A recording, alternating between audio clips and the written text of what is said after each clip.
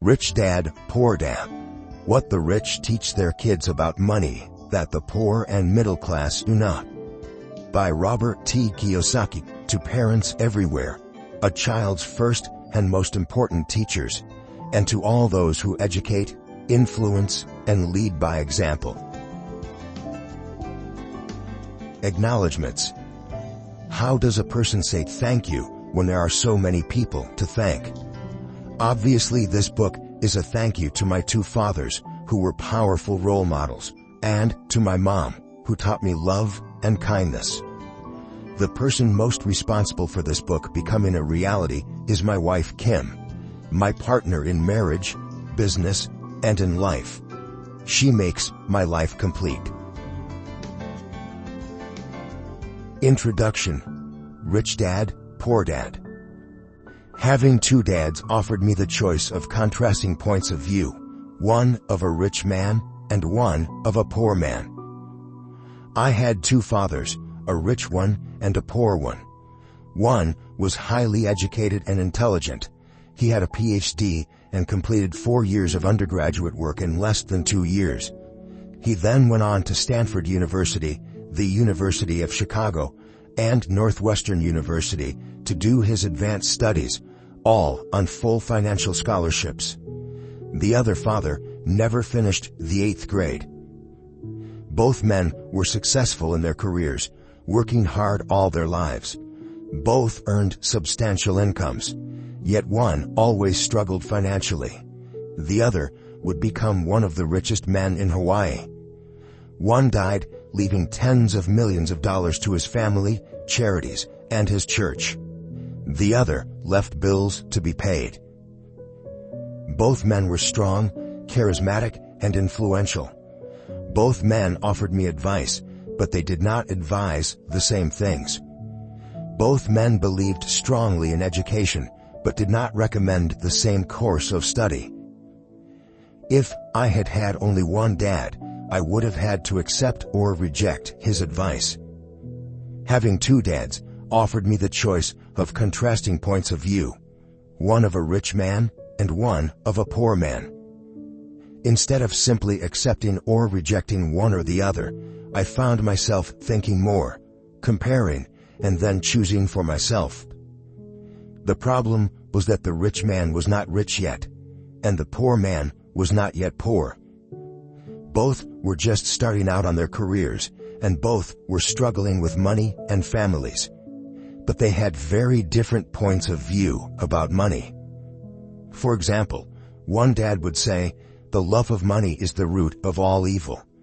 The other said, "The lack of money is the root of all evil." As a young boy, having two strong fathers, both influencing me, was difficult. I wanted to be a good son and listen, but the two fathers did not say the same things. The contrast in their points of view, particularly about money, was so extreme that I grew curious and intrigued. I began to start thinking for long periods of time about what each was saying. Much of my private time was spent reflecting, asking myself questions such as, why does he say that? And then asking the same question of the other dad's statement. It would have been much easier to simply say, yeah, he's right, I agree with that. Or to simply reject the point of view by saying, the old man doesn't know what he's talking about.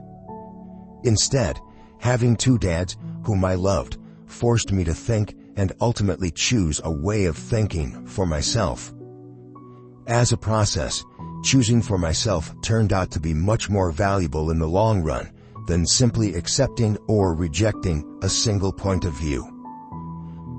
One of the reasons the rich get richer, the poor get poorer, and the middle class struggles in debt is that the subject of money is taught at home, not in school. Most of us learn about money from our parents. So what can poor parents tell their child about money? They simply say, stay in school and study hard. The child may graduate with excellent grades, but with a poor person's financial programming and mindset.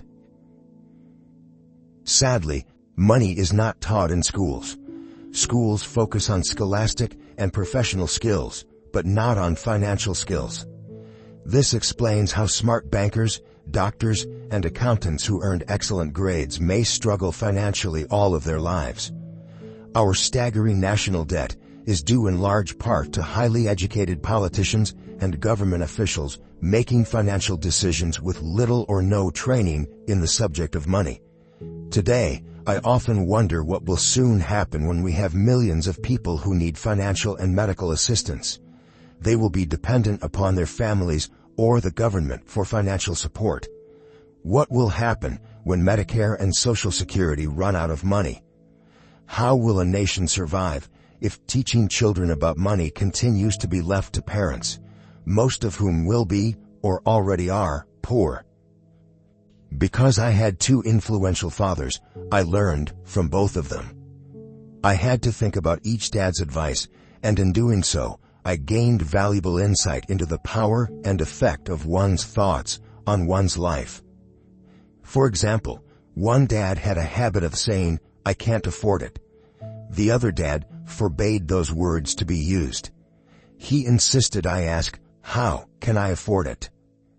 One is a statement, and the other is a question. One lets you off the hook, and the other forces you to think. My soon-to-be rich dad would explain that by automatically saying the words, "I can't afford it," your brain stops working. By asking the question, "How can I afford it?" your brain is put to work. He did not mean that you should buy everything you want. He was fanatical about exercising your mind, the most powerful computer in the world. He'd say, "My brain gets stronger every day because I exercise it. The stronger it gets, the more money I can make." He believed that automatically saying, "I can't afford it," was a sign of mental laziness.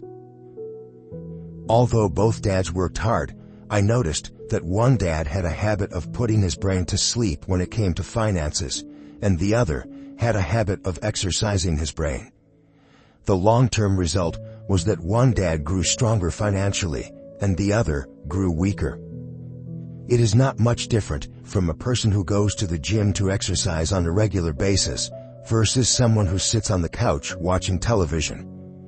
Proper physical exercise increases your chances for health, and proper mental exercise increases your chances for wealth. My two dads had opposing attitudes, and that affected the way they thought.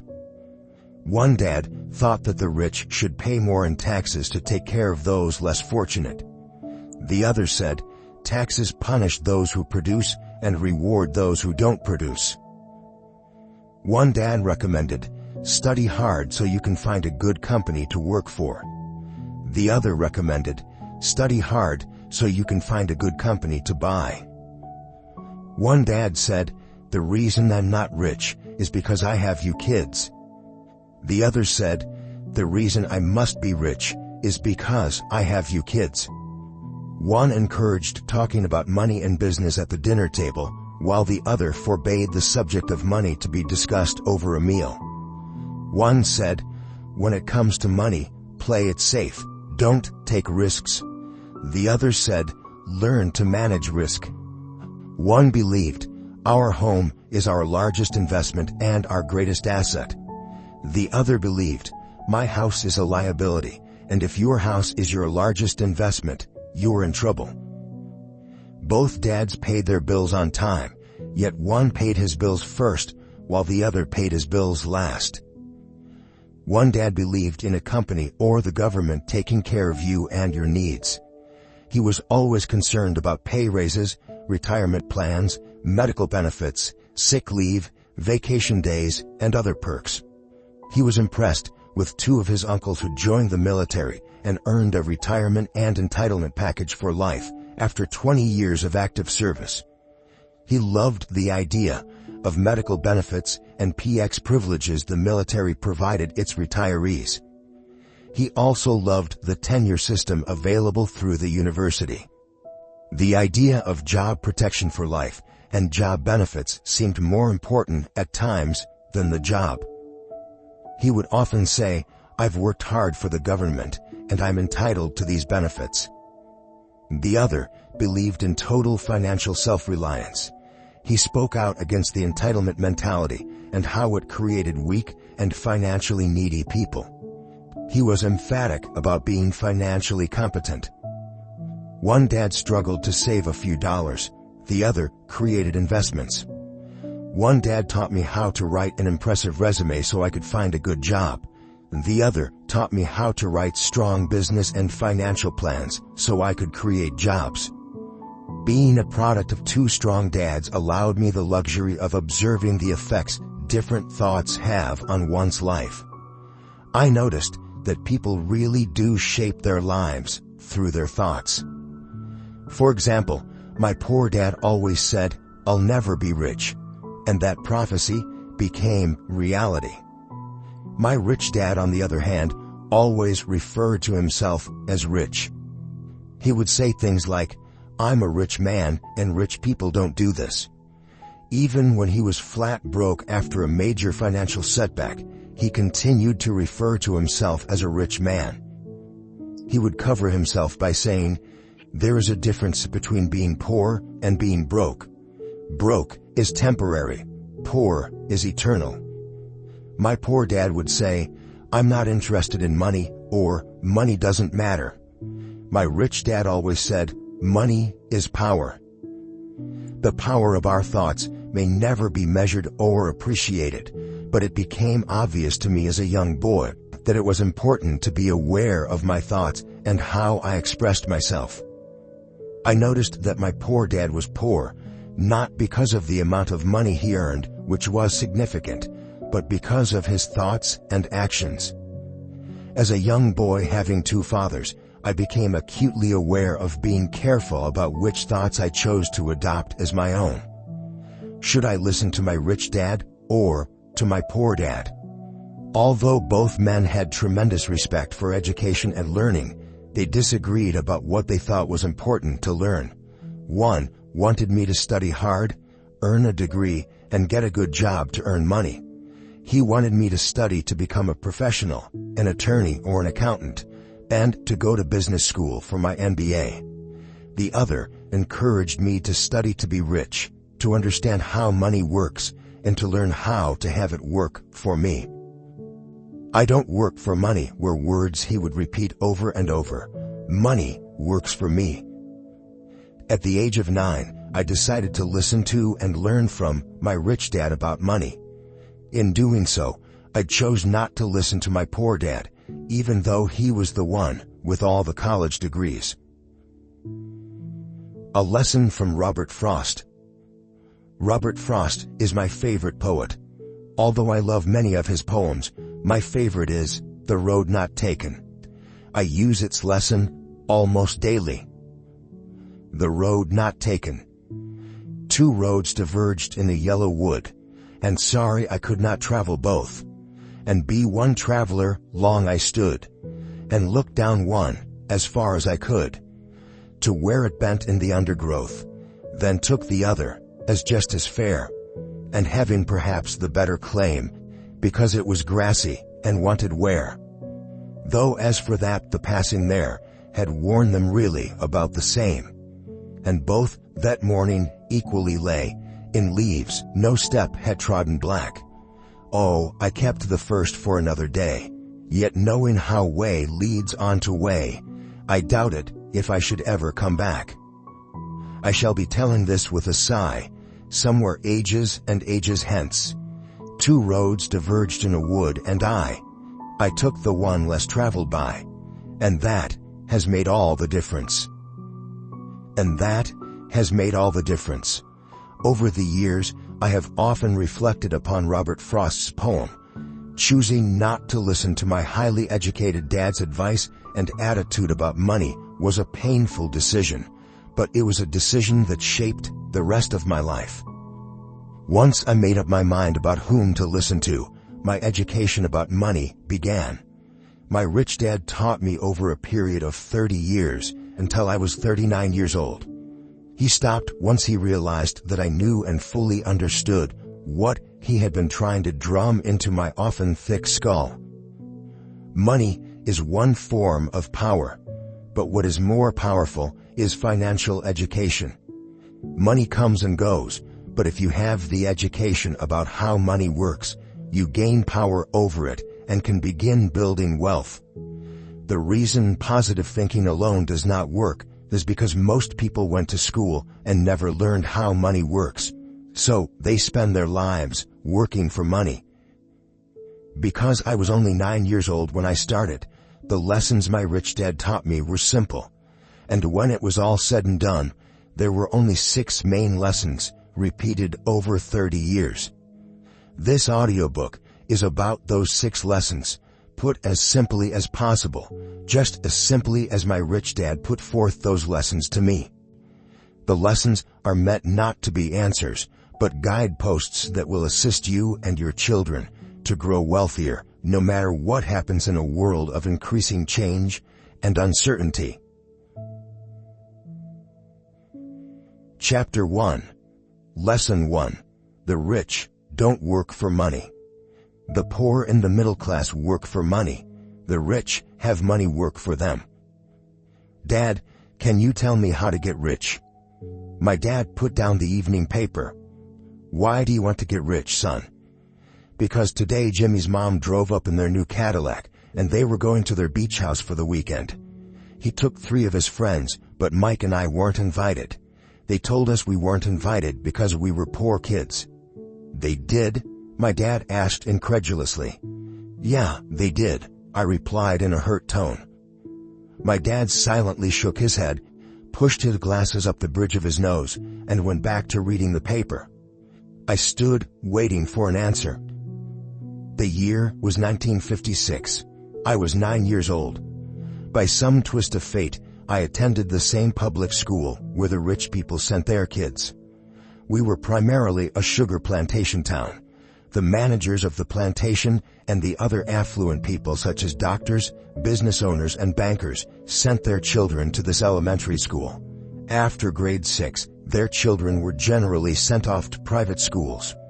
Because my family lived on one side of the street, I went to this school. Had I lived on the other side of the street, I would have gone to a different school with kids from families more like mine.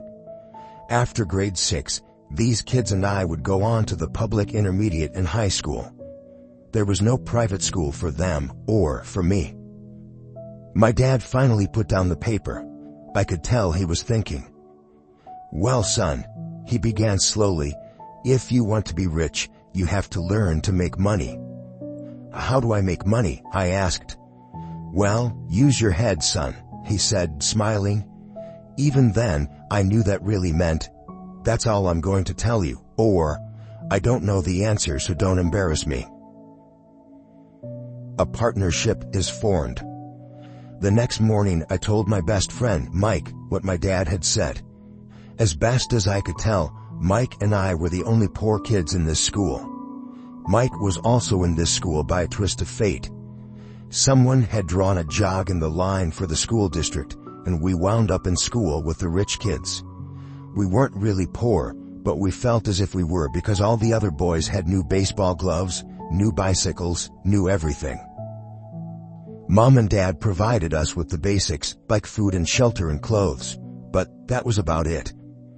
My dad used to say, if you want something, work for it. We wanted things, but there was not much work available for 9-year-old boys. So, what do we do to make money? Mike asked. I don't know, I said, but do you want to be my partner? He agreed, and so on that Saturday morning, Mike became my first business partner. We spent all morning coming up with ideas on how to make money. Occasionally, we talked about all the cool guys at Jimmy's beach house having fun.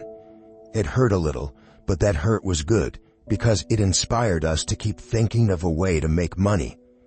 Finally, that afternoon, a bolt of lightning struck. It was an idea Mike got from a science book he had read. Excitedly, we shook hands, and the partnership now had a business. For the next several weeks, Mike and I ran around our neighborhood, knocking on doors and asking our neighbors if they would save their toothpaste tubes for us. With puzzled looks, most adults consented with a smile. Some asked us what we were doing, to which we replied, we can't tell you. It's a business secret. My mom grew distressed as the weeks wore on. We had selected a site next to her washing machine as the place we would stockpile our raw materials. In a brown cardboard box that at one time held ketchup bottles, our little pile of used toothpaste tubes began to grow. Finally, my mom put her foot down. The sight of her neighbor's messy, crumpled used toothpaste tubes had gotten to her. "What are you boys doing?" she asked. "And I don't want to hear again that it's a business secret. Do something with this mess or I'm going to throw it out." Mike and I pleaded and begged, explaining that we would soon have enough and then we would begin production. We informed her that we were waiting on a couple of neighbors to finish their toothpaste so we could have their tubes. Mom granted us a 1-week extension. The date to begin production was moved up, and the pressure was on. My first partnership was already being threatened with an eviction notice by my own mom. It became Mike's job to tell the neighbors to quickly use up their toothpaste, saying their dentist wanted them to brush more often anyway. I began to put together the production line. One day, my dad drove up with a friend to see 2 9-year-old boys in the driveway with a production line operating at full speed. There was fine white powder everywhere. On a long table were small milk cartons from school, and our family's hibachi grill was glowing with red-hot coals at maximum heat. Dad walked up cautiously, having to park the car at the base of the driveway since the production line blocked the carport. As he and his friend got closer, they saw a steel pot sitting on top of the coals in which the toothpaste tubes were being melted down. In those days, toothpaste did not come in plastic tubes. The tubes were made of lead, so once the paint was burned off, the tubes were dropped in the small steel pot. They melted until they became liquid, and with my mom's pot holders, we poured the lead through a small hole in the top of the milk cartons. The milk cartons were filled with plaster of Paris. White powder was everywhere. In my haste, I had knocked the bag over, and the entire area looked like it had been hit by a snowstorm. The milk cartons were the outer containers for plaster of Paris molds. My dad and his friend watched as we carefully poured the molten lead through a small hole in the top of the plaster of Paris cube. "Careful," my dad said. I nodded without looking up. Finally, once the pouring was through, I put the steel pot down and smiled at my dad. "What are you boys doing?" he asked with a cautious smile. "We're doing what you told me to do. We're going to be rich," I said. "Yup," said Mike, grinning and nodding his head. "We're partners." "And what is in those plaster molds?" my dad asked. "Watch," I said. "This should be a good batch." With a small hammer, I tapped at the seal that divided the cube in half. Cautiously, I pulled up the top half of the plaster mold, and a lead nickel fell out. "Oh my God," my dad said, "you're casting nickels out of lead." "That's right," Mike said. "We're doing as you told us to do. We're making money." My dad's friend turned and burst into laughter. My dad smiled and shook his head. Along with a fire and a box of spent toothpaste tubes, in front of him were 2 little boys, covered with white dust, smiling from ear to ear. He asked us to put everything down and sit with him on the front step of our house. With a smile, he gently explained what the word counterfeiting meant. Our dreams were dashed. "You mean this is illegal?" asked Mike in a quivering voice. "Let them go," my dad's friend said. "They might be developing a natural talent." My dad glared at him. "Yes, it is illegal," my dad said gently. "But you boys have shown great creativity and original thought. Keep going. I'm really proud of you." Disappointed, Mike and I sat in silence for about 20 minutes before we began cleaning up our mess. The business was over on opening day. Sweeping the powder up, I looked at Mike and said, "I guess Jimmy and his friends are right. We are poor." My father was just leaving as I said that.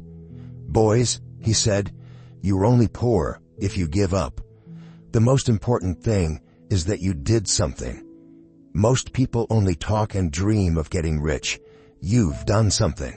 I'm very proud of the two of you. I will say it again. Keep going. Don't quit. Mike and I stood there in silence. They were nice words, but we still did not know what to do. "So, how come you're not rich, Dad?" I asked. "Because I chose to be a school teacher. School teachers really don't think about being rich. We just like to teach. I wish I could help you, but I really don't know how to make money." Mike and I turned and continued our cleanup. "I know," said my dad. "If you boys want to learn how to be rich, don't ask me. Talk to your dad, Mike." "My dad?" asked Mike with a scrunched up face. "Yeah, your dad," repeated my dad with a smile. "Your dad and I have the same banker, and he raves about your father. He's told me several times that your father is brilliant when it comes to making money." "My dad?" Mike asked again in disbelief. "Then how come we don't have a nice car and a nice house like the rich kids at school?" "A nice car and a nice house don't necessarily mean you're rich or you know how to make money," my dad replied. "Jimmy's dad works for the sugar plantation. He's not much different from me. He works for a company and I work for the government. The company buys the car for him.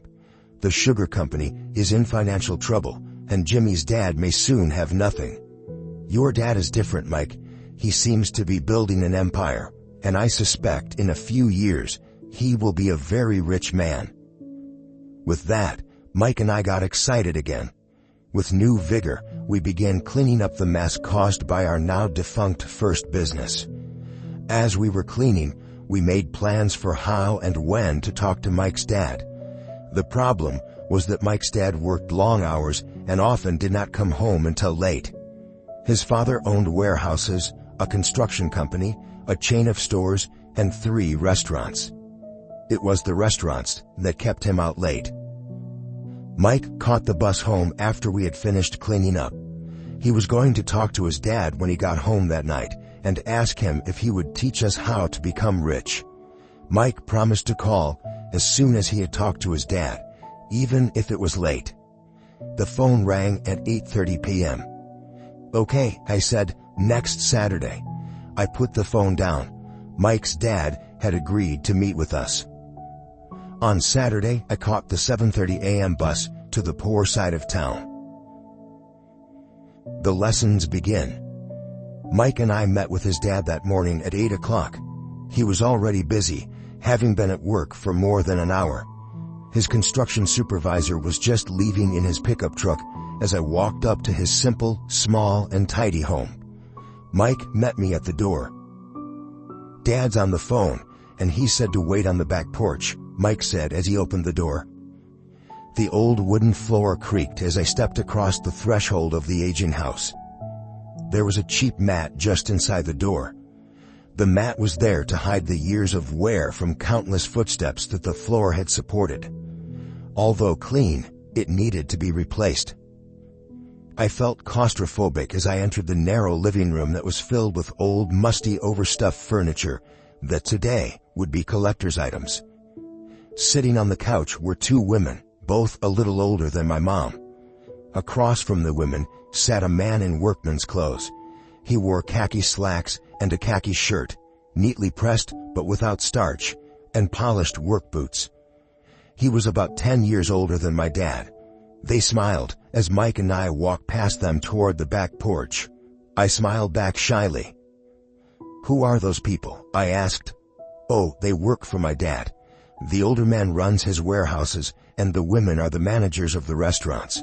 And as you arrived, you saw the construction supervisor who was working on a road project about 50 miles from here. His other supervisor, who was building a track of houses, left before you got here." "Does this go on all the time?" I asked. "Not always, but quite often," said Mike, smiling as he pulled up a chair to sit down next to me. "I asked my dad if he would teach us to make money," Mike said. "Oh, and what did he say to that?" I asked with cautious curiosity. "Well, he had a funny look on his face at first, and then he said he would make us an offer." "Oh," I said, rocking my chair back against the wall. I sat there, perched on two rear legs of the chair. Mike did the same thing. "Do you know what the offer is?" I asked. "No, but we'll soon find out." Suddenly, Mike's dad burst through the rickety screen door and onto the porch. Mike and I jumped to our feet, not out of respect, but because we were startled.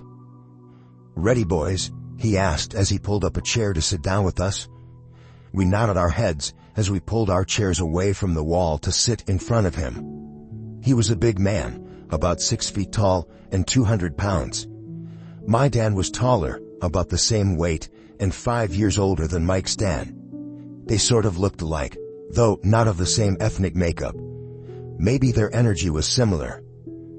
"Mike says you want to learn to make money. Is that correct, Robert?" I nodded my head quickly, but with a little trepidation. He had a lot of power behind his words and smile. "Okay, here's my offer. I'll teach you, but I won't do it classroom style. You work for me, I'll teach you. You don't work for me, I won't teach you. I can teach you faster if you work, and I'm wasting my time if you just want to sit and listen like you do in school. That's my offer. Take it or leave it." May I ask a question first?" I asked. "No, take it or leave it. I've got too much work to do to waste my time. If you can't make up your mind decisively, then you'll never learn to make money anyway. Opportunities come and go. Being able to know when to make quick decisions is an important skill. You have the opportunity that you asked for. School is beginning, or it's over, in 10 seconds, Mike's dad said with a teasing smile. "Take it," I said. "Take it," said Mike. "Good," said Mike's dad. "Mrs. Martin will be by in 10 minutes. After I'm through with her, you'll ride with her to my superette and you can begin working. I'll pay you 10 cents an hour and you'll work 3 hours every Saturday." "But I have a softball game today," I said. Mike's dad lowered his voice to a stern tone. "Take it or leave it," he said. "I'll take it," I replied, choosing to work and learn instead of playing.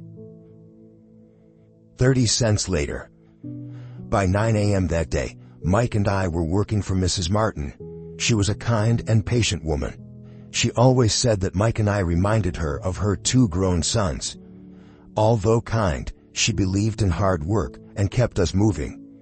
We spent 3 hours taking canned goods off the shelves, brushing each can with a feather duster to get the dust off, and then restacking them neatly. It was excruciatingly boring work. Mike's dad, whom I called my rich dad, owned 9 of these little superettes, each with a large parking lot. They were the early version of the 7-Eleven convenience stores, little neighborhood grocery stores where people bought items such as milk, bread, butter, and cigarettes. The problem was that this was Hawaii before air conditioning was widely used, and the stores could not close their doors because of the heat. On 2 sides of the store, the doors had to be wide open to the road and parking lot. Every time a car drove by or pulled into the parking lot, dust would swirl and settle in the store. We knew we had a job as long as there was no air conditioning. For 3 weeks, Mike and I reported to Mrs. Martin and worked our 3 hours. By noon, our work was over, and she dropped 3 little dimes in each of our hands. Now, even at the age of 9 in the mid-1950s, 30 cents was not too exciting. Comic books cost 10 cents back then, so I usually spent my money on comic books and went home. By Wednesday of the 4th week, I was ready to quit. I had agreed to work only because I wanted to learn to make money from Mike's dad, and now I was a slave for 10 cents an hour. On top of that, I had not seen Mike's dad since that first Saturday. "I'm quitting," I told Mike at lunchtime. School was boring, and now I did not even have my Saturdays to look forward to. But it was the 30 cents that really got to me. This time, Mike smiled.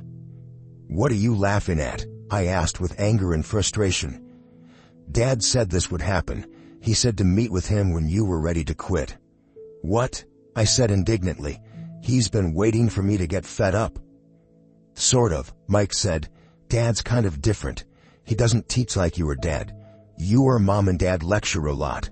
My dad is quiet and a man of few words. You just wait till this Saturday. I'll tell him you're ready." "You mean I've been set up?" "No, not really. But maybe. Dad will explain on Saturday." Waiting in line on Saturday. I was ready to face Mike's dad. Even my real dad was angry with him. My real dad, the one I called the poor one, thought that my rich dad was violating child labor laws and should be investigated. My educated poor dad told me to demand what I deserve, at least 25 cents an hour. My poor dad told me that if I did not get a raise, I was to quit immediately. "You don't need that damn job anyway," said my poor dad with indignation. At 8 o'clock Saturday morning, I walked through the door of Mike's house when Mike's dad opened it. "Take a seat and wait in line," he said as I entered. He turned and disappeared into his little office next to a bedroom. I looked around the room and didn't see Mike anywhere. Feeling awkward, I cautiously sat down next to the same two women who were there 4 weeks earlier. They smiled and slid down the couch to make room for me. 45 minutes went by and I was steaming. The two women had met with him and left 30 minutes earlier. An older gentleman was in there for 20 minutes and was also gone. The house was empty, and here I sat in a musty dark living room on a beautiful sunny Hawaiian day, waiting to talk to a cheapskate who exploited children.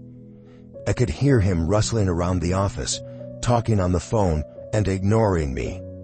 I was ready to walk out, but for some reason, I stayed.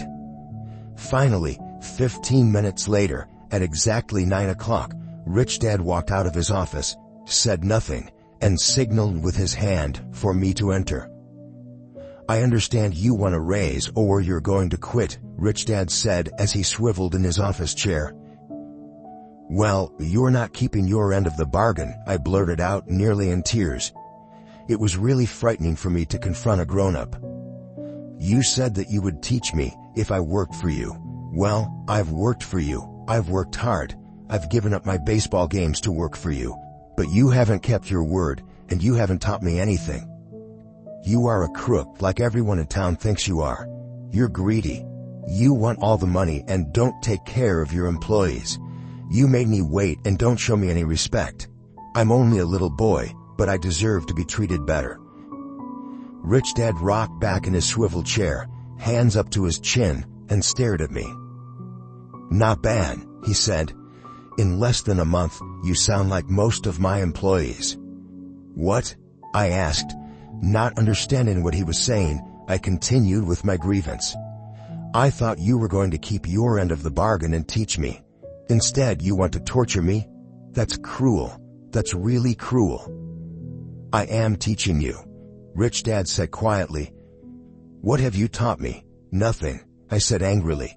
"You haven't even talked to me once since I agreed to work for peanuts. 10 cents an hour. Ha! I should notify the government about you. We have child labor laws, you know. My dad works for the government, you know." "Wow," said Rich Dad.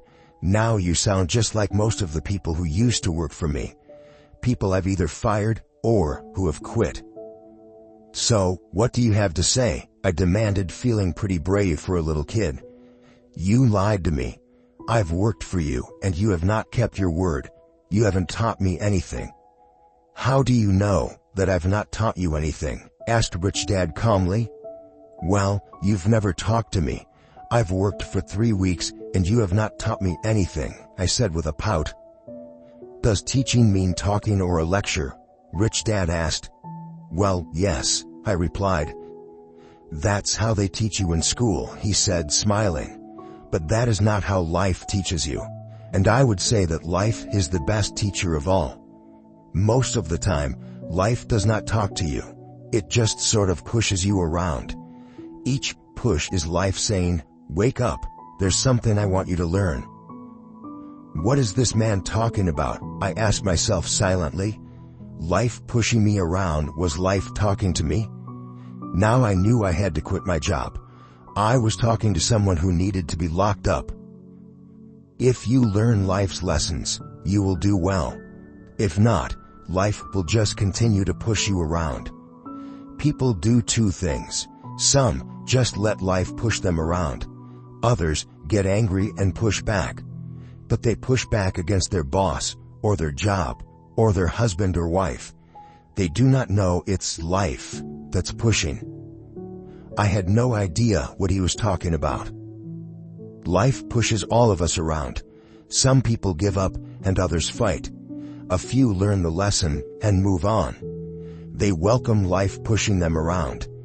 To these few people, it means they need and want to learn something. They learn and move on. Most quit, and a few, like you, fight. Rich Dad stood and shut the creaky old wooden window that needed repair. If you learn this lesson, you will grow into a wise, wealthy, and happy young man. If you don't, you will spend your life blaming a job, low pay, or your boss for your problems. You'll live life always hoping for that big break that will solve all your money problems. Rich Dad looked over at me to see if I was still listening. His eyes met mine. We stared at each other, communicating through our eyes. Finally, I looked away once I had absorbed his message. I knew he was right. I was blaming him, and I did ask to learn. I was fighting. Rich Dad continued. Or, if you are the kind of person who has no guts, you just give up every time life pushes you. If you are that kind of person, you'll live all your life playing it safe, doing the right things, saving yourself for some event that never happens. Then, you die a boring old man. You'll have lots of friends who really like you because you were such a nice, hard-working guy. But the truth is that you let life push you into submission. Deep down, you were terrified of taking risks. You really wanted to win, but the fear of losing was greater than the excitement of winning. Deep inside, you and only you will know you didn't go for it. You chose to play it safe. Our eyes met again. "You've been pushing me around," I asked. "Some people might say that," smiled Rich Dad. "I would say that I just gave you a taste of life." "What taste of life?" I asked, still angry, but now curious and ready to learn. "You boys are the first people that have ever asked me to teach them how to make money. I have more than 150 employees, and not one of them has asked me what I know about money. They ask me for a job and a paycheck, but never to teach them about money. So most will spend the best years of their lives working for money, not really understanding what it is they're working for." I sat there listening intently. So, when Mike told me you wanted to learn how to make money, I decided to design a course that mirrored real life. I could talk until I was blue in the face, but you wouldn't hear a thing. So, I decided to let life push you around a bit so you could hear me. That's why I only paid you 10 cents. "So, what is the lesson I learned from working for only 10 cents an hour?" I asked. "That you're cheap and exploit your workers?" Rich Dad rocked back and laughed heartily. Finally, he said, "You'd best change your point of view. Stop blaming me and thinking I'm the problem. If you think I'm the problem, then you have to change me. If you realize that you're the problem, then you can change yourself, learn something, and grow wiser." Most people want everyone else in the world to change but themselves. Let me tell you, it's easier to change yourself than everyone else. "I don't understand," I said. "Don't blame me for your problems," Rich Dad said, growing impatient. "But you only pay me 10 cents. So what are you learning?" Rich Dad asked, smiling. "That you're cheap," I said with a sly grin. "See, you think I'm the problem," said Rich Dad. "But you are. Well, keep that attitude and you'll learn nothing. Keep the attitude that I'm the problem, and what choices do you have?" "Well, if you don't pay me more or show me more respect and teach me, I'll quit." "Well put," Rich Dad said, "and that's exactly what most people do. They quit and go looking for another job, a better opportunity and higher pay, actually thinking that this will solve the problem. In most cases, it won't.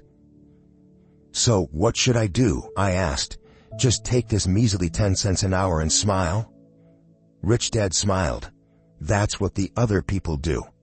But that's all they do, waiting for a raise, thinking that more money will solve their problems. Most just accept it, and some take a second job working harder, but again, accepting a small paycheck. I sat staring at the floor, beginning to understand the lesson Rich Dad was presenting. I could sense it was a taste of life. Finally, I looked up and asked, "So what will solve the problem?" "This," he said, leaning forward in his chair and tapping me gently on the head. "This stuff between your ears."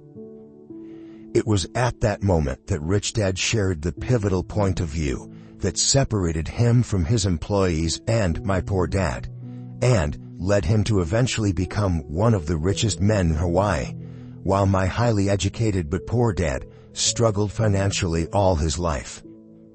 It was a singular point of view that made all the difference over a lifetime. Rich Dad said this point of view over and over, which I call lesson number 1.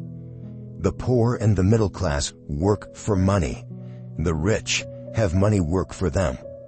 On that bright Saturday morning, I learned a completely different point of view from what I had been taught by my poor dad.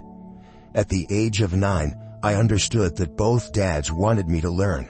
Both dads encouraged me to study, but not the same things. My highly educated dad recommended that I do what he did. "Son, I want you to study hard, get good grades, so you can find a safe, secure job with a big company, and make sure it has excellent benefits." My rich dad wanted me to learn how money works so I could make it work for me. These lessons I would learn through life with his guidance, not because of a classroom. My rich dad continued my first lesson. "I'm glad you got angry about working for 10 cents an hour. If you hadn't got angry and had simply accepted it, I would have to tell you that I could not teach you. You see, true learning takes energy, passion, and a burning desire. Anger is a big part of that formula, for passion is anger and love combined. When it comes to money, most people want to play it safe and feel secure, so passion does not direct them. Fear does. So is that why they'll take jobs with low pay?" I asked. "Yes," said Rich Dad. "Some people say I exploit people because I don't pay as much at the sugar plantation or the government. I say the people exploit themselves. It's their fear, not mine." "But don't you feel you should pay them more?" I asked. "I don't have to. And besides, more money will not solve their problems. Just look at your dad. He makes a lot of money and he still can't pay his bills. Most people, given more money, only get into more debt. So that's why the 10 cents an hour," I said, smiling. "It's part of the lesson." "That's right," smiled Rich Dad. "You see, your dad went to school and got an excellent education so he could get a high-paying job. But he still has money problems because he never learned anything about money in school. On top of that, he believes in working for money." "And you don't?" I asked. "No, not really," said Rich Dad. "If you want to learn to work for money, then stay in school. That is a great place to learn to do that. But if you want to learn how to have money work for you, then I will teach you that. But only if you want to learn." "Wouldn't everyone want to learn that?" I asked. "No," said Rich Dad, "simply because it's easier to learn to work for money, especially if fear is your primary emotion when the subject of money is discussed." "I don't understand," I said with a frown. "Don't worry about that for now. Just know that it's fear that keeps most people working at a job. The fear of not paying their bills, the fear of being fired, the fear of not having enough money, and the fear of starting over. That's the price of studying to learn a profession or trade, and then, working for money. Most people become a slave to money and then get angry at their boss. Learning to have money work for you is a completely different course of study, I asked. Absolutely, Rich Dad answered. Absolutely. We sat in the silence on that beautiful Hawaiian Saturday morning. My friends had just started their Little League baseball game, but for some reason, I was now thankful I had decided to work for 10 cents an hour. I sensed that I was about to learn something my friends wouldn't learn in school. Ready to learn? Asked Rich Dad. Absolutely, I said with a grin. I have kept my promise. I've been teaching you from afar, my Rich Dad said. At 9 years old, you've gotten a taste of what it feels like to work for money. Just multiply your last month by 50 years, and you will have an idea of what most people spend their life doing. I don't understand, I said. How did you feel waiting in line to see me, once to get hired, and once to ask for more money? Terrible, I said. If you choose to work for money, that is what life will be like, said Rich Dad. And how did you feel when Mrs. Martin dropped 3 dimes in your hand for 3 hours of work? I felt like it wasn't enough. It seemed like nothing. I was disappointed, I said. And that is how most employees feel when they look at their paychecks, especially after all the tax and other deductions are taken out. At least you got 100%. You mean most workers don't get paid everything? I asked, with amazement. Heavens no, said Rich Dad. The government always takes its share first. How do they do that? I asked. Taxes, said Rich Dad. You're taxed when you earn. You're taxed when you spend. You're taxed when you save. You're taxed when you die. Why do people let the government do that to them?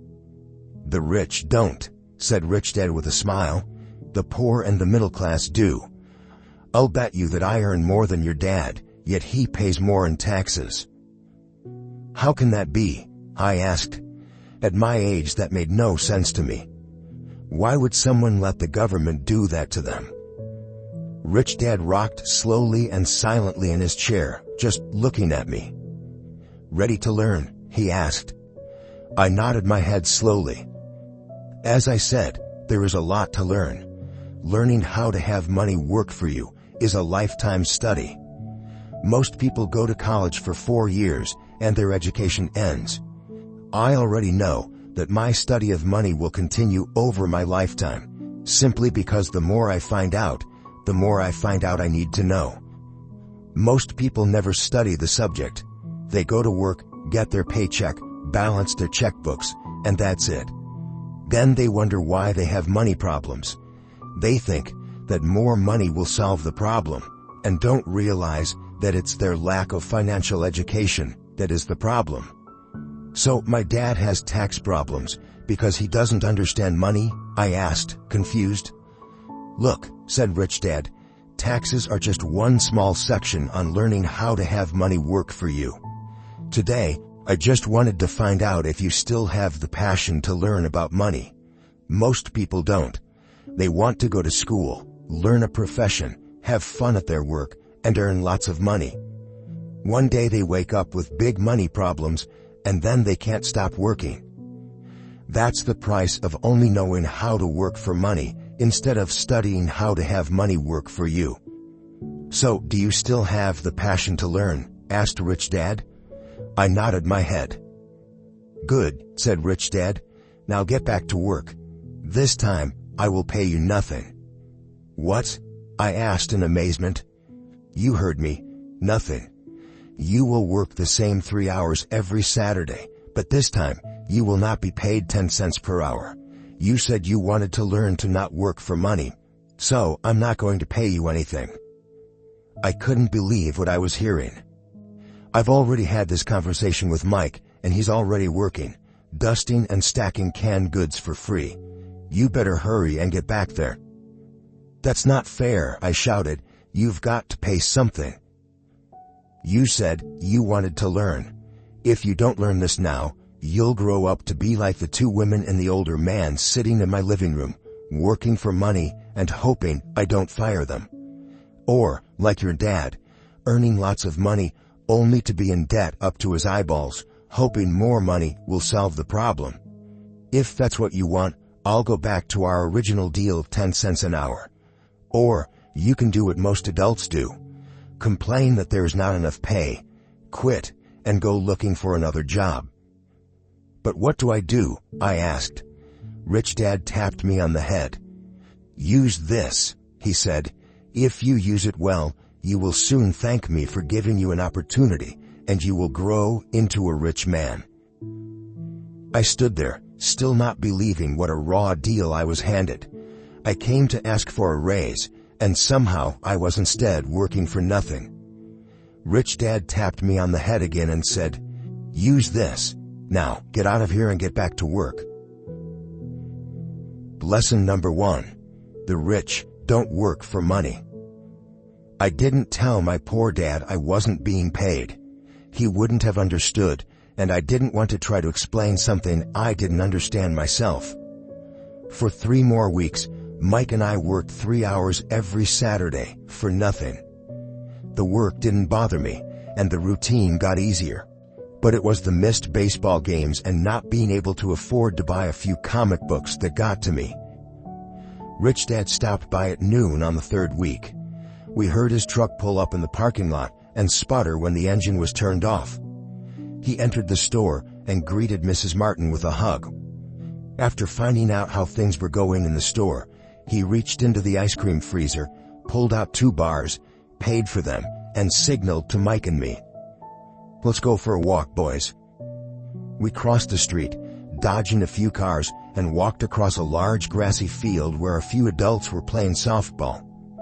Sitting down at a lone picnic table, he handed Mike and me the treats. How's it going, boys? Okay, Mike said. I nodded in agreement. Learn anything yet? Rich Dad asked. Mike and I looked at each other, shrugged our shoulders, and shook our heads in unison. Avoiding one of life's biggest traps. Well, you boys had better start thinking. You're staring at one of life's biggest lessons. If you learn it, you'll enjoy a life of great freedom and security. If you don't, you'll wind up like Mrs. Martin and most of the people playing softball in this park. They work very hard for little money, clinging to the illusion of job security and looking forward to a 3-week vacation each year, and maybe a skimpy pension after 45 years of service. If that excites you, I'll give you a raise to 25 cents an hour. But these are good hard-working people. Are you making fun of them? I demanded. A smile came over Rich Dad's face. Mrs. Martin is like a mother to me. I would never be that cruel. I may sound unkind because I'm doing my best to point something out to the 2 of you. I want to expand your point of view so you can see something most people never have the benefit of seeing because their vision is too narrow. Most people never see the trap they are in. Mike and I sat there, uncertain of his message. He sounded cruel, yet we could sense he was trying to drive home a point. With a smile, Rich Dad said, "Doesn't that 25 cents an hour sound good? Doesn't it make your heart beat a little faster?" I shook my head no, but it really did. 25 cents an hour would be big bucks to me.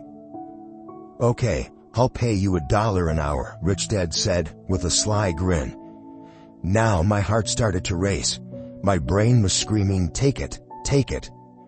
I could not believe what I was hearing. Still, I said nothing. "Okay, $2 an hour." My little brain and heart nearly exploded. After all, it was 1956, and being paid $2 an hour would have made me the richest kid in the world. I couldn't imagine earning that kind of money. I wanted to say yes. I wanted the deal. I could picture a new bicycle, new baseball glove, and the adoration of my friends when I flashed some cash. On top of that, Jimmy and his rich friends could never call me poor again. But somehow, my mouth stayed shut. The ice cream had melted and was running down my hand. Rich Dad was looking at 2 boys staring back at him, eyes wide open and brains empty. He was testing us, and he knew there was a part of our emotions that wanted to take the deal. He understood that every person has a weak and needy part of their soul that can be bought, and he knew that every individual also had a part of their soul that was resilient and could never be bought. It was only a question of which one was stronger. Okay, $5 an hour. Suddenly, I was silent. Something had changed. The offer was too big and ridiculous. Not many grown-ups in 1956 made more than that, but quickly my temptation disappeared and calm set in. Slowly, I turned to my left to look at Mike. He looked back at me. The part of my soul that was weak and needy was silenced. The part of me that had no price took over. I knew Mike had gotten to that point too. "Good," said Rich Dad softly.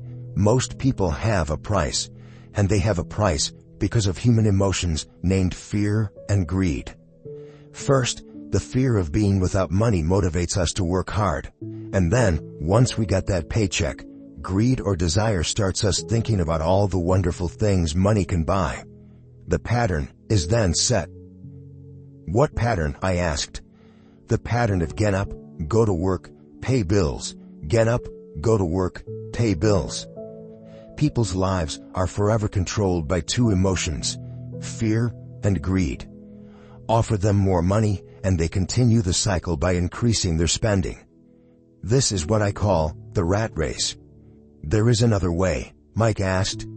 "Yes," said Rich Dad slowly, "but only a few people find it." "And what is that way?" Mike asked. "That's what I hope you boys will learn as you work and study with me. That is why I took away all forms of pay." "Any hints?" Mike asked. "We are kind of tired of working hard, especially for nothing." "Well, the first step is telling the truth," said Rich Dad. "We haven't been lying," I said. "I did not say you were lying. I said to tell the truth," Rich Dad retorted. "The truth about what?" I asked. "How you're feeling," Rich Dad said. "You don't have to say it to anyone else. Just admit it to yourself." "You mean the people in this park, the people who work for you, Mrs. Martin, they don't do that?" I asked. "I doubt it," said Rich Dad. "Instead, they feel the fear of not having money. They don't confront it logically. They react emotionally instead of using their heads," Rich Dad said. "Then, they get a few bucks in their hands, and again, the emotions of joy, desire, and greed take over. And again they react, instead of think. So their emotions control their brain," Mike said. "That's correct," said Rich Dad. "Instead of admitting the truth about how they feel, they react to their feelings and fail to think. They feel the fear, so they go to work, hoping that money will soothe the fear, but it doesn't. It continues to haunt them, and they return to work, hoping again that money will calm their fears, and again, it doesn't. Fear keeps them in this trap of working, earning money, hoping the fear will go away. But every day they get up, and that old fear wakes up with them. For millions of people, that old fear keeps them awake all night, causing a night of turmoil and worry. So they get up and go to work, hoping that a paycheck will kill that fear gnawing at their souls. Money is running their lives, and they refuse to tell the truth about that. Money is in control of their emotions and their souls." Rich Dad sat quietly, letting his words sink in. Mike and I had heard what he said, but didn't understand fully what he was talking about. I just knew that I often wondered why grown-ups hurried off to work. It did not seem like much fun, and they never looked that happy, but something kept them going. Realizing we had absorbed as much as possible of what he was talking about, Rich Dad said, "I want you boys to avoid that trap. That is really what I want to teach you. Not just to be rich, because being rich does not solve the problem." "It doesn't?" I asked, surprised. "No, it doesn't. Let me explain the other emotion. Desire. Some call it greed, but I prefer desire. It's perfectly normal to desire something better, prettier, more fun, or exciting.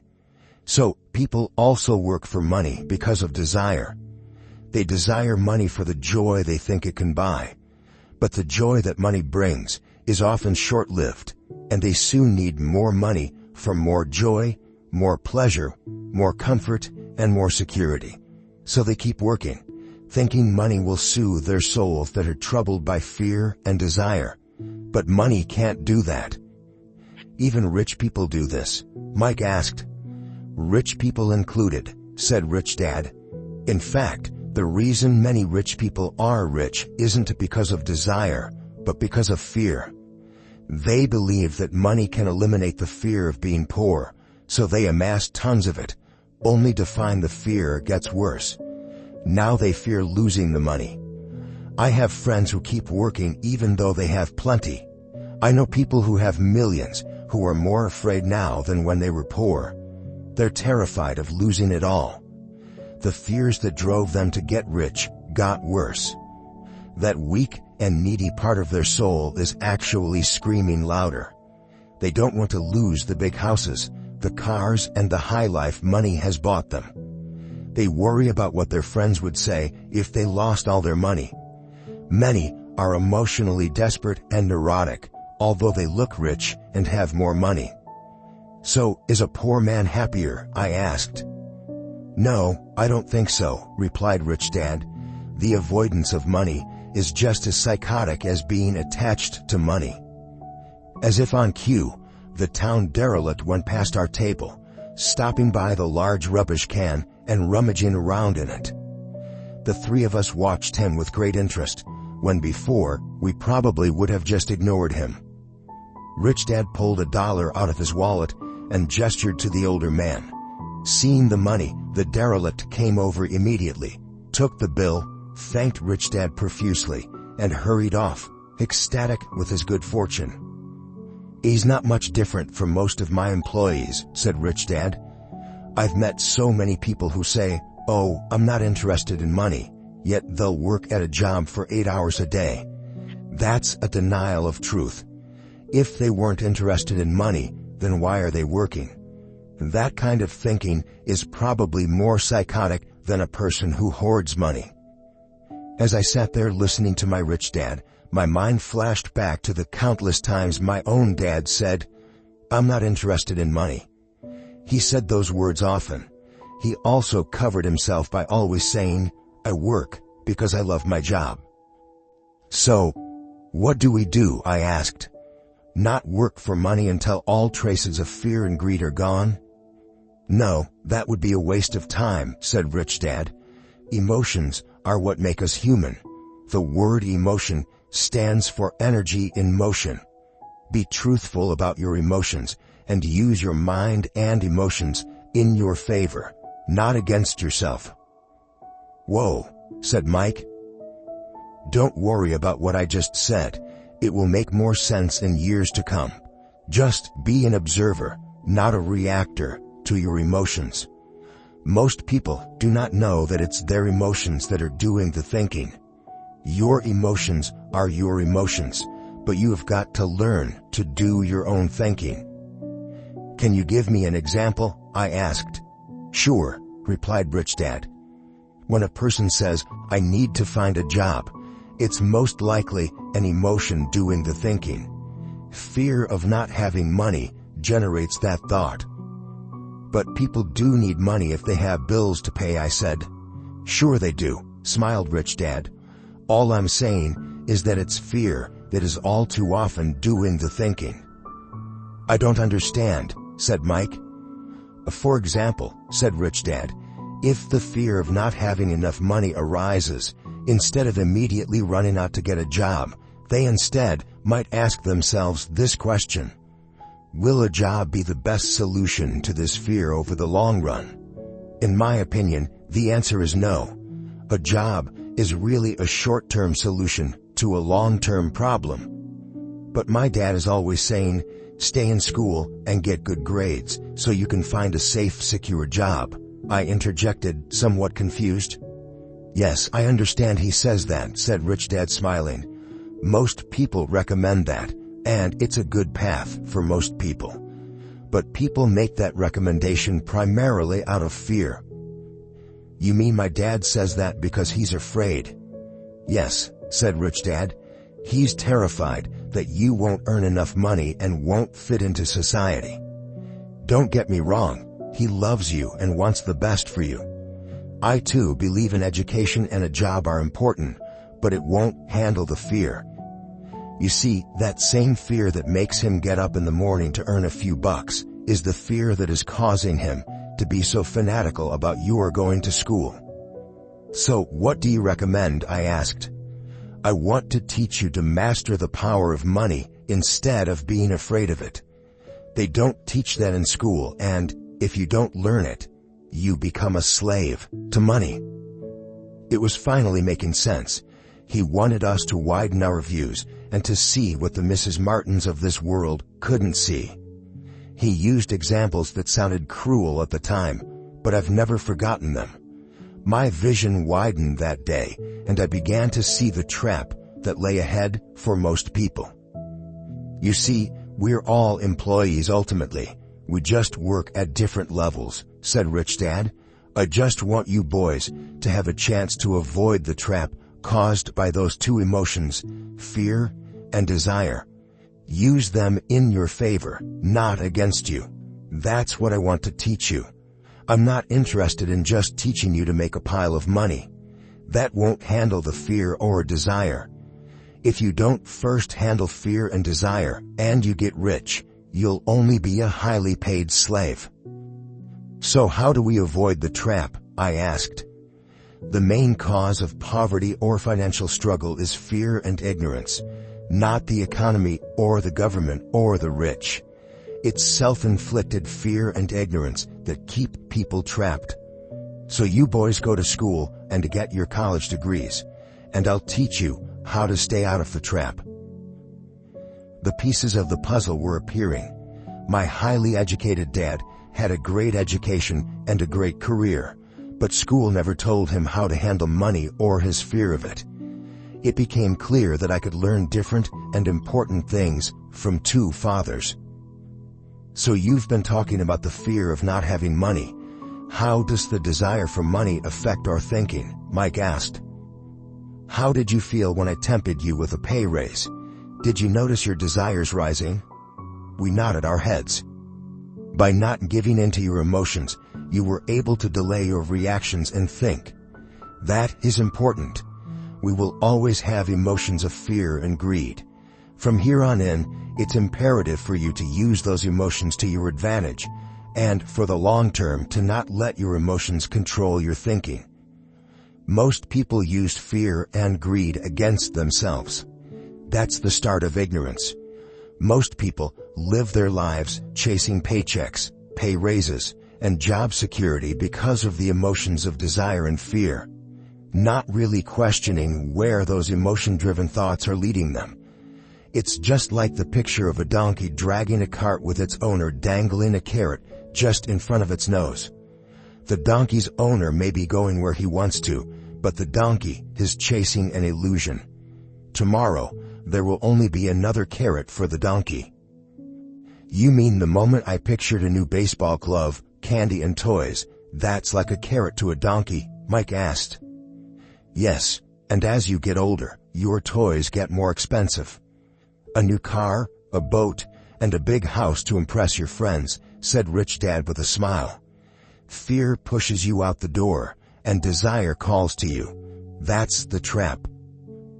So what's the answer? Mike asked. What intensifies fear and desire is ignorance. That is why rich people with lots of money often have more fear the richer they get.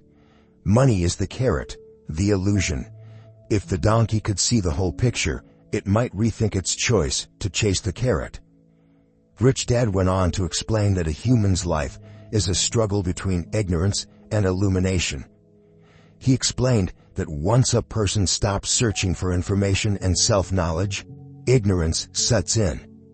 That struggle is a moment-to-moment decision to learn to open or close one's mind. Look, school is very important. You go to school to learn a skill or profession, to become a contributing member of society. Every culture needs teachers, doctors, mechanics, artists, cooks, business people, police officers, firefighters, and soldiers. Schools train them so society can thrive and flourish, said Rich Dad. Unfortunately, for many people, school is the end, not the beginning. There was a long silence. Rich Dad was smiling. I didn't comprehend everything he said that day, but as with most great teachers, his words continued to teach for years. I've been a little cruel today, said Rich Dad, but I want you to always remember this talk. I want you to always think of Mrs. Martin, and I want you always to remember that donkey. Never forget that fear and desire can lead you into life's biggest trap if you are not aware of them controlling your thinking. To spend your life living in fear, never exploring your dreams, is cruel. To work hard for money, thinking that it will buy you things that will make you happy, is also cruel. To wake up in the middle of the night terrified about paying bills is a horrible way to live. To live a life dictated by the size of a paycheck is not really living a life. Thinking that a job makes you secure is lying to yourself. That's cruel, and that's the trap I want you to avoid. I've seen how money runs people's lives. Don't let that happen to you. Please, don't let money run your life. A softball rolled under our table. Rich Dad picked it up and threw it back. So, what does ignorance have to do with greed and fear? I asked. Because it is ignorance about money that causes so much greed and fear, said Rich Dad. Let me give you some examples. A doctor, wanting more money to better provide for his family, raises his fees. By raising his fees, it makes healthcare more expensive for everyone. It hurts the poor people the most, so they have worse health than those with money. Because the doctors raise their fees, the attorneys raise their fees. Because the attorneys' fees have gone up, school teachers want a raise, which raises our taxes, and on and on and on. Soon, there will be such a horrifying gap between the rich and the poor that chaos will break out, and another great civilization will collapse.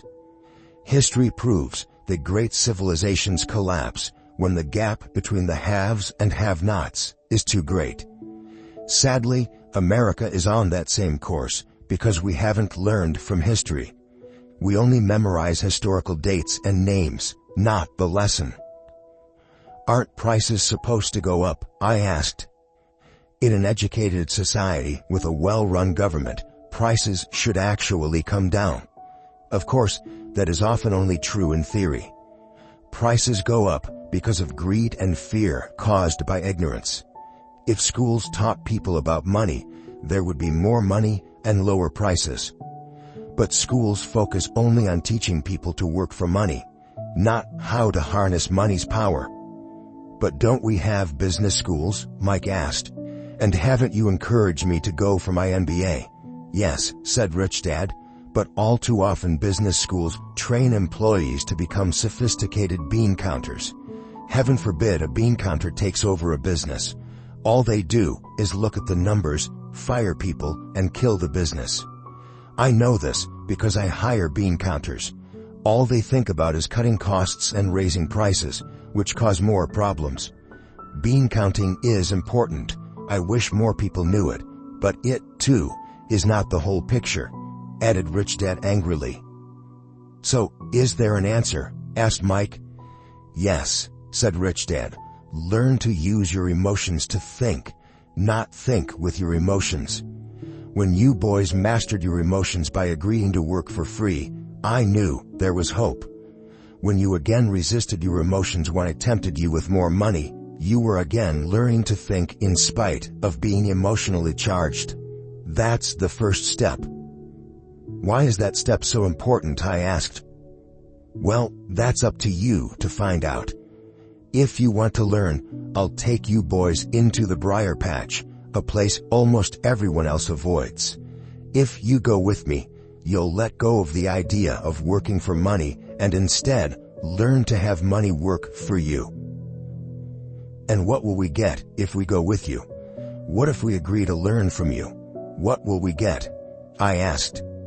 The same thing Brer Rabbit got, said Rich Dad, referring to the classic children's story. Is there a briar patch? I asked. Yes, said Rich Dad.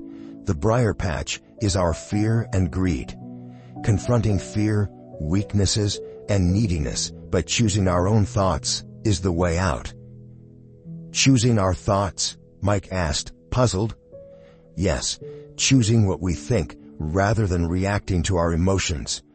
Instead of just getting up and going to work because not having the money to pay your bills is scaring you, ask yourself, is working harder at this the best solution to this problem? Most people are too afraid to rationally think things through and instead run out the door to a job they hate. The tar baby is in control. That's what I mean by choosing your thoughts. And how do we do that? Mike asked. That's what I will teach you. I'll teach you to have a choice of thoughts rather than a knee-jerk reaction, like gulping down your morning coffee and running out the door. Remember what I said before.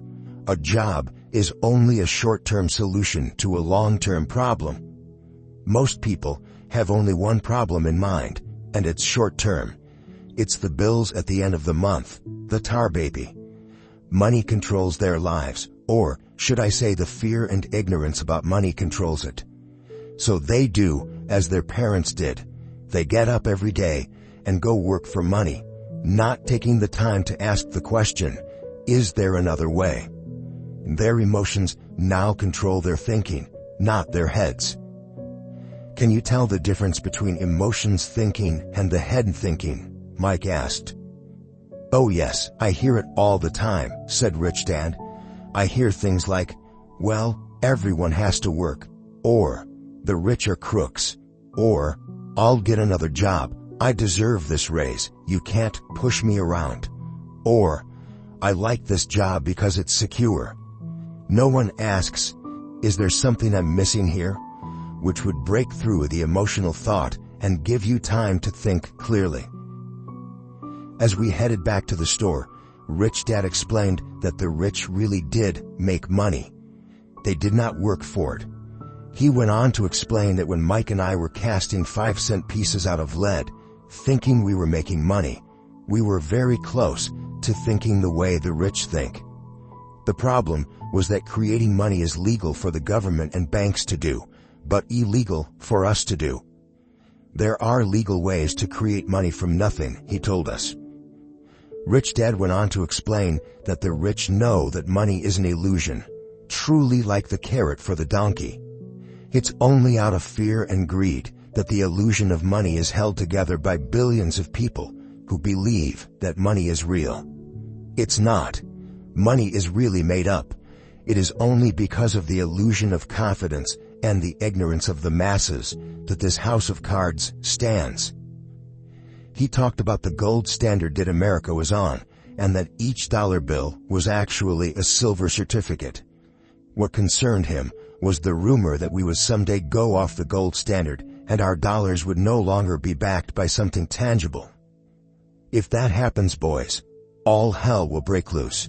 The poor, the middle class, and the ignorant will have their lives ruined simply because they will continue to believe that money is real and that the company they work for, or the government, will look after them.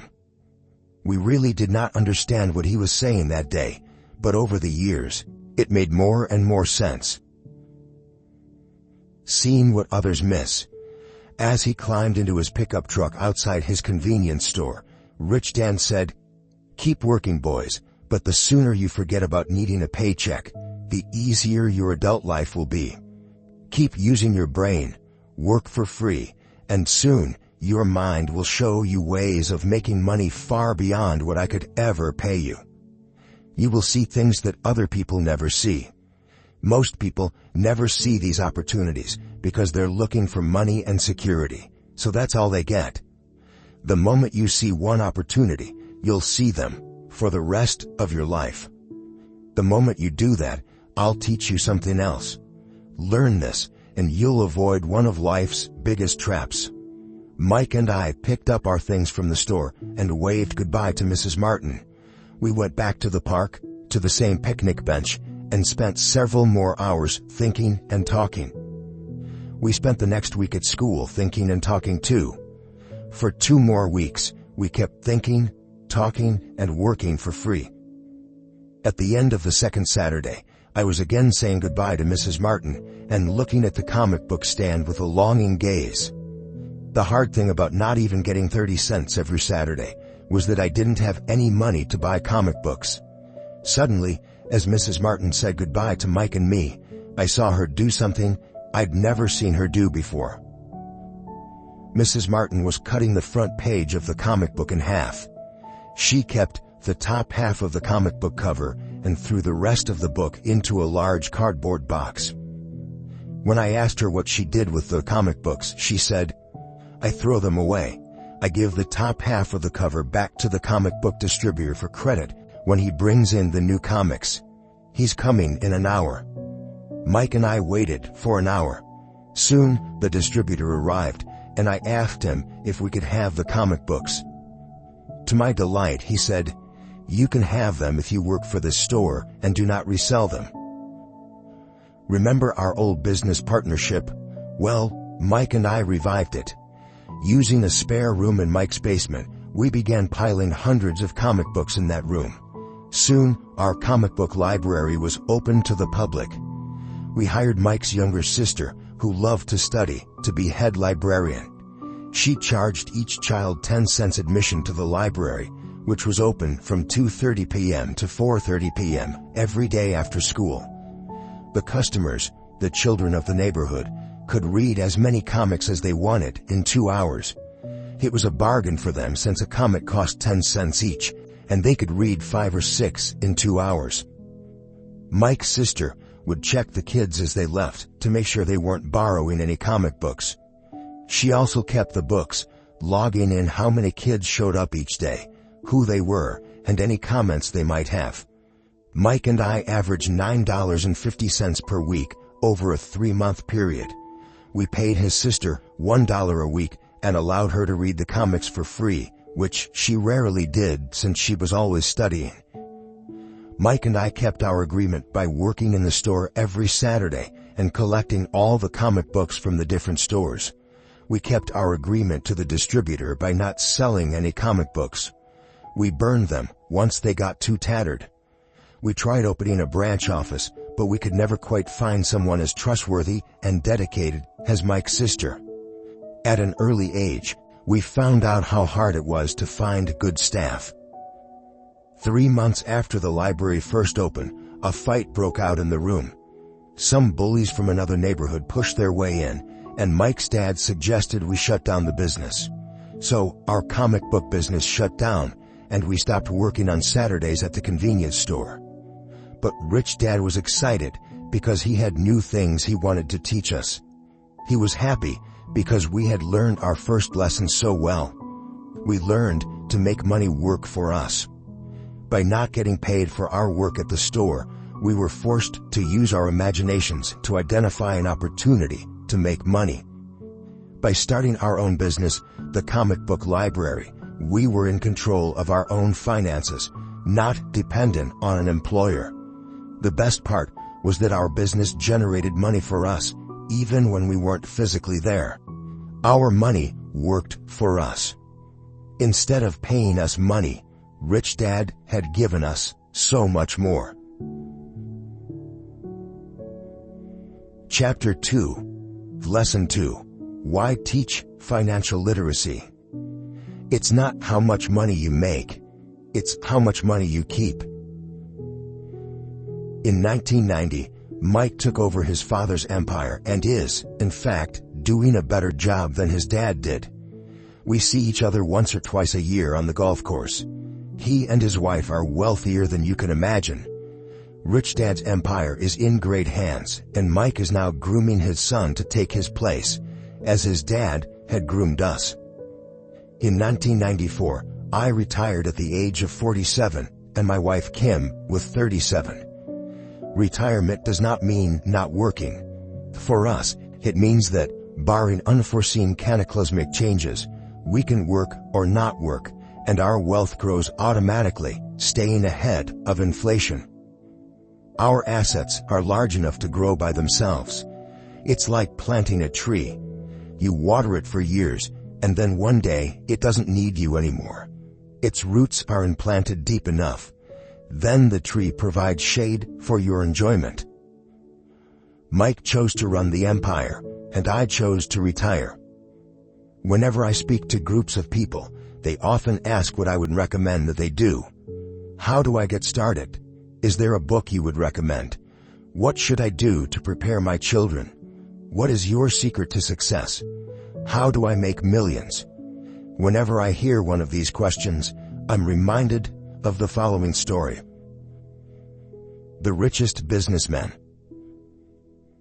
In 1923, a group of our greatest leaders and richest businessmen held a meeting at the Edgewater Beach Hotel in Chicago. Among them were Charles Schwab, head of the largest independent steel company; Samuel Insull, president of the world's largest utility; Howard Hobson, head of the largest gas company; Ivar Kruger, president of International Match Company, one of the world's largest companies at that time; Leon Fraser, president of the Bank of International Settlements; Richard Whitney, president of the New York Stock Exchange; Arthur Cotton and Jesse Livermore, two of the biggest stock speculators; and Albert Fall, a member of President Harding's cabinet. 25 years later, 9 of these titans ended their lives as follows. Schwab died penniless after living for 5 years on borrowed money. Insull died broke in a foreign land, and Kruger and Cotton also died broke. Hobson went insane. Whitney and Albert Fall were released from prison, and Fraser and Livermore committed suicide. I doubt if anyone can say what really happened to these men. If you look at the date, 1923, it was just before the 1929 market crash and the Great Depression, which I suspect had a great impact on these men and their lives. The point is this. Today, we live in times of greater and faster change than these men did. I suspect there will be many booms and busts in the coming years that will parallel the ups and downs these men faced. I am concerned that too many people are too focused on money and not on their greatest wealth, their education. If people are prepared to be flexible, keep an open mind and learn, they will grow richer and richer despite tough changes. If they think money will solve problems, they will have a rough ride. Intelligence solves problems and produces money. Money without financial intelligence is money soon gone. Most people fail to realize that in life, it's not how much money you make, it's how much money you keep. We've all heard stories of lottery winners who are poor, then suddenly rich, and then poor again. They win millions, yet are soon back where they started. Or stories of professional athletes who at the age of 24 are earning millions, but are sleeping under a bridge 10 years later. I remember a story of a young basketball player who a year ago had millions. Today, at just 29, he claims his friends, attorney, and accountant took his money, and he was forced to work at a car wash for minimum wage. He was fired from the car wash because he refused to take off his championship ring as he was wiping off the cars. His story made national news, and he is appealing his termination, claiming hardship and discrimination. He claims that the ring is all he has left, and if it was stripped away, he'll crumble. I know so many people who became instant millionaires, and while I am glad some people have become richer and richer, I caution them that in the long run, it's not how much money you make, it's how much you keep, and how many generations you keep it. So, when people ask, "Where do I get started?" or "Tell me how to get rich quick," they often are greatly disappointed with my answer. I simply say to them what my rich dad said to me when I was a little kid. If you want to be rich, you need to be financially literate. That idea was drummed into my head every time we were together. As I said, my educated dad stressed the importance of reading books, while my rich dad stressed the need to master financial literacy. If you are going to build the Empire State Building, the first thing you need to do is dig a deep hole and pour a strong foundation. If you are going to build a home in the suburbs, all you need to do is pour a 6-inch slab of concrete. Most people, in their drive to get rich, are trying to build an Empire State Building on a 6-inch slab. Our school system, created in the agrarian age, still believes in homes with no foundation. Dirt floors are still the rage. So kids graduate from school with virtually no financial foundation. One day, sleepless and deep in debt in suburbia, living the American dream, they decide that the answer to their financial problems is to find a way to get rich quick. Construction on the skyscraper begins. It goes up quickly, and soon, instead of the Empire State Building, we have the Leaning Tower of suburbia. The sleepless nights return. As for Mike and me in our adult years, both of our choices were possible because we were taught to pour a strong financial foundation when we were just kids. Accounting is possibly the most confusing, boring subject in the world. But if you want to be rich long-term, it could be the most important subject. For Rich Dad, the question was how to take a boring and confusing subject and teach it to kids. The answer he found was to make it simple by teaching it in pictures. My rich dad poured a strong financial foundation for Mike and me. Since we were just kids, he created a simple way to teach us. For years, he only drew pictures and used few words. Mike and I understood the simple drawings, the jargon, the movement of money, and then in later years, Rich Dad began adding numbers. Today, Mike has gone on to master much more complex and sophisticated accounting analysis because he had to in order to run his empire. I am not as sophisticated because my empire is smaller, yet we come from the same simple foundation. Over the following pages, we will discuss those same simple line drawings Mike's dad created for us. Though basic, those drawings helped guide two little boys in building great sums of wealth on a solid and deep foundation. Rule number 1. You must know the difference between an asset and a liability, and buy assets.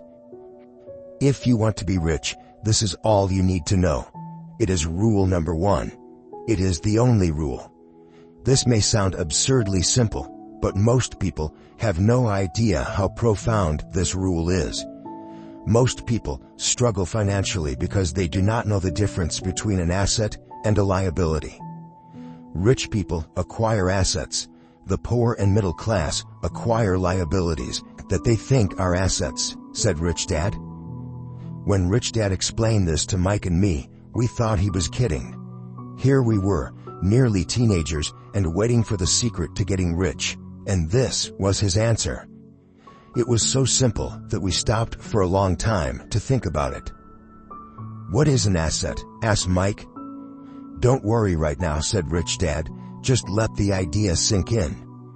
If you can comprehend the simplicity, your life will have a plan and be financially easy. It is simple. That is why the idea is missed. You mean all we need to know is what an asset is, acquire them, and we'll be rich? I asked. Rich Dad nodded his head. It's that simple. If it's that simple, how come everyone is not rich? I asked. Rich Dad smiled. Because people do not know the difference between an asset and a liability. I remember asking, how could adults be so misguided? If it is that simple, if it is that important, why would everyone not want to find out? It took Rich Dad only a few minutes to explain what assets and liabilities were. As an adult, I have difficulty explaining it to other adults. The simplicity of the idea escapes them because they have been educated differently. They were taught by other educated professionals, such as bankers, accountants, real estate agents, financial planners, and so forth. The difficulty comes in asking adults to unlearn or become children again. An intelligent adult often feels it is demeaning to pay attention to simplistic definitions. Rich Dad believed in the KISS principle. Keep it simple, stupid, or keep it super simple.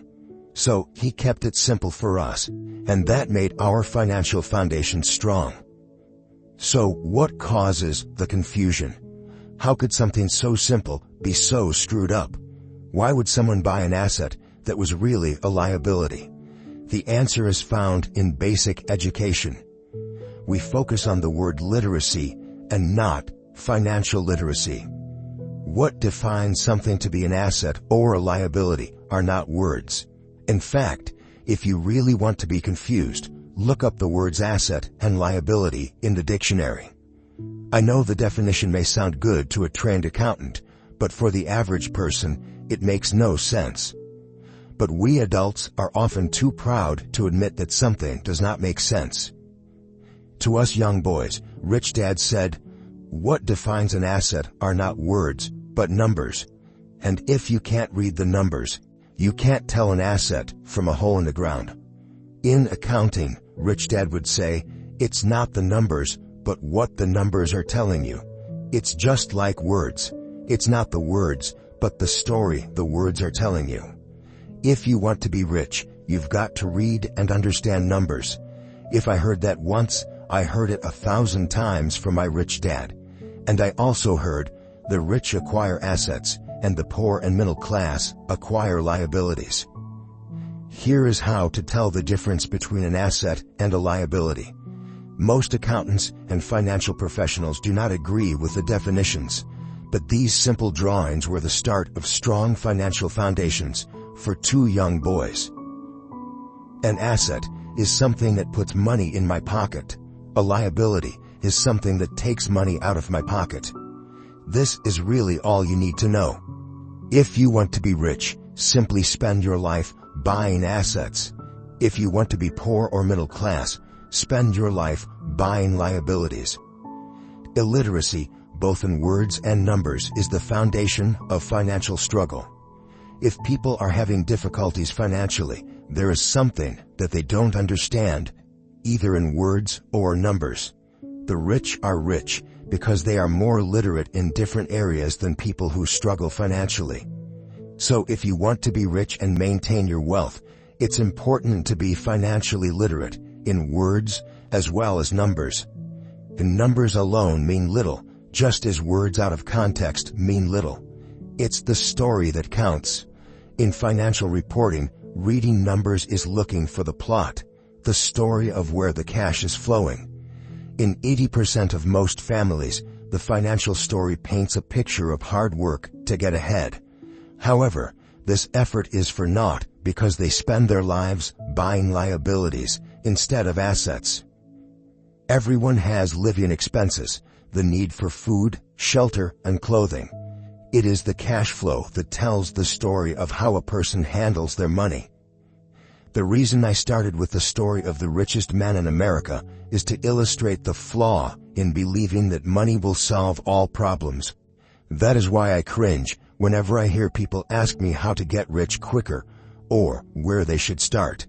I often hear, "I'm in debt, so I need to make more money." But more money will often not solve the problem. In fact, it may compound the problem. Money often makes obvious our tragic human flaws, putting a spotlight on what we don't know. That is why, all too often, a person who comes into a sudden windfall of cash, let's say an inheritance, a pay raise, or lottery winnings, soon returns to the same financial mess, if not worse, than the mess they were in before. Money only accentuates the cash flow pattern running in your head. If your pattern is to spend everything you get, most likely an increase in cash will just result in an increase in spending. Thus the saying, "A fool and his money is one big party." I have said many times that we go to school to gain scholastic and professional skills, both of which are important. We learn to make money with our professional skills. In the 1960s, when I was in high school, if someone did well academically, people assumed this bright student will go on to be a medical doctor, because it was the profession with the promise of the greatest financial reward. Today, doctors face financial challenges I wouldn't wish on my worst enemy. Insurance companies taking control of the business, managed healthcare, government intervention, and malpractice suits. Today, kids want to be famous athletes, movie stars, rock stars, beauty queens, or CEOs, because that is where the fame, money, and prestige are. That is the reason it is so hard to motivate kids in school today. They know that professional success is no longer solely linked to academic success, as it once was. Because students leave school without financial skills, millions of educated people pursue their profession successfully, but later find themselves struggling financially. They work harder, but don't get ahead. What is missing from their education is not how to make money, but how to manage money. It's called financial aptitude. What you do with the money once you make it, how to keep people from taking it from you, how to keep it longer, and how to make that money work hard for you. Most people don't understand why they struggle financially, because they don't understand cash flow. A person can be highly educated, professionally successful, and financially illiterate. These people often work harder than they need to, because they learned how to work hard, but not how to have their money work hard for them. The story of how the quest for a financial dream turns into a financial nightmare. The classic story of hardworking people has set a pattern. Recently married, the happy, highly educated young couple moves into one of their cramped, rented apartments. Immediately, they realize that they are saving money because two can live as cheaply as one. The problem is, the apartment is cramped. They decide to save money to buy their dream home so they can have kids. They now have two incomes, and they begin to focus on their careers. Their incomes begin to increase. As their incomes go up, their expenses go up as well. The number one expense for most people is taxes. Many people think it's income tax, but for most Americans, their highest tax is Social Security. As an employee, it appears as if the Social Security tax combined with the Medicare tax rate is roughly 7.5%, but it's really 15% since the employer must match the Social Security amount. In essence, it is money the employer can't pay you. On top of that, you still have to pay income tax on the amount deducted from your wages for Social Security tax. Income you never received because it went directly to Social Security through withholding. Going back to the young couple, as a result of their incomes increasing, they decide to buy the house of their dreams. Once in their house, they have a new tax called property tax. Then they buy a new car, new furniture, and new appliances to match their new house. All of a sudden, they wake up and their liabilities column is full of mortgage and credit card debt. Their liabilities go up. They're now trapped in the rat race. Pretty soon, a baby comes along and they work harder. The process repeats itself. Higher incomes cause higher taxes, also called bracket creep. A credit card comes in the mail. They use it. It maxes out. A loan company calls and says their greatest asset, their home, has appreciated in value. Because their credit is so good, the company offers a bill consolidation loan and tells them the intelligent thing to do is clear off the high-interest consumer debt by paying off their credit card. And besides, interest on their home is a tax deduction. They go for it and pay off those high-interest credit cards. They breathe a sigh of relief. Their credit cards are paid off. They've now folded their consumer debt into their home mortgage. Their payments go down because they extend their debt over 30 years. It is the smart thing to do. Their neighbor calls to invite them to go shopping. The Memorial Day sale is on. They promise themselves they'll just window shop, but they take a credit card, just in case. I run into this young couple all the time. Their names change, but their financial dilemma is the same. They come to one of my talks to hear what I have to say. They ask me, "Can you tell us how to make more money?" They don't understand that their trouble is really how they choose to spend the money they do have. It is caused by financial illiteracy and not understanding the difference between an asset and a liability. More money seldom solves someone's money problems. Intelligence solves problems. There is a saying a friend of mine says over and over to people in debt. If you find you have dug yourself into a hole, stop digging. As a child, my dad often told us that the Japanese were aware of 3 powers: the power of the sword, the jewel, and the mirror. The sword symbolizes the power of weapons. America has spent trillions of dollars on weapons, and because of this, is a powerful military presence in the world. The jewel symbolizes the power of money. There is some degree of truth to the saying, remember the golden rule. He who has the gold makes the rules. The mirror symbolizes the power of self-knowledge. This self-knowledge, according to Japanese legend, was the most treasured of the 3.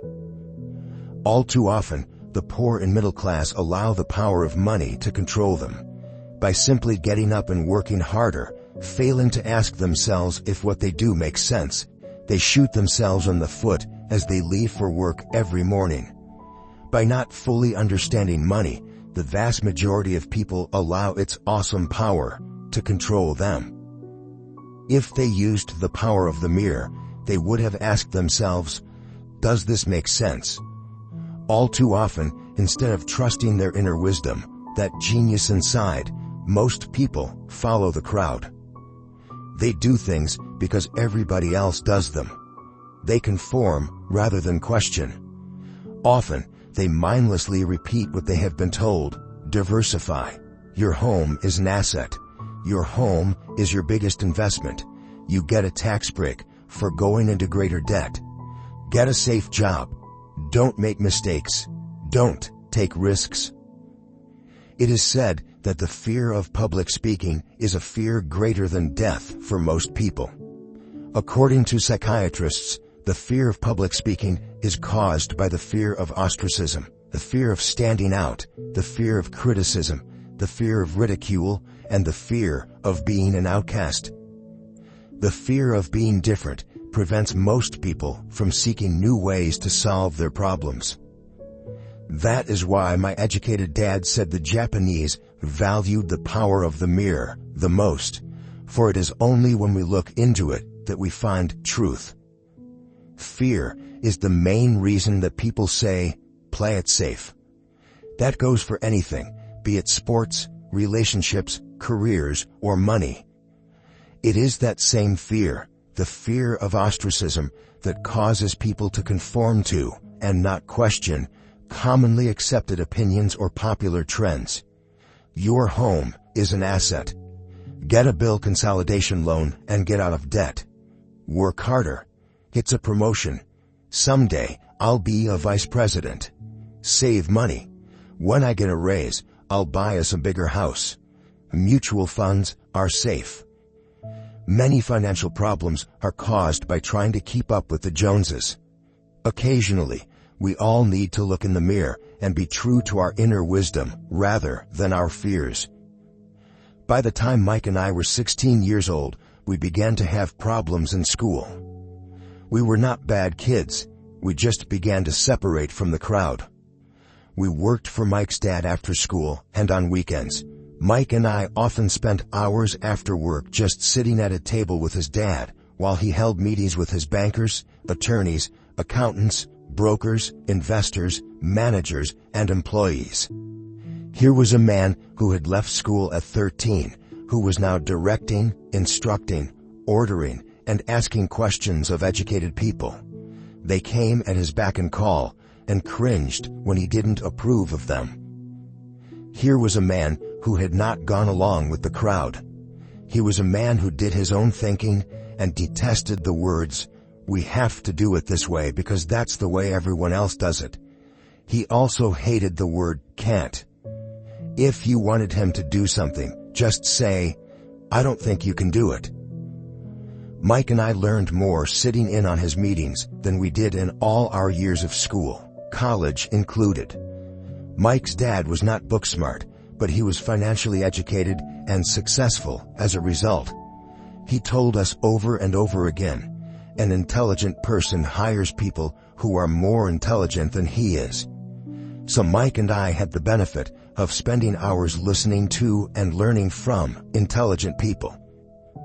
But because of this, Mike and I couldn't go along with the standard dogma our teachers preached, and that caused problems. Whenever the teacher said, "If you don't get good grades, you won't do well in the real world," Mike and I just raised our eyebrows. When we were told to follow set procedures and not deviate from the rules, we could see how school discouraged creativity. We started to understand why our rich dad told us that schools were designed to produce good employees instead of employers.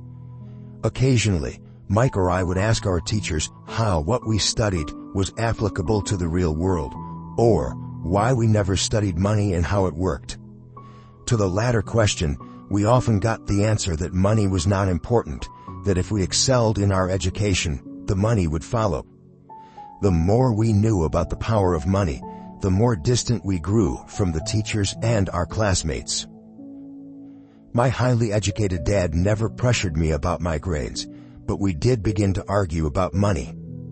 By the time I was 16, I probably had a far better foundation with money than both my parents.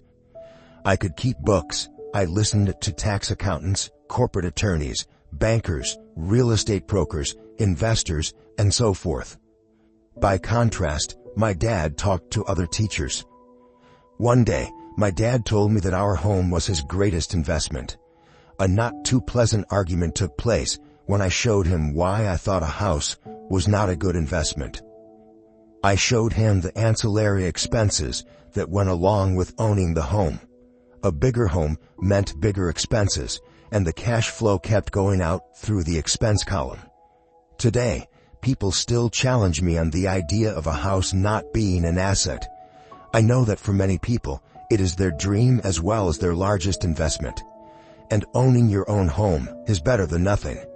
I simply offer an alternative way of looking at this popular dogma. If my wife and I were to buy a bigger, flashier house, we realize it wouldn't be an asset. It would be a liability, since it would take money out of our pocket. So, here is the argument I put forth. I really don't expect most people to agree with it, because your home is an emotional thing, and when it comes to money, high emotions tend to lower financial intelligence. I know from personal experience that money has a way of making every decision emotional. 1.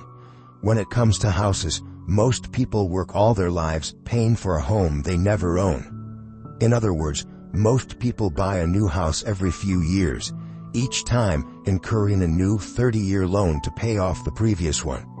2. Even though people receive a tax deduction for interest on mortgage payments, they pay for all their other expenses with after-tax dollars, even after they pay off their mortgage. 3. My wife's parents were shocked when the property taxes on their home increased to $1,000 a month. This was after they had retired, so the increase put a strain on their retirement budget, and they felt forced to move. 4. Houses do not always go up in value.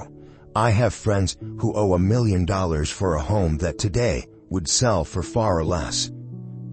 5. The greatest losses of all are those from missed opportunities. If all your money is tied up in your house, you may be forced to work harder because your money continues blowing out of the expense column instead of adding to the asset column, the classic middle-class cash flow pattern. If a young couple would put more money into their asset column early on, their later years would be easier. Their assets would have grown and would be available to help cover expenses. All too often, a house only serves as a vehicle for incurring a home equity loan to pay for mounting expenses. In summary, the end result in making a decision to own a house that is too expensive in lieu of starting an investment portfolio impacts an individual in at least the following 3 ways. 1. The loss of time during which other assets could have grown in value. 2. loss of additional capital, which could have been invested instead of paying for high-maintenance expenses related directly to the home. 3. Loss of education. Too often, people count their house and savings and retirement plans as all they have in their asset column. Because they have no money to invest, they simply don't invest. This costs them investment experience. Most never become what the investment world calls a sophisticated investor. And the best investments are usually first sold to sophisticated investors, who then turn around and sell them to the people playing it safe. I am not saying don't buy a house. What I'm saying is that you should understand the difference between an asset and a liability. When I want a bigger house, I first buy assets that will generate the cash flow to pay for the house. My educated dad's personal financial statement best demonstrates the life of someone caught in the rat race. His expenses match his income, never allowing him enough left over to invest in assets. As a result, his liabilities are larger than his assets. Why the rich get richer. A review of my rich dad's financial statement shows why the rich get richer. The asset column generates more than enough income to cover expenses, with the balance reinvested into the asset column. The asset column continues to grow, and therefore, the income it produces grows with it. The result is that the rich get richer. Why the middle class struggle. The middle class finds itself in a constant state of financial struggle. Their primary income is through their salary. As their wages increase, so do their taxes. Their expenses tend to increase in proportion to their salary increase, hence the phrase, the rat race. They treat their home as their primary asset instead of investing in income-producing assets. This pattern of treating your home as an investment and the philosophy that a pay raise means you can buy a larger home or spend more is the foundation of today's debt-ridden society. Increased spending throws families into greater debt and into more financial uncertainty, even though they may be advancing in their jobs and receiving raises on a regular basis. This is high-risk living caused by weak financial education. The massive loss of jobs in recent times proves how shaky the middle class really is financially. Company pension plans are being replaced by 401k plans. Social Security is obviously in trouble and can't be relied upon as a source for retirement. Panic has set in for the middle class. Today, mutual funds are popular because they supposedly represent safety. Average mutual fund buyers are too busy working to pay taxes and mortgages, save for their children's college, and pay off credit cards. They do not have time to study investing, so they rely on the expertise of the manager of a mutual fund. Also, because the mutual fund includes many different types of investments, they feel their money is safer because it is diversified. This educated middle class subscribes to the dogma put out by mutual fund brokers and financial planners. Play it safe, avoid risk. The real tragedy is that the lack of early financial education is what creates the risk faced by average middle-class people. The reason they have to play it safe is because their financial positions are tenuous at best. Their balance sheets are not balanced. Instead, they are loaded with liabilities and have no real assets that generate income. Typically, their only source of income is their paycheck. Their livelihood becomes entirely dependent on their employer. So, when genuine deals of a lifetime come along, these people can't take advantage of them because they are working so hard, are taxed to the max, and are loaded with debt. As I said at the start of this section, the most important rule is to know the difference between an asset and a liability. Once you understand the difference, concentrate your efforts on buying income-generating assets. That's the best way to get started on a path to becoming rich. Keep doing that, and your asset column will grow. Keep liabilities and expenses down so more money is available to continue pouring into the asset column. Soon, the asset base will be so deep that you can afford to look at more speculative investments. Investments that may have returns of 100% to infinity. $5,000 investments that are soon turn into $1 million or more. Investments that the middle class calls too risky. The investment is not risky for the financially literate. As an employee who is also a homeowner, your working efforts are generally as follows. 1. You work for the company. Employees make their business owner or the shareholders rich, not themselves. Your efforts and success will help provide for the owner's success and retirement. 2. You work for the government. The government takes its share from your paycheck before you even see it. By working harder, you simply increase the amount of taxes taken by the government. Most people work from January to May just for the government. 3. You work for the bank. After taxes, your next largest expense is usually your mortgage and credit card debt. The problem with simply working harder is that each of these three levels takes a greater share of your increased efforts. You need to learn how to have your increased efforts benefit you and your family directly.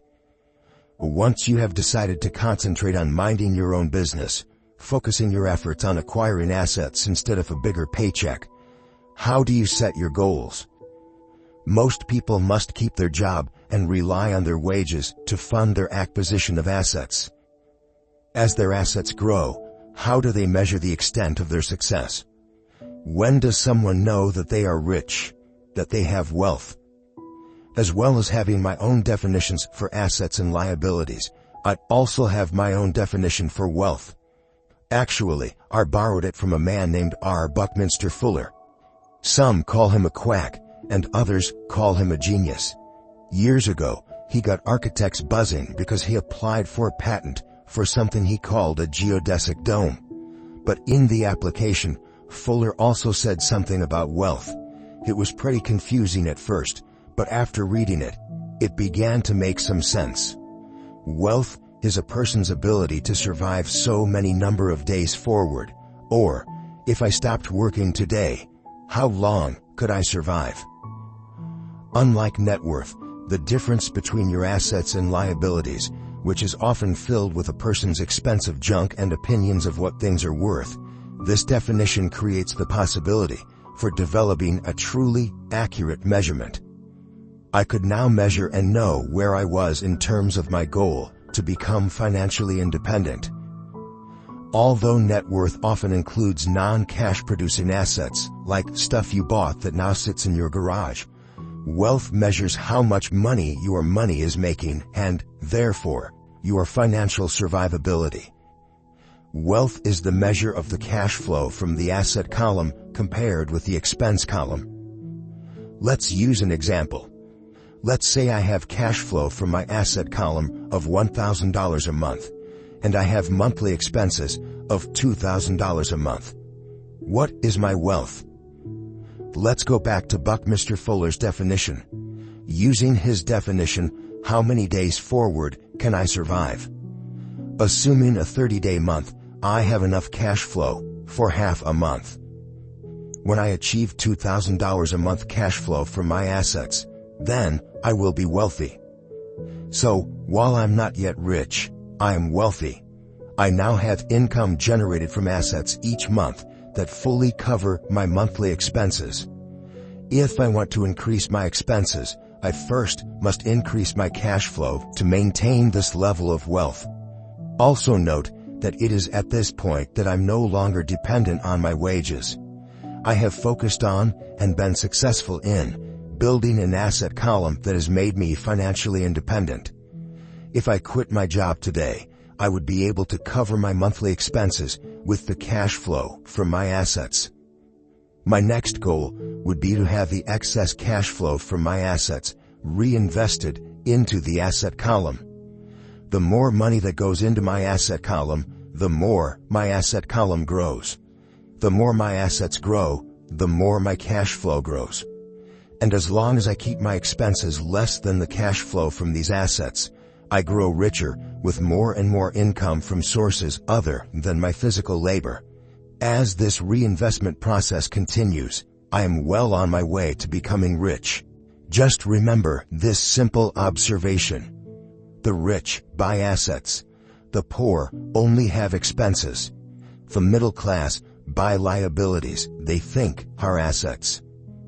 So, how do I start minding my own business? What is the answer? Listen to the founder of McDonald's in the next chapter. Chapter 3. Lesson 3. Mind your own business. The rich focus on their asset columns while everyone else focuses on their income statements. In 1974, Ray Kroc, the founder of McDonald's, was asked to speak to the MBA class at the University of Texas at Austin. A friend of mine was a student in that MBA class. After a powerful and inspiring talk, the class adjourned, and the students asked Ray if he would join them at their favorite hangout to have a few beers. Ray graciously accepted. "What business am I in?" Ray asked once the group had all their beers in hand. Everyone laughed, my friend said.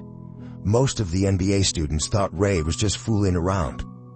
No one answered, so Ray asked again, "What business do you think I'm in?" The students laughed again, and finally one brave soul yelled out, "Ray, who in the world doesn't know that you are in the hamburger business?" Ray chuckled. "That's what I thought you would say." He paused and then quickly added, "Ladies and gentlemen, I'm not in the hamburger business. My business is real estate." As my friend tells the story, Ray spent a good amount of time explaining his viewpoint. In his business plan, Ray knew that the primary business focus was to sell hamburger franchises, but what he never lost sight of was the location of each franchise. He knew that the land and its location were the most significant factors in the success of each franchise. Basically, the person who bought the franchise was also buying the real estate under the franchise for Ray Kroc's organization. Today, McDonald's is the largest single owner of real estate in the world, owning even more than the Catholic Church. McDonald's owns some of the most valuable intersections and street corners in America and around the globe. My friend considers this as one of the most important lessons in his life. Today, he owns car washes, but his business is the real estate under those car washes. The previous chapter presented that most people work for everyone but themselves. They work first for the owners of the company, then for the government through taxes, and finally for the bank that owns their mortgage. When I was a young boy, we did not have a McDonald's nearby. Yet my rich dad was responsible for teaching Mike and me the same lesson that Ray Kroc talked about at the University of Texas. It is secret number 3 of the rich. The secret is mind your own business. Financial struggle is often directly the result of people working all their lives for someone else. Many people will simply have nothing at the end of their working days to show for their efforts.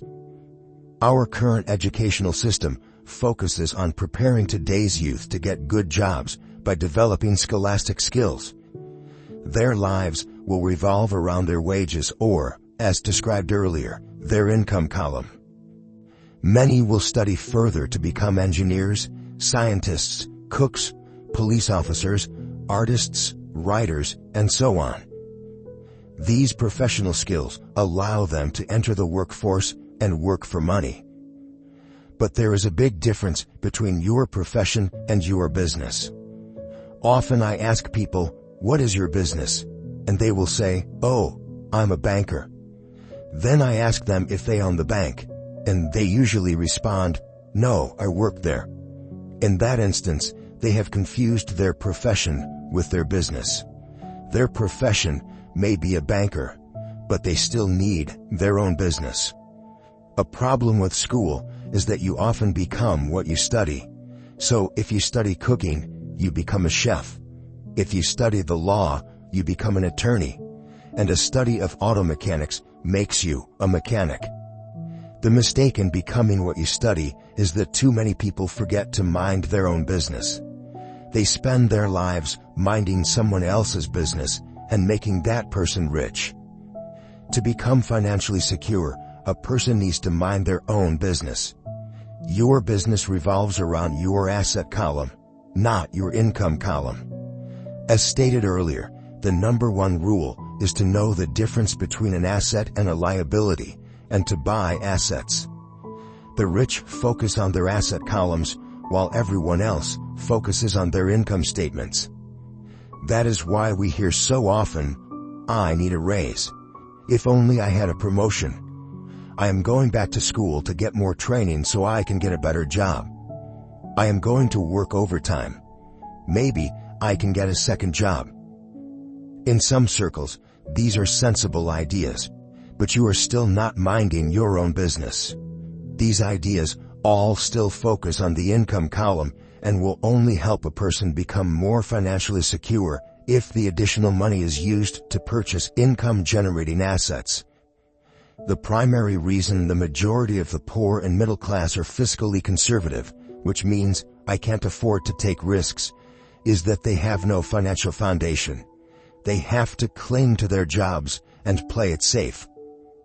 When downsizing became the in thing to do, millions of workers found out their largest so-called asset, their home, was eating them alive. Their asset was costing them money every month. Their car, another asset, was eating them alive. The golf clubs in the garage that cost $1,000 were not worth $1,000 anymore. Without job security, they had nothing to fall back on. What they thought were assets could not help them survive in a time of financial crisis. I assume most of us have filled out a credit application to buy a house or a car. It's always interesting to look at the net worth section because of what accepted banking and accounting practices allow a person to count as assets. One day when I wanted a loan, my financial position did not look too good. So I added my new golf clubs, my art collection, books, electronics, Armani suits, wristwatches, shoes, and other personal effects to boost the number in the asset column. But I was turned down because I had too much investment real estate. The loan committee didn't like that I made so much money from rent. They wanted to know why I did not have a normal job with a salary. They did not question the Armani suits, golf clubs, or art collection. Life is sometimes tough when you do not fit the standard profile. I cringe every time I hear someone say to me that their net worth is $1 million or $100,000 or whatever. One of the main reasons net worth is not accurate is simply because the moment you begin selling your assets, you are taxed for any gains. So many people have put themselves in deep financial trouble when they run short of income. To raise cash, they sell their assets, but their personal assets can generally be sold for only a fraction of the value that is listed on their personal balance sheet. Or, if there is a gain on the sale of the assets, they are taxed on the gain. So again, the government takes its share, thus reducing the amount available to help them out of debt. That is why I say someone's net worth is often worth less than they think. Start minding your own business. Keep your daytime job, but start buying real assets, not liabilities or personal effects that have no real value once you get them home. A new car loses nearly 25% of the price you pay for it the moment you drive it off the lot. It is not a true asset even if your banker lets you list it as one. My $400 new titanium driver was worth $150 the moment I teed off. Keep expenses low, reduce liabilities, and diligently build a base of solid assets. For young people who have not yet left home, it is important for parents to teach them the difference between an asset and a liability. Get them to start building a solid asset column before they leave home. Get married, buy a house, have kids, and get stuck in a risky financial position, clinging to a job and buying everything on credit.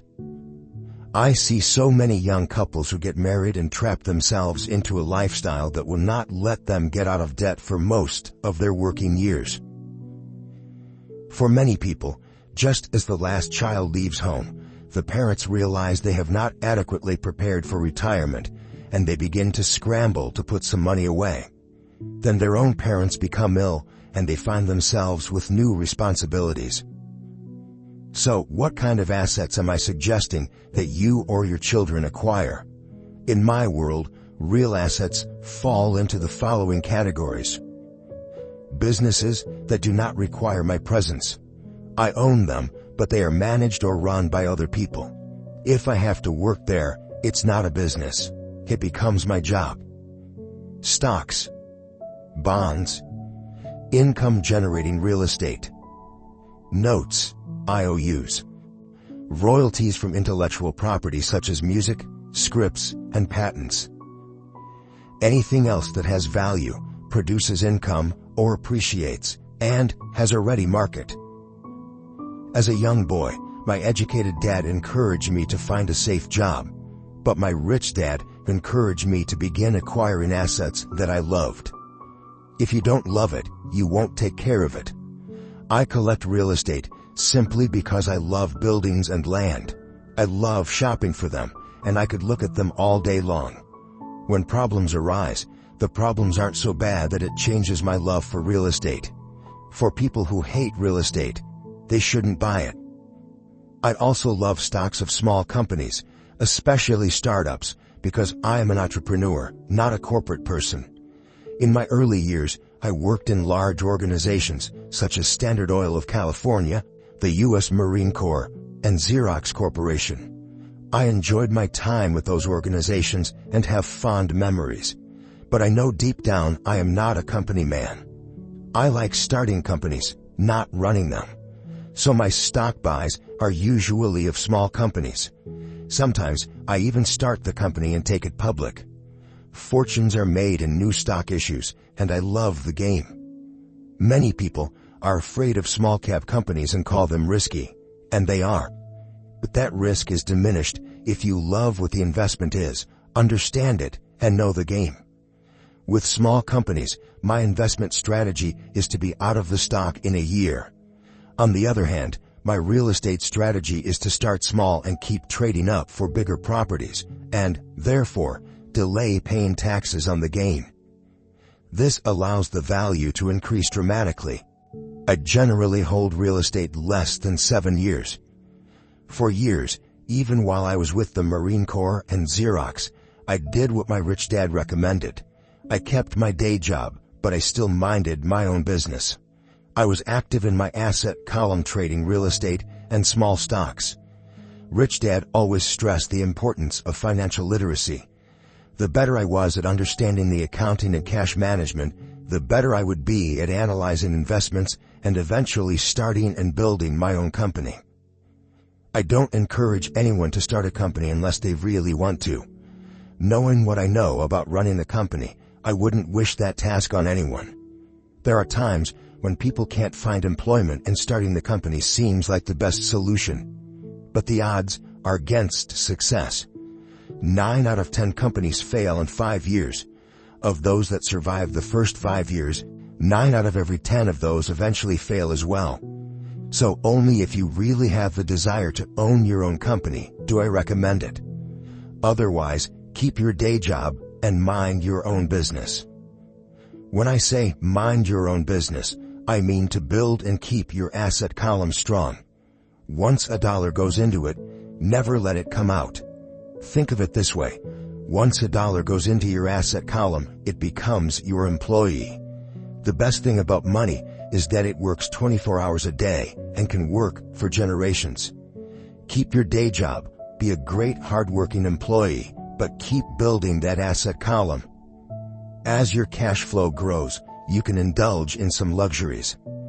An important distinction is that rich people buy luxuries last, while the poor and middle class tend to buy luxuries first. The poor and the middle class often buy luxury items like big houses, diamonds, furs, jewelry, or boats because they want to look rich. They look rich but in reality they just get deeper in debt on credit. The old money people, the long-term rich, build their asset column first. Then the income generated from the asset column buys their luxuries. The poor and middle class buy luxuries with their own sweat, blood, and children's inheritance. A true luxury is a reward for investing in and developing a real asset. For example, when my wife Kim and I had extra money coming from our apartment houses, she went out and bought her Mercedes. It didn't take any extra work or risk on her part because the apartment house bought the car. She did, however, have to wait 4 years while the real estate investment portfolio grew and began generating enough extra cash flow to pay for the car. But the luxury, the Mercedes, was a true reward because she proved she knew how to grow her asset column. That car now means a lot more to her than simply another pretty car. It means she used her financial intelligence to afford it. Instead, most people impulsively go out and buy a new car or some other luxury on credit. They may feel bored and just want a new toy. Buying a luxury on credit often causes a person to eventually resent that luxury because the debt becomes a financial burden. After you've taken the time and invested in and built your own business, you are now ready to learn the biggest secret of the rich, the secret that puts the rich way ahead of the pack.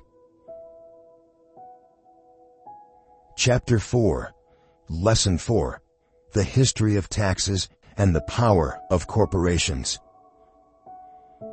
My rich dad just played the game smart, and he did it through corporations, the biggest secret of the rich. I remember in school being told the story of Robin Hood and his merry men. My teacher thought it was a wonderful story of a romantic hero who robbed from the rich and gave to the poor. My rich dad did not see Robin Hood as a hero. He called Robin Hood a crook. Robin Hood may be long gone, but his followers live on. I often still hear people say, "Why don't the rich pay for it?" or "The rich should pay more in taxes and give it to the poor." It is this Robin Hood fantasy, or taking from the rich to give to the poor, that has caused the most pain for the poor and the middle class. The reason the middle class is so heavily taxed is because of the Robin Hood ideal. The reality is that the rich are not taxed. It's the middle class who pays for the poor, especially the educated, upper-income middle class. Again, to understand fully how things happen, we need to look at the history of taxes. Although my highly educated dad was an expert on the history of education, my rich dad fashioned himself an expert on the history of taxes. Rich Dad explained to Mike and me that originally in England and America, there were no taxes. Occasionally, there were temporary taxes levied in order to pay for wars. The king or the president would put the word out and ask everyone to chip in. Taxes were levied in Britain for the fight against Napoleon from 1799 to 1816, and in America to pay for the Civil War from 1861 to 1865. In 1874, England made income tax a permanent levy on its citizens. In 1913, an income tax became permanent in the United States with the adoption of the 16th Amendment to the U.S. Constitution. At one time, Americans were anti-tax. It had been the tax on tea that led to the famous Tea Party in Boston Harbor, an incident that helped ignite the Revolutionary War. It took approximately 50 years in both England and the United States to sell the idea of a regular income tax. What these historical dates fail to reveal is that both of these taxes were initially levied against only the rich. It was this point that Rich Dad wanted Mike and me to understand. He explained that the idea of taxes was made popular and accepted by the majority by telling the poor and the middle class that taxes were created only to punish the rich. This is how the masses voted for the law, and it became constitutionally legal.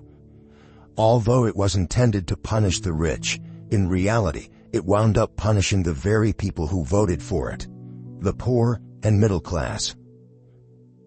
Once government got a taste of money, its appetite grew, said Rich Dad. Your dad and I are exactly opposite.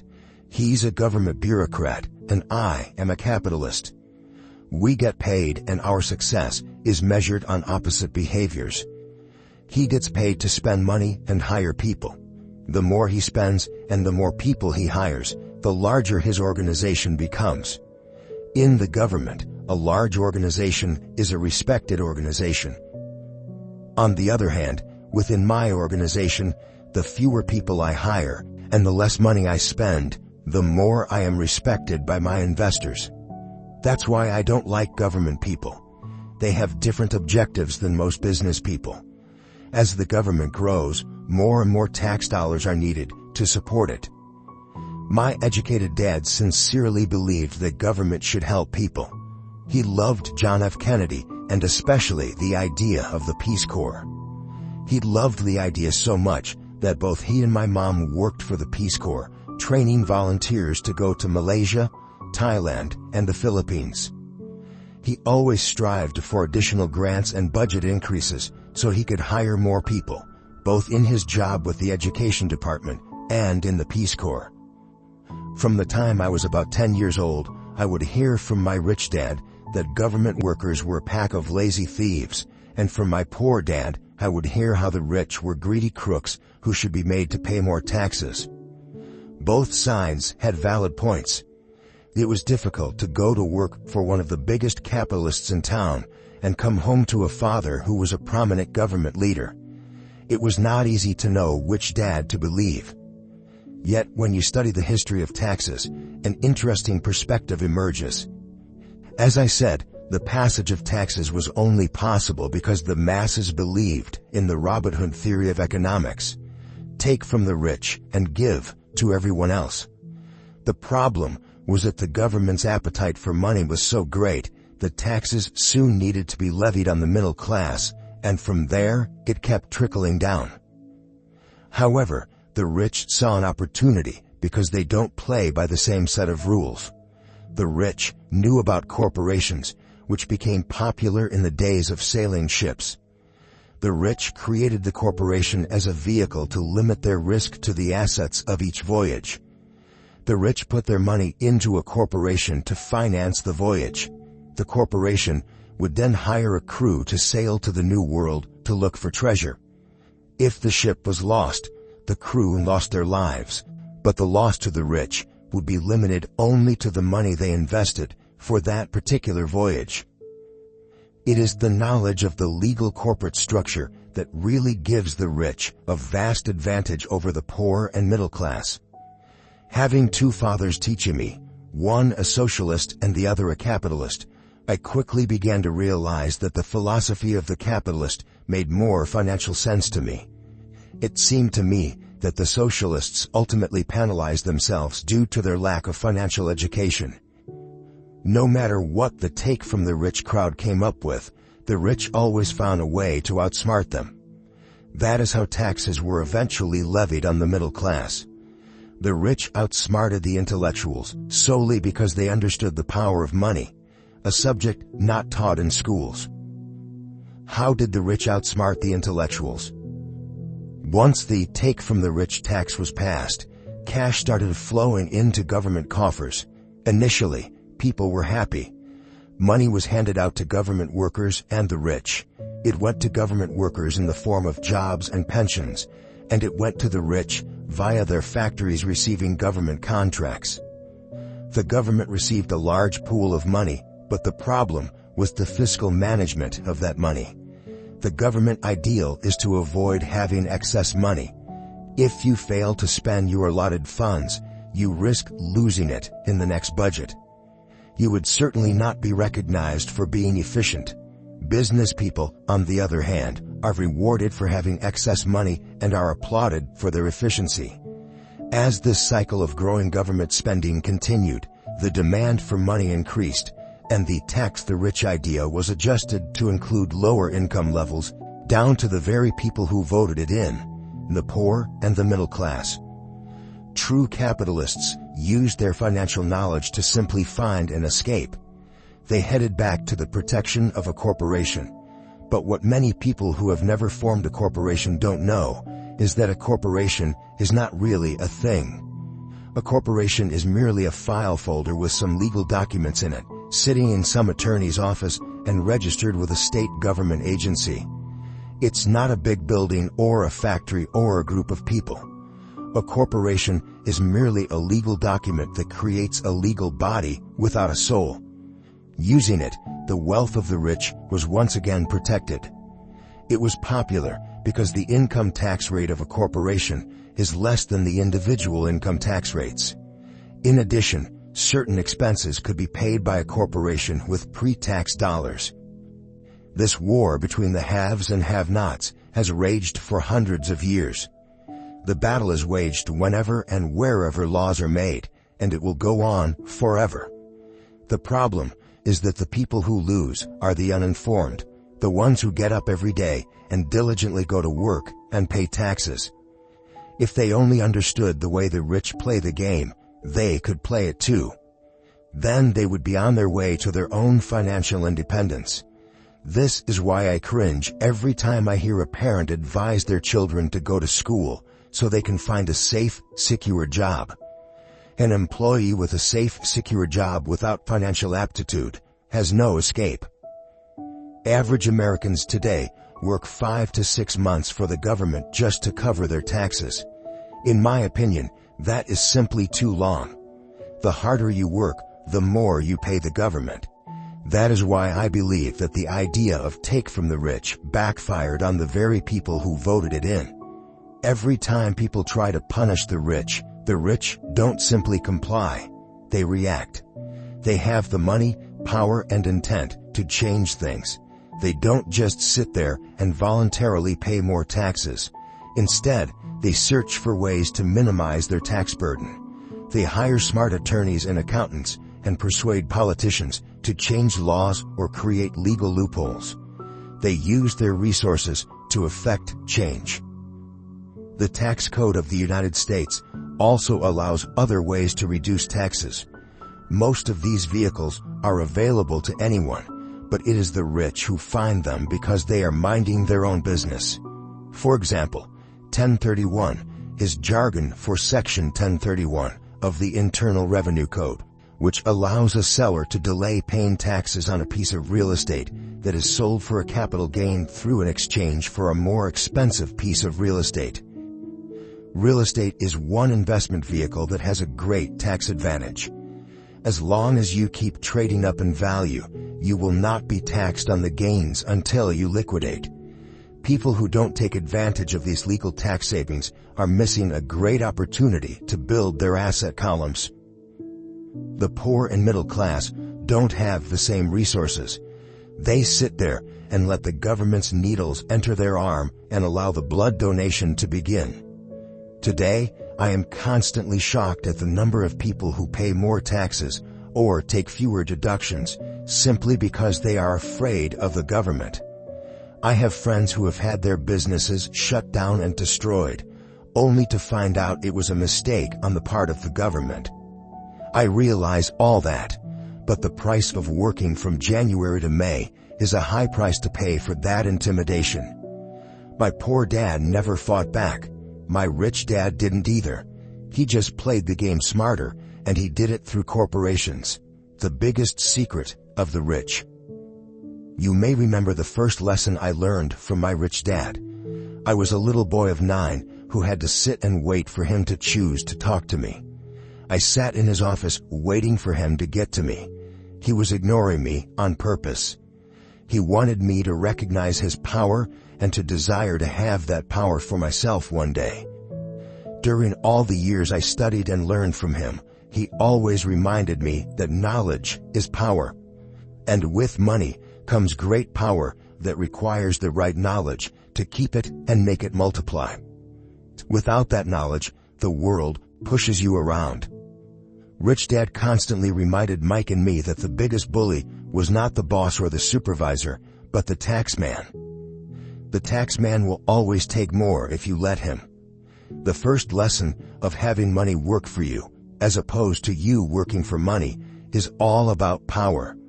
If you work for money, you give the power to your employer. If money works for you, you keep the power and control it. Once we had this knowledge of the power of money working for us, he wanted us to be financially smart and not let anyone or anything push us around. If you're ignorant, it's easy to be bullied. If you know what you're talking about, you have a fighting chance. That is why he paid so much for smart tax accountants and attorneys. It was less expensive to pay them than to pay the government. His best lesson to me was, be smart and you won't be pushed around as much. He knew the law because he was a law-abiding citizen and because it was expensive to not know the law. If you know you're right, you're not afraid of fighting back, even if you are taking on Robin Hood and his band of merry men. My highly educated dad always encouraged me to land a good job with a strong corporation. He spoke of the virtues of working your way up the corporate ladder. He didn't understand that, by relying solely on a paycheck from a corporate employer, I would be a docile cow ready for milking. When I told my rich dad of my father's advice, he only chuckled. "Why not own the ladder?" was all he said. As a young boy, I did not understand what Rich Dad meant by owning my own corporation. It was an idea that seemed impossible and intimidating. Although I was excited by the idea, my inexperience wouldn't let me envision the possibility that grown-ups would someday work for a company I would own. The point is that, if not for my rich dad, I would have probably followed my educated dad's advice. It was merely the occasional reminder of my rich dad that kept the idea of owning my own corporation alive and kept me on a different path. By the time I was 15 or 16, I knew I wasn't going to continue down the path my educated dad recommended. I didn't know how I was going to do it, but I was determined not to head in the direction most of my classmates were heading. That decision changed my life. It was not until my mid-20s that my rich dad's advice began to make more sense to me. I was just out of the Marine Corps and working for Xerox. I was making a lot of money, but every time I looked at my paycheck, I was disappointed. The deductions were so large, and the more I worked, the greater they became. As I became more successful, my bosses talked about promotions and raises. It was flattering, but I could hear my rich dad asking in my ear, "Who are you working for? Who are you making rich?" In 1974, while still an employee for Xerox, I formed my first corporation and began minding my own business. There were already a few assets in my asset column, but now I was determined to focus on making it bigger. Those paychecks, with all the deductions, made all the years of my rich dad's advice make total sense. I could see the future if I followed my educated dad's advice. Many employers feel that advising their workers to mind their own business is bad for business. But for me, focusing on my own business and developing assets made me a better employee because I now had a purpose. I came in early and worked diligently, amassing as much money as possible so I could invest in real estate. Hawaii was just set to boom, and there were fortunes to be made. The more I realized that we were in the beginning stages of a boom, the more Xerox machines I sold. The more I sold, the more money I made, and, of course, the more deductions came out of my paycheck. It was inspiring. I wanted out of the employee trap so badly that I worked even harder so I could invest more. By 1978, I was consistently one of the top 5 salespeople at the company. I badly wanted out of the rat race. In less than 3 years, I was making more in my real estate holding corporation than I was making at Xerox. And the money I was making in my asset column in my own corporation was money working for me, not me pounding on doors selling copiers. My rich dad's advice made much more sense. Soon the cash flow from my properties were so strong that my company bought me my first Porsche. My fellow Xerox salespeople thought I was spending my commissions. I wasn't. I was investing my commissions in assets. My money was working hard to make more money. Each dollar in my asset column was a great employee, working hard to make more employees and buy the boss a new Porsche with before tax dollars. I began to work harder for Xerox. The plan was working, and my Porsche was the proof. By using the lessons I learned from my rich dad, I was able to get out of the proverbial rat race at an early age. It was made possible because of the strong financial knowledge I had acquired through Rich Dad's lessons. Without this financial knowledge, which I call financial intelligence or financial IQ, my road to financial independence would have been much more difficult. I now teach others in the hope that I may share my knowledge with them. I remind people that financial IQ is made up of knowledge from 4 broad areas of expertise. 1. Accounting. Accounting is financial literacy or the ability to read numbers. This is a vital skill if you want to build an empire. The more money you are responsible for, the more accuracy is required, or the house comes tumbling down. This is the left brain side, or the details. Financial literacy is the ability to read and understand financial statements, which allows you to identify the strengths and weaknesses of any business. 2. Investing. Investing is the science of making money. This involves strategies and formulas which use the creative right brain side. 3. Understanding markets. Understanding markets is the science of supply and demand. You need to know the technical aspects of the market, which are emotion-driven, in addition to the fundamental or economic aspects of an investment. Does an investment make sense, or does it not make sense based on current market conditions? 4. The law. A corporation wrapped around the technical skills of accounting, investing, and markets can contribute to explosive growth. A person who understands the tax advantages and protections provided by a corporation can get rich so much faster than someone who is an employee or a small business sole proprietor. It's like the difference between someone walking and someone flying. The difference is profound when it comes to long-term wealth. Tax advantages. A corporation can do many things that an employee cannot, like pay expenses before paying taxes. That is a whole area of expertise that is very exciting. Employees earn and get taxed, and then try to live on what is left.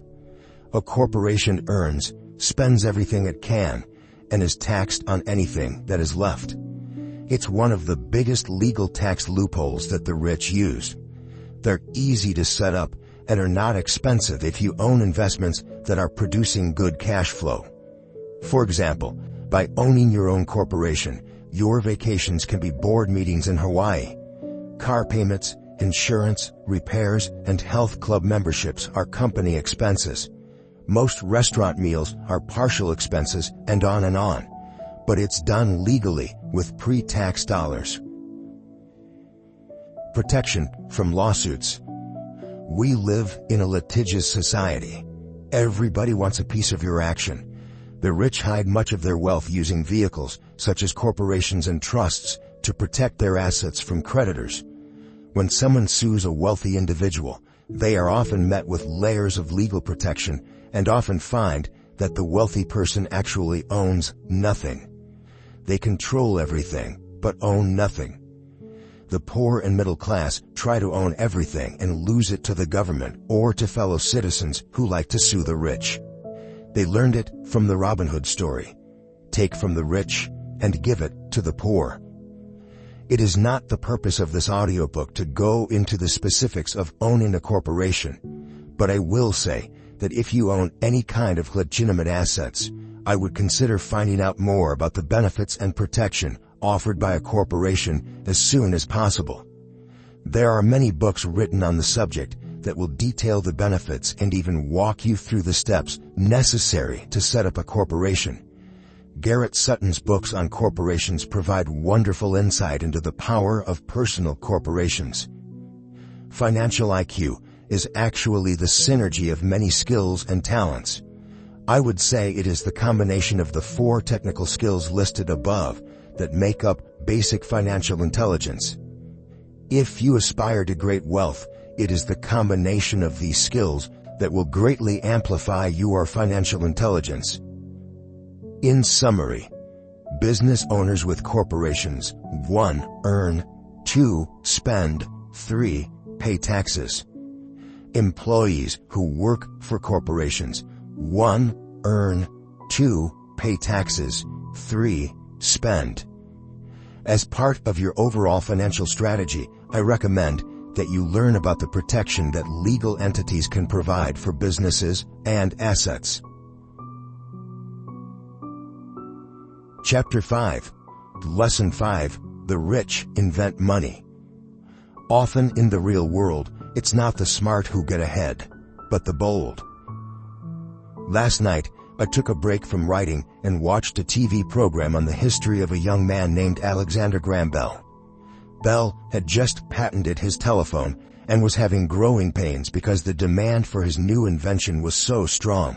Needing a bigger company, he then went to the giant at that time, Western Union, and asked them if they would buy his patent and his tiny company. He wanted $100,000 for the whole package. The president of Western Union scoffed at him and turned him down, saying the price was ridiculous. The rest is history. A multi-billion-dollar industry emerged, and AT&T was born. The evening news came on right after the story of Alexander Graham Bell. On the news was a story of another downsizing at a local company. The workers were angry and complained that the company ownership was unfair. A terminated manager of about 45 years of age had his wife and 2 babies at the plant and was begging the guards to let him talk to the owners to ask if they would reconsider his termination. He had just bought a house and was afraid of losing it. The camera focused in on his pleading for all the world to see. Needless to say, it held my attention. I have been teaching professionally since 1984. It has been a great experience and a rewarding one.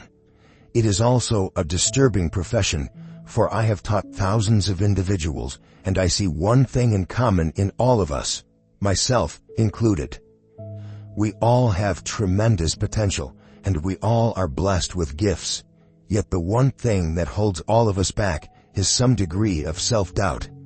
It is not so much the lack of technical information that holds us back, but more the lack of self-confidence.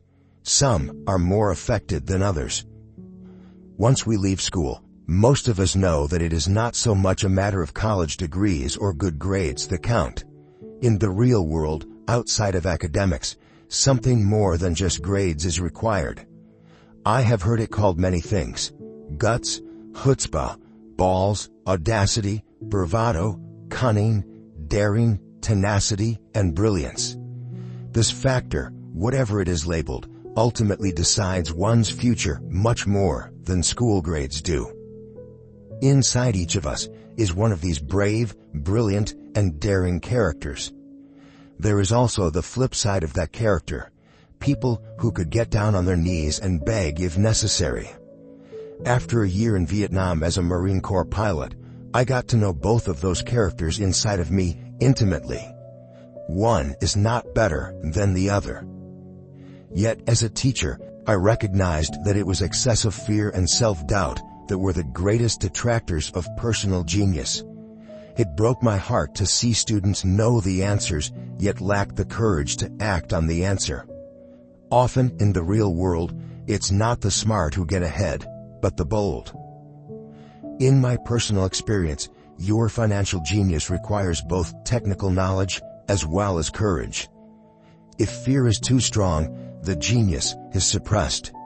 In my classes, I strongly urge students to learn to take risks, to be bold, and to let their genius convert that fear into power and brilliance.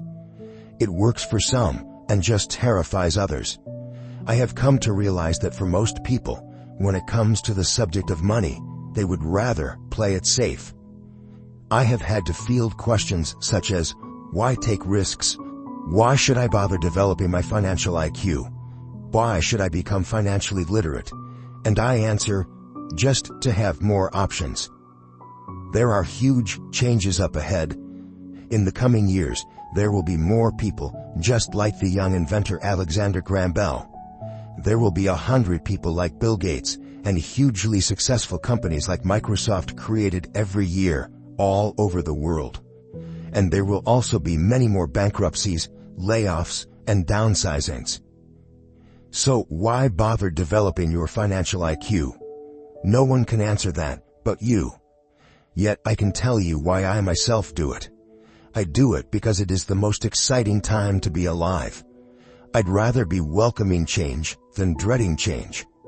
I'd rather be excited about making millions than worrying about not getting a raise. This period we are in now is a most exciting time, unprecedented in our world's history. Generations from now, people will look back at this period of time and remark at what an exciting era it must have been. It was the death of the old and birth of the new. It was full of turmoil, and it was exciting. So why bother developing your financial IQ? Because if you do, you will prosper greatly. And if you don't, this period of time will be a frightening one.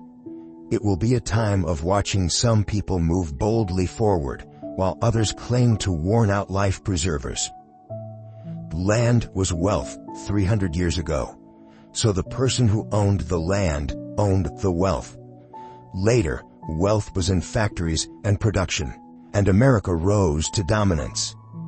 The industrialist owned the wealth. Today, wealth is in information, and the person who has the most timely information owns the wealth. The problem is that information flies around the world at the speed of light. The new wealth cannot be contained by boundaries and borders as land and factories were. The changes will be faster and more dramatic. There will be a dramatic increase in the number of new multimillionaires. There also will be those who are left behind. I find so many people struggling today, often working harder, simply because they cling to old ideas. They want things to be the way they were, and they resist change. I know people who are losing their jobs or their houses, and they blame technology or the economy or their boss. Sadly, they fail to realize that they might be the problem. Old ideas are their biggest liability. It is a liability simply because they fail to realize that while that idea or way of doing something was an asset yesterday, yesterday is gone. One afternoon, I was teaching how to invest using a board game I had invented, Cash Flow, as a teaching tool. A friend had brought someone along to attend the class. This friend of a friend was recently divorced, had been badly burned in the divorce settlement, and was now searching for some answers. Her friend thought the class might help. The game was designed to help people learn how money works. In playing the game, they learn about the interaction of the income statement with the balance sheet. They learn how cash flows between the two and how the road to wealth is through striving to increase your monthly cash flow from the asset column to the point that it exceeds your monthly expenses. Once you accomplish this, you are able to get out of the rat race and out onto the fast track. As I have said, some people hate the game, some love it, and others miss the point. This woman missed a valuable opportunity to learn something. In the opening round, she drew a doodad card with the boat eyes. At first, she was happy. "Oh, I've got a boat." Then, as her friend tried to explain how the numbers worked on her income statement and balance sheet, she got frustrated because she had never liked math. The rest of her table waited while her friend continued explaining the relationship between the income statement, balance sheet, and monthly cash flow. Suddenly, when she realized how the numbers worked, it dawned on her that her boat was eating her alive. Later on in the game, she was also downsized and had a child. It was a horrible game for her. After the class, her friend came by and told me that she was upset. She had come to the class to learn about investing and did not like the idea that it took so long to play a silly game. Her friend attempted to tell her to look within herself to see if the game reflected her in any way. With that suggestion, the woman demanded her money back. She said that the very idea that a game could be a reflection of her was ridiculous. Her money was promptly refunded, and she left. Since 1984, I have made millions simply by doing what the school system does not do. In school, most teachers lecture. I hated lectures as a student. I was soon bored, and my mind would drift. In 1984, I began teaching via games and simulations, and I still rely on these tools today. I always encourage adult students to look at games as reflecting back to them what they know and what they need to learn. Most importantly, games reflect behavior. They are instant feedback systems. Instead of the teacher lecturing you, the game is giving you a personalized lecture, one that is custom-made just for you. The friend of the woman who left later called to give me an update. She said her friend was fine and had calmed down. In her cooling off period, she could see some slight relationship between the game and her life. Although she and her husband did not own a boat, they did own everything else imaginable. She was angry after their divorce, both because he had run off with a younger woman, and because, after 20 years of marriage, they had accumulated little in the way of assets. There was virtually nothing for them to split. Their 20 years of married life had been incredible fun, but all they had accumulated was a ton of doodads. She realized that her anger at doing the numbers, the income statement and balance sheet, came from her embarrassment about not understanding them. She believed that finances were the man's job. She maintained the house and did the entertaining, and he handled the finances. She was now quite certain that in the last 5 years of their marriage, he had hidden money from her. She was angry at herself for not being more aware of where the money was going, as well as for not knowing about the other woman. Just like a board game, the world is always providing us with instant feedback. We could learn a lot if we tuned in more. One day, not long ago, I complained to my wife that the cleaners must have shrunk my pants. My wife gently smiled and poked me in the stomach to inform me that the pants had not shrunk. Something else had expanded. Me. The cash flow game was designed to give every player personal feedback. Its purpose is to give you options. If you draw the boat card and it puts you into debt, the question is, now what can you do? How many different financial options can you come up with? That is the purpose of the game, to teach players to think and create new and various financial options. Thousands of people throughout the world have played this game. The players who get out of the rat race the quickest are the people who understand numbers and have creative financial minds. They recognize different financial options. Rich people are often creative and take calculated risks. People who take the longest are people who are not familiar with numbers and often do not understand the power of investing. Some people playing cash flow gain lots of money in the game, but they don't know what to do with it. Even though they have money, everyone else seems to be getting ahead of them. And that is true in real life. There are a lot of people who have a lot of money and do not get ahead financially. Limiting your options is the same as hanging on to old ideas. I have a friend from high school who now works at 3 jobs. Years ago, he was the richest of all my classmates. When the local sugar plantation closed, the company he worked for went down with the plantation. In his mind, he had but one option, and that was the old option: work hard. The problem was that he couldn't find an equivalent job that recognized his seniority from the old company. As a result, he is overqualified for the jobs he currently has, so his salary is lower. He now works 3 jobs to earn enough to survive. I have watched people playing cash flow complain that the right opportunity cards are not coming their way, so they sit there. I know people who do that in real life. They wait for the right opportunity. I have watched people get the right opportunity card and then not have enough money. Then they complain that they would have gotten out of the rat race if they had had more money. So, they sit there. I know people in real life who do that also. They see all the great deals, but they have no money.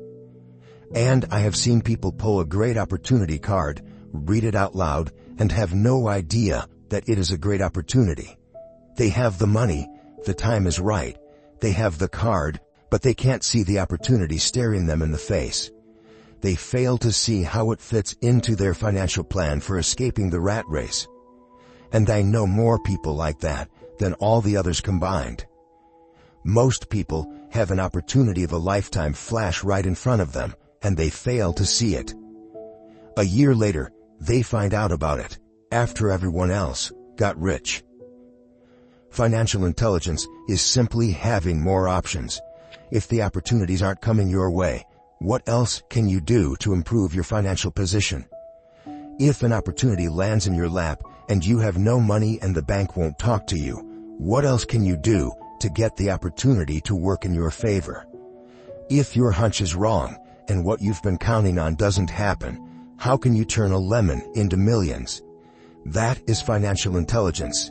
It is not so much what happens, but how many different financial solutions you can think of to turn a lemon into millions. It is how creative you are in solving financial problems. Most people only know one solution: work hard, save, and borrow. So why would you want to increase your financial intelligence? Because you want to be the kind of person who creates your own luck. You take whatever happens and make it better. Few people realize that luck is created just as money is. And if you want to be luckier and create money instead of working hard, then your financial intelligence is important. If you are the kind of person who is waiting for the right thing to happen, you might wait for a long time. It's like waiting for all the traffic lights to be green for 5 miles before you'll start your trip. As young boys, Mike and I were constantly told by my rich dad that money is not real. Rich Dad occasionally reminded us of how close we came to the secret of money on that first day we got together and began making money out of plaster of Paris. The poor and middle class work for money, he would say. The rich make money. The more real you think money is, the harder you will work for it. If you can grasp the idea that money is not real, you will grow richer, faster. What is it? Was a question Mike and I often came back with. What is money if it is not real? What we agree it is, was all Rich Dad would say. The single most powerful asset we all have is our mind. If it is trained well, it can create enormous wealth seemingly instantaneously. An untrained mind can also create extreme poverty that can crush a family for generations. In the information age, money is increasing exponentially. A few individuals are getting ridiculously rich from nothing. Just ideas and agreements. If you ask many people who trade stocks or other investments for a living, they see it done all the time. Often, millions can be made instantaneously from nothing. And by nothing, I mean no money was exchanged. It is done via agreement. A hand signal on a trading pit, a blip on a trader's screen in Lisbon from a trader's screen in Toronto and back to Lisbon, a call to my broker to buy and a moment later to sell. Money did not change hands. Agreements did. So why develop your financial genius? Only you can answer that. I can tell you why I have been developing this area of my intelligence. I do it because I want to make money fast, not because I need to, but because I want to. It is a fascinating learning process. I develop my financial IQ because I want to participate in the fastest game and biggest game in the world. And, in my own small way, I would like to be part of this unprecedented evolution of humanity, the era where humans work purely with their minds and not with their bodies. Besides, it is where the action is. It is what is happening. It's hip. It's scary. And it's fun. That is why I invest in my financial intelligence, developing the most powerful asset I have. I want to be with people moving boldly forward. I do not want to be with those left behind. I will give you a simple example of creating money. In the early 1990s, the economy of Phoenix, Arizona was horrible. I was watching a TV show when a financial planner came on and began forecasting doom and gloom. His advice was to save money. Put $100 away every month, he said. In 40 years, you will be a multimillionaire. Well, putting money away every month is a sound idea. It is one option, the option most people subscribe to. The problem is this: it blinds the person to what is really going on. It causes them to miss major opportunities for much more significant growth of their money. The world is passing them by. As I said, the economy was terrible at that time. For investors, this is the perfect market condition.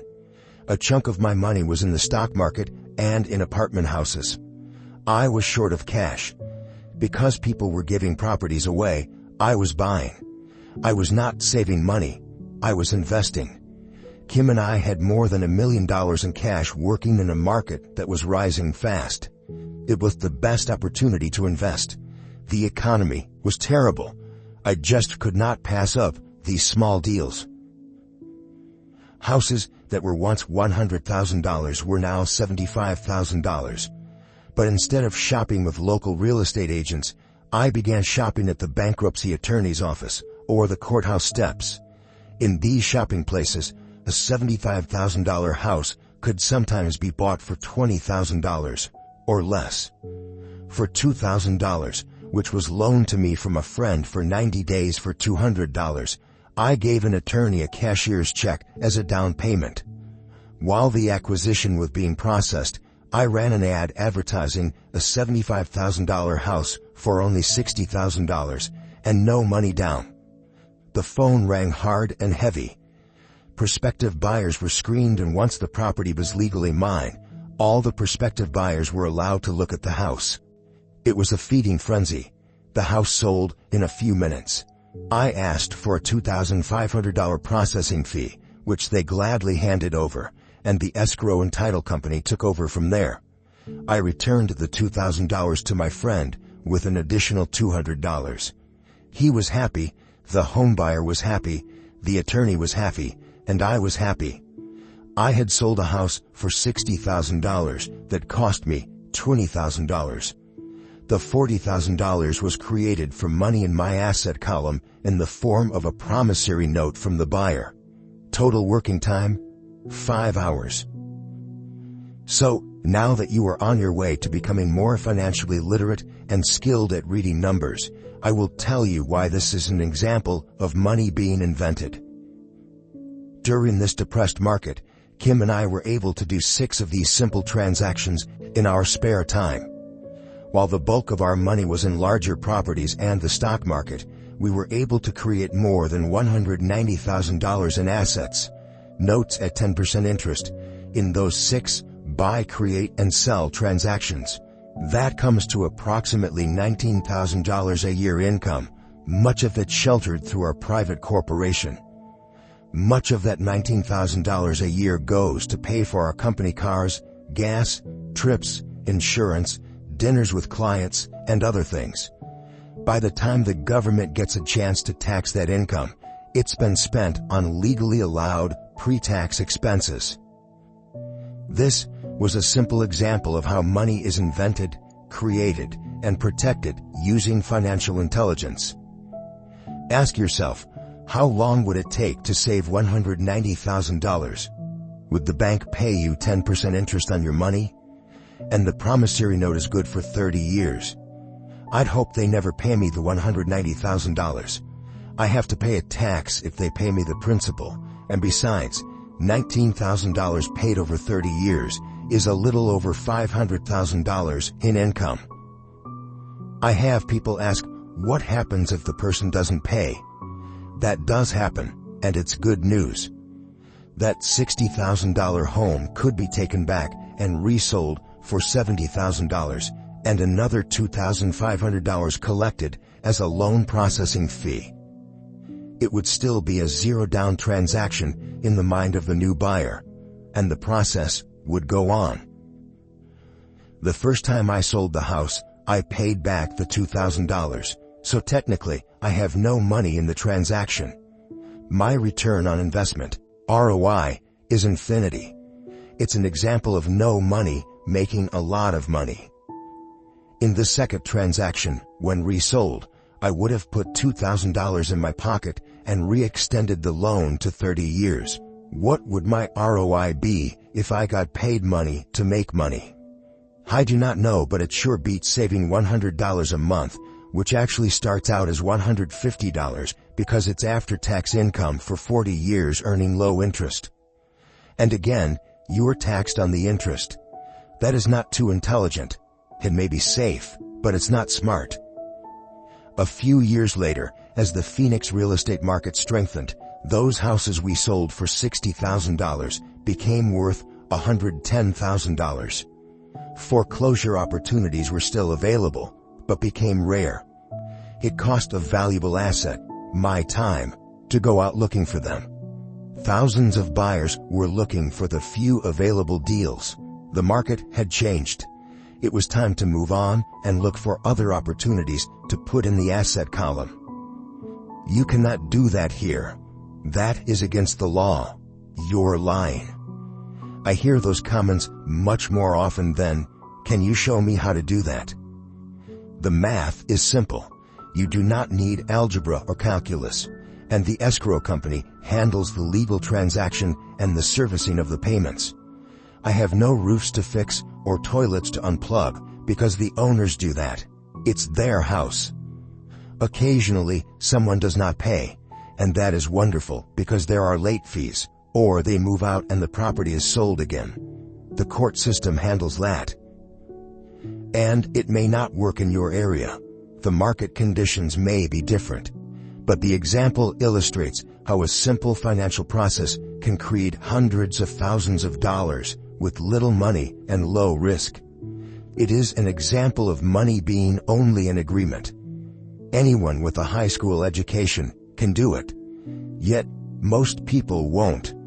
Most people listen to the standard advice of, work hard and save money. For about 30 hours of work, approximately $190,000 was created in the asset column, and no taxes were paid. Which one sounds harder to you? 1. Work hard, pay 50% in taxes, save what is left, your savings, then earn 5%, which is also taxed. Or 2. Take the time to develop your financial intelligence, harness the power of your brain and the asset column. If you use option number 1, be sure to factor in how much time it takes you to save $190,000. Time is one of your greatest assets. Now, you may understand why I silently shake my head when I hear parents say, "My child is doing well in school and receiving a good education." It may be good, but is it adequate? I know the above investment strategy is a small one. It is used to illustrate how small can grow into big. Again, my success reflects the importance of a strong financial foundation, which starts with a strong financial education. I have said it before, but it's worth repeating. Financial intelligence is made up of these 4 main technical skills. 1. Accounting. Accounting is financial literacy, or the ability to read numbers. This is a vital skill if you want to build businesses or investments. 2. Investing. Investing is the science of money making money. 3. Understanding markets. Understanding markets is the science of supply and demand. Alexander Graham Bell gave the market what it wanted. So did Bill Gates. A $75,000 house offered for $60,000 that cost $20,000 was also the result of seizing an opportunity created by the market. Somebody was buying, and someone was selling. 4. The law. The law is the awareness of accounting, corporate, state, and federal regulations. I recommend playing by the rules. It is this basic foundation, or the combination of these skills, that is needed to be successful in the pursuit of wealth, whether it be through the buying of small homes, apartment buildings, companies, stocks, bonds, precious metals, baseball cards, or the like. A few years later, the real estate market rebounded and everyone else was getting in. The stock market was booming and everyone was getting in. The U.S. economy was getting back on its feet. I began selling and was now traveling to Peru, Norway, Malaysia, and the Philippines. The investment landscape had changed. We were no longer buying real estate. Now, I just watch the values climb inside the asset column and will probably begin selling. I suspect that some of those 6 little house deals will sell and the $40,000 note will be converted to cash. I need to call my accountant to be prepared for cash and seek ways to shelter it. The point I would like to make is that investments come and go. The market goes up and comes down. Economies improve and crash. The world is always handing you opportunities of a lifetime, every day of your life, but all too often we fail to see them. But they are there. And the more the world changes and the more technology changes, the more opportunities there will be to allow you and your family to be financially secure for generations to come. So why bother developing your financial intelligence? Again, only you can answer that. I know why I continue to learn and develop. I do it because I know there are changes coming. I'd rather welcome change than cling to the past. I know there will be market booms and market crashes. I want to continually develop my financial intelligence because at each market change, some people will be on their knees begging for their jobs. Others, meanwhile, will take the lemons that life hands them, and we are all handed lemons occasionally, and turn them into millions. That's financial intelligence. I am often asked about the lemons I have turned into millions. I hesitate using many more examples of personal investments because I am afraid it comes across as bragging or tooting my own horn. That is not my intention. I use the examples only as numerical and chronological illustrations of actual and simple cases. I use the examples because I want you to know that it is easy.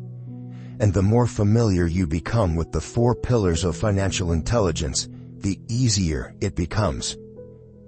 Personally, I use 2 main vehicles to achieve financial growth: real estate and small cap stocks. I use real estate as my foundation. Day in and day out, my properties provide cash flow and occasional spurts of growth and value. The small cap stocks are used for fast growth. I do not recommend anything that I do. The examples are just that, examples. If the opportunity is too complex and I do not understand the investment, I don't do it. Simple math and common sense are all you need to do well financially. There are 5 reasons for using examples. 1. To inspire people to learn more. 2. To let people know it is easy if the foundation is strong. 3. To show that anyone can achieve great wealth. 4. To show that there are millions of ways to achieve your goals. 5. To show that it's not rocket science. In 1989, I used to jog through a lovely neighborhood in Portland, Oregon. It was a suburb that had little gingerbread houses. They were small and cute. I almost expected to see Little Red Riding Hood skipping down the sidewalk on her way to Granny's. There were for sale signs everywhere. The timber market was terrible. The stock market had just crashed, and the economy was depressed. On one street, I noticed a for sale sign that was up longer than most. It looked old. Jogging past it one day, I ran into the owner, who looked troubled. "What are you asking for your house?" I asked. The owner turned and smiled weakly. "Make me an offer," he said. "It's been for sale for over a year. Nobody even comes by anymore to look at it." "I'll look," I said, and I bought the house a half hour later for $20,000 less than his asking price. It was a cute little 2-bedroom home with gingerbread trim on all the windows. It was light blue with gray accents and had been built in 1930. Inside, there was a beautiful rock fireplace, as well as 2 tiny bedrooms. It was a perfect rental house. I gave the owner $5,000 down for a $45,000 house that was really worth $65,000, except that no one wanted to buy it. The owner moved out in a week, happy to be free, and my first tenant moved in, a local college professor. After the mortgage, expenses, and management fees were paid, I put a little less than $40 in my pocket at the end of each month. Hardly exciting. A year later, the depressed Oregon real estate market had begun to pick up.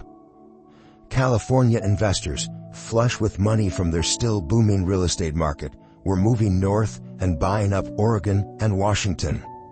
I sold that little house for $95,000 to a young couple from California who thought it was a bargain.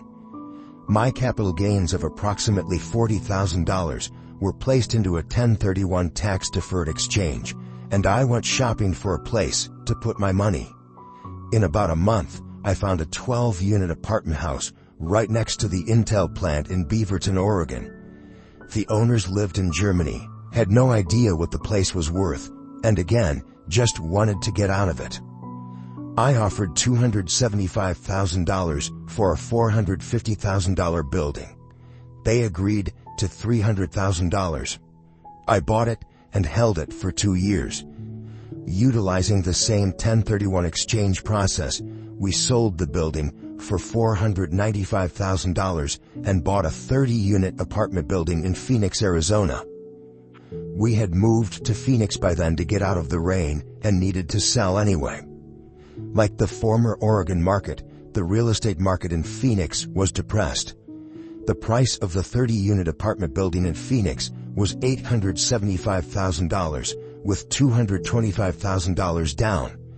The cash flow from the 30 units was a little over $5,000 a month. The Arizona market began moving up, and a few years later, a Colorado investor offered us $1.2 million for the property. The point of this example is how a small amount can grow into a large amount.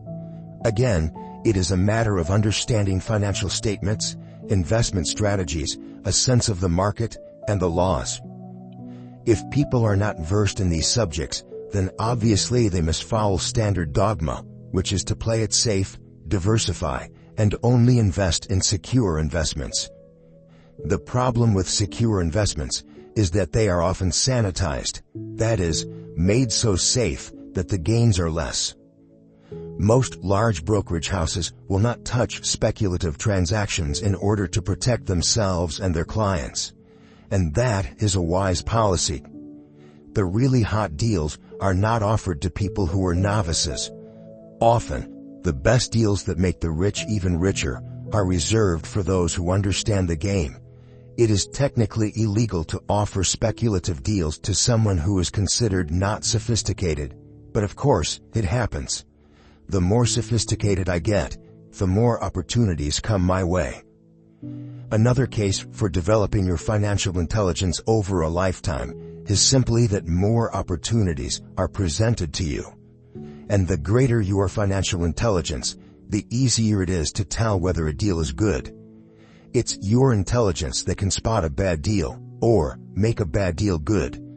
The more I learn, and there is a lot to learn, the more money I make, simply because I gain experience and wisdom as the years go on. I have friends who are playing it safe, working hard at their profession, and failing to gain financial wisdom, which does take time to develop. My overall philosophy is to plant seeds inside my asset column. That is my formula. I start small and plant seeds. Some grow, some don't. Inside our real estate corporation, we have property worth several $1 million. It is our own right, or real estate investment trust. The point I'm making is that most of those millions started out as little $5,000 to $10,000 investments. All of those down payments were fortunate to catch a fast-rising market and increase tax-free. We traded in and out several times over a number of years. We also own a stock portfolio, surrounded by a corporation that Kim and I call our personal mutual fund. We have friends who deal specifically with investors like us, who have extra money each month to invest. We buy high-risk, speculative private companies that are just about to go public on a stock exchange in the United States or Canada. An example of how fast gains can be made are 100,000 shares purchased for 25 cents each before the company goes public. 6 months later, the company is listed, and the 100,000 shares now are worth $2 each. If the company is well managed, the price keeps going up, and the stock may go to $20 or more per share. There are years when our $25,000 has gone to $1 million in less than a year. It is not gambling if you know what you're doing. It is gambling if you're just throwing money into a deal and praying. The idea in anything is to use your technical knowledge, wisdom, and love of the game to cut the odds down, to lower the risk. Of course, there is always risk. It is financial intelligence that improves the odds. Thus, what is risky for one person is less risky to someone else. That is the primary reason I constantly encourage people to invest more in their financial education than in stocks, real estate, or other markets. The smarter you are, the better chance you have of beating the odds. The stock plays I personally invested in were extremely high risk for most people and absolutely not recommended. I have been playing that game since 1979 and have paid more than my share in dues. But if you will review why investments such as these are high risk for most people, you may be able to set your life up differently, so that the ability to take $25,000 and turn it into $1 million in a year is low risk for you. As stated earlier, nothing I have written is a recommendation. It is only used as an example of what is simple and possible. What I do is small potatoes in the grand scheme of things. Yet for the average individual, a passive income of more than $100,000 a year is nice and not hard to achieve. Depending on the market and how smart you are, it could be done in 5 to 10 years. If you keep your living expenses modest, $100,000 coming in as additional income is pleasant regardless of whether you work. You can work if you like, or take time off if you choose, and use the government tax system in your favor rather than against you. My personal basis is real estate. I love real estate because it's stable and slow-moving. I keep the base solid. The cash flow is fairly steady and, if properly managed, has a good chance of increasing in value. The beauty of a solid base of real estate is that it allows me to take greater risks, as I do with speculative stocks. If I make great profits in the stock market, I pay my capital gains tax on the gain and then reinvest what's left in real estate, again, further securing my asset foundation. A last word on real estate. I have traveled all over the world and taught investing. In every city, I hear people say you cannot buy real estate cheap. That is not my experience. Even in New York or Tokyo, or just on the outskirts of the city, prime bargains are overlooked by most people. In Singapore, with their high real estate prices, there are still bargains to be found within a short driving distance. So, whenever I hear someone say, "You can't do that here," pointing at me, I remind them that maybe the real statement is, "I don't know how to do that here yet." Great opportunities are not seen with your eyes. They are seen with your mind. Most people never get wealthy simply because they are not trained financially to recognize opportunities right in front of them. I am often asked, how do I start? In the final chapter of this audiobook, I offer 10 steps that I followed on the road to my financial freedom. But always remember to have fun. When you learn the rules and the vocabulary of investing and begin to build your asset column, I think you'll find that it's as fun a game as you've ever played. Sometimes you win, and sometimes you learn. But have fun. Most people never win because they're more afraid of losing. That is why I found school so silly. In school, we learn that mistakes are bad and we are punished for making them. Yet if you look at the way humans are designed to learn, we learn by making mistakes. We learn to walk by falling down. If we never fell down, we would never walk. The same is true for learning to ride a bike. I still have scars on my knees, but today I can ride a bike without thinking. The same is true for getting rich. Unfortunately, the main reason most people are not rich is because they are terrified of losing. Winners are not afraid of losing, but losers are. Failure is part of the process of success. People who avoid failure also avoid success. I look at money much like my game of tennis. I play hard, make mistakes, correct, make more mistakes, correct, and I get better. If I lose the game, I reach across the net, shake my opponent's hand, smile, and say, "See you next Saturday." There are two kinds of investors. One, the first and most common type is a person who buys a packaged investment. They call a retail outlet, such as a real estate company, a stockbroker, or a financial planner, and they buy something. It could be a mutual fund, a right, a stock or bond.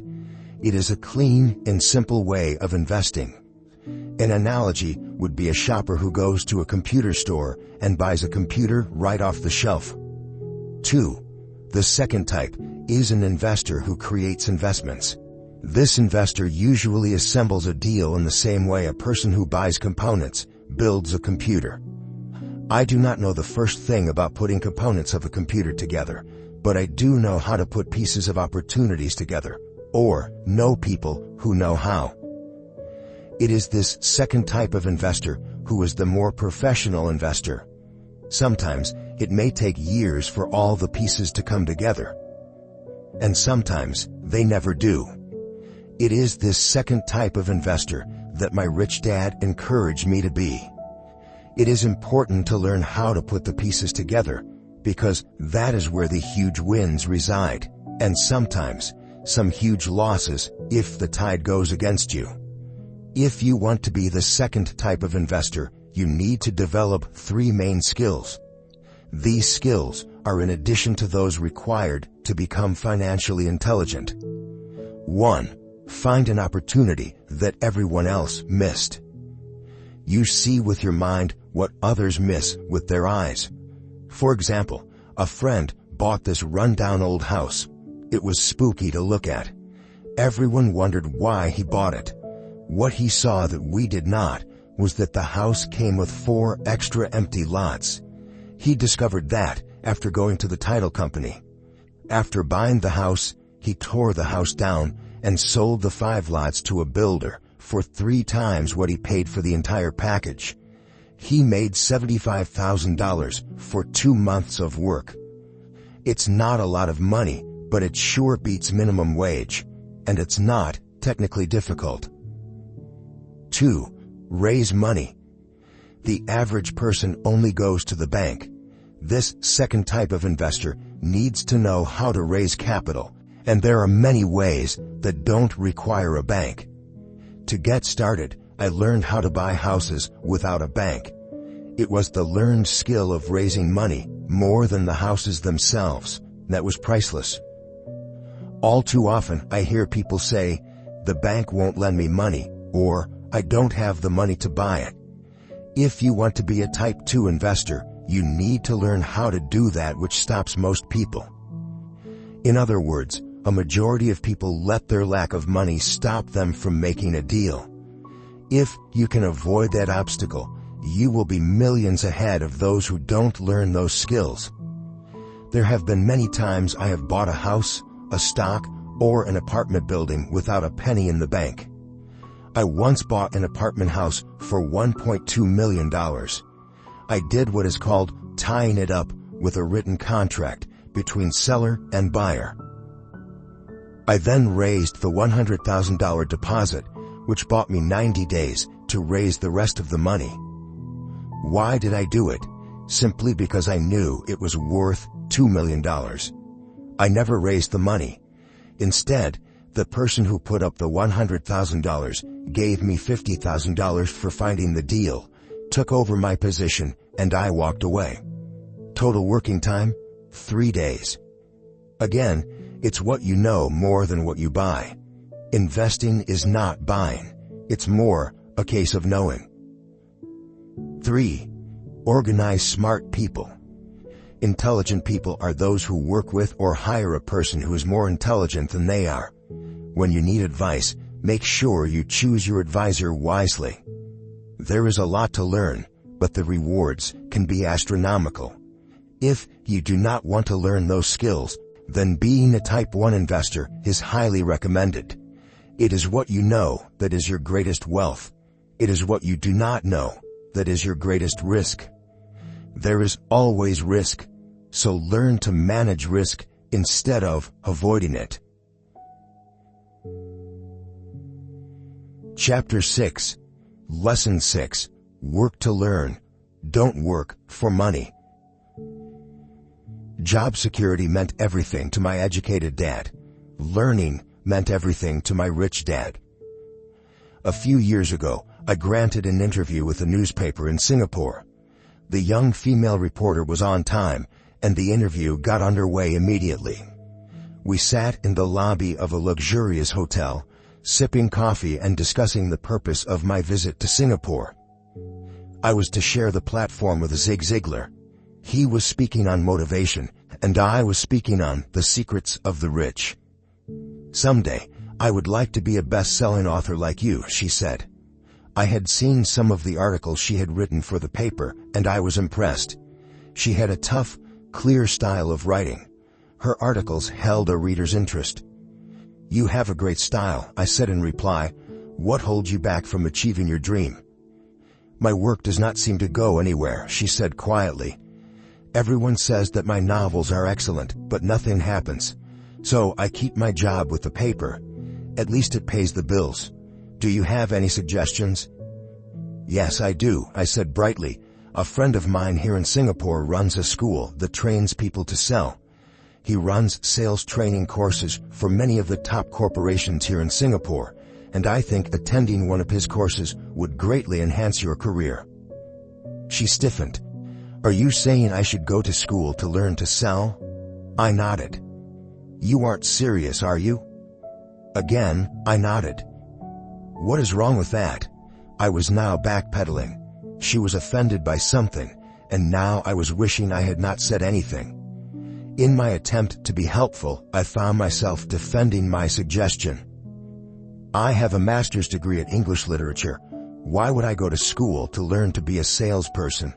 I am a professional. I went to school to be trained in a profession so I would not have to be a salesperson. I hate salespeople. All they want is money. So tell me why I should study sales.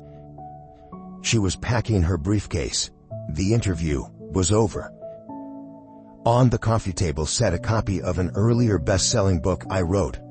I picked it up as well as the notes she had jotted down on her legal pad. Do you see this? I said, pointing to her notes. She looked down at her notes. What? She said, confused. Again, I pointed deliberately to her notes.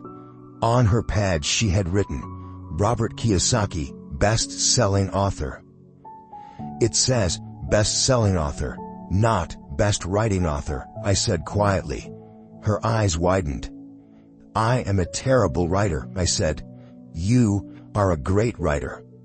I went to sales school. You have a master's degree.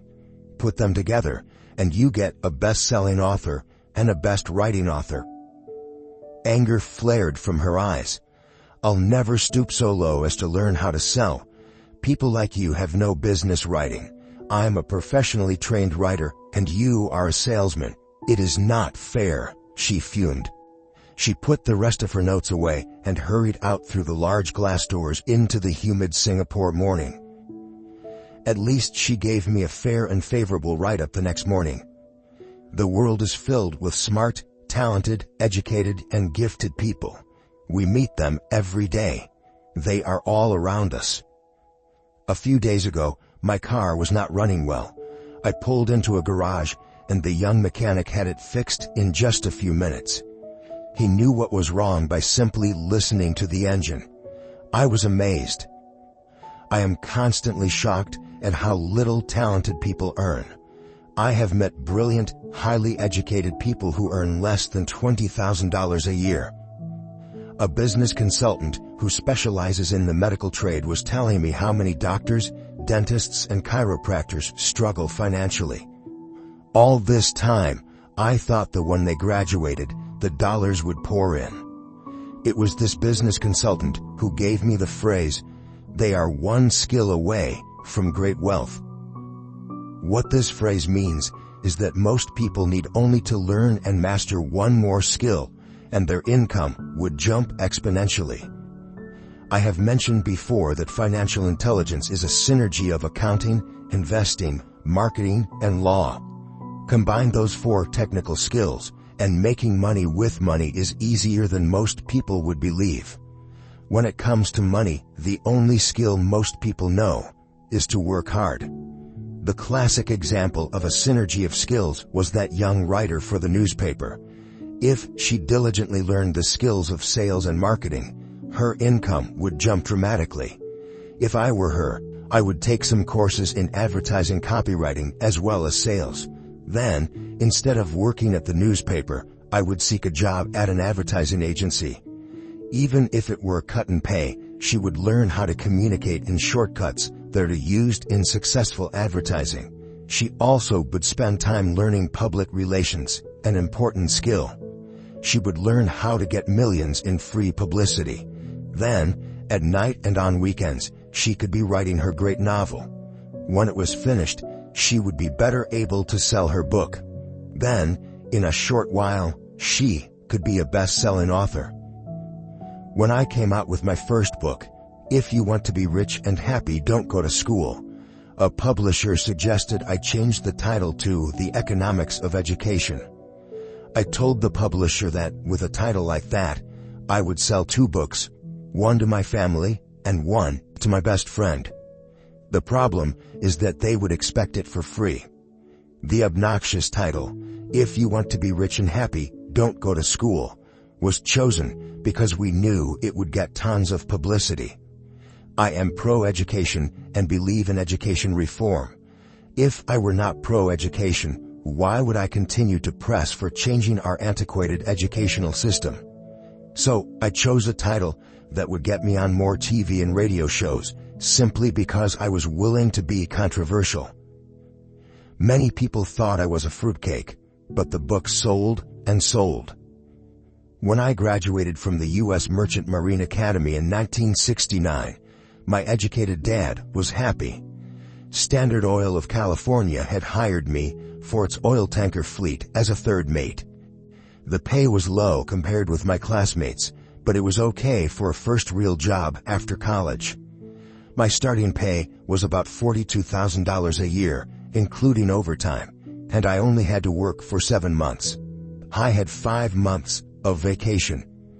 If I had wanted to, I could have taken the run to Vietnam with a subsidiary shipping company and easily doubled my pay instead of taking 5 months of vacation.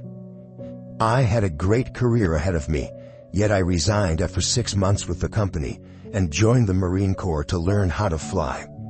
My educated dad was devastated. Rich Dad congratulated me. In school and in the workplace, the popular opinion is the idea of specialization. That is, in order to make more money or get promoted, you need to specialize. That is why medical doctors immediately begin to seek a specialty such as orthopedics or pediatrics. The same is true for accountants, architects, lawyers, pilots, and others. My educated dad believed in the same dogma. That is why he was thrilled when he eventually achieved his doctorate. He often admitted that schools reward people who study more and more about less and less.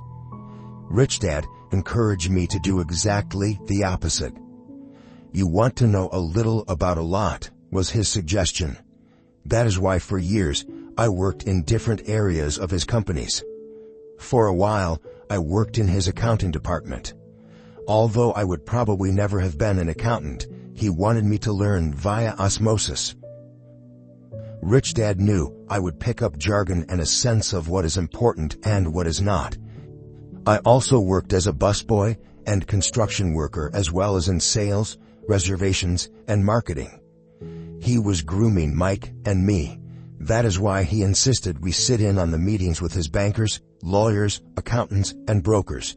He wanted us to know a little about every aspect of his empire. When I quit my high-paying job with Standard Oil, my educated dad had a heart-to-heart talk with me. He was bewildered. He could not understand my decision to resign from a career that offered high pay, great benefits, lots of time off, and opportunity for promotion. When he asked me one evening, "Why did you quit?" I could not explain it to him, though I tried hard to. My logic did not fit his logic. The big problem was that my logic was my rich dad's logic. Job security meant everything to my educated dad. Learning meant everything to my rich dad. Educated dad thought I went to school to learn to be a ship's officer. Rich dad knew that I went to school to study international trade. So as a student, I made cargo runs, navigating large freighters, oil tankers, and passenger ships to the Far East and the South Pacific. Rich Dad emphasized that I should stay in the Pacific instead of taking ships to Europe, because he knew that the emerging nations were in Asia, not Europe. While most of my classmates, including Mike, were partying at their fraternity houses, I was studying trade, people, business styles, and cultures in Japan, Taiwan, Thailand, Singapore, Hong Kong, Vietnam, Korea, Tahiti, Samoa, and the Philippines. I was partying also, but it was not in any frat house. I grew up rapidly. Educated dad just could not understand why I decided to quit and join the Marine Corps. I told him I wanted to learn to fly, but really, I wanted to learn to lead troops. Rich Dad explained to me that the hardest part of running a company is managing people. He had spent 3 years in the Army. My educated dad was draft exempt. Rich Dad valued learning to lead men into dangerous situations. Leadership is what you need to learn next, he said. If you are not a good leader, you'll get shot in the back, just like they do in business. Returning from Vietnam in 1973, I resigned my commission, even though I loved flying. I found a job with Xerox Corporation. I joined it for one reason, and it was not for the benefits. I was a shy person, and the thought of selling was the most frightening subject in the world. Xerox has one of the best sales trainings programs in America. Rich Dad was proud of me. My educated dad was ashamed. Being an intellectual, he thought that salespeople were below him. I worked with Xerox for 4 years until I overcame my fear of knocking on doors and being rejected. Once I could consistently be in the top 5 in sales, I again resigned and moved on, leaving behind another great career with an excellent company. In 1977, I formed my first company. Rich Dad had groomed Mike and me to take over companies, so I now had to learn to form them and put them together. My first product, the nylon and Velcro wallet, was manufactured in the Far East and shipped to a warehouse in New York, near where I had gone to school. My formal education was complete, and it was time to test my wings. If I failed, I would go broke. Rich Dad thought it best to go broke before 30. You still have time to recover, was his advice. On the eve of my 30th birthday, my first shipment left Korea for New York. Today, I still do business internationally, and as my rich dad encouraged me to do, I keep seeking the emerging nations. Today, my investment company invests in South American countries and Asian countries, as well as in Norway and Russia. There is an old cliché that goes, "Job is an acronym for just over broke." Unfortunately, I would say that applies to millions of people. Because school does not think financial intelligence is an intelligence, Most workers live within their means. They work and they pay bills. There is another horrible management theory that goes, workers work hard enough to not be fired, and owners pay just enough so that workers won't quit. And if you look at the pay scales of most companies, again, I would say there is a degree of truth to that statement. The net result is that most workers never get ahead. They do what they've been taught to do, get a secure job. Most workers focus on working for pay and benefits that reward them in the short term, but are often disastrous in the long run. Instead, I recommend to young people to seek work for what they will learn more than what they will earn. Look down the road at what skills they want to acquire before choosing a specific profession and before getting trapped in the rat race. Once people are trapped in the lifelong process of bill paying, they become like those little hamsters running around in those metal wheels.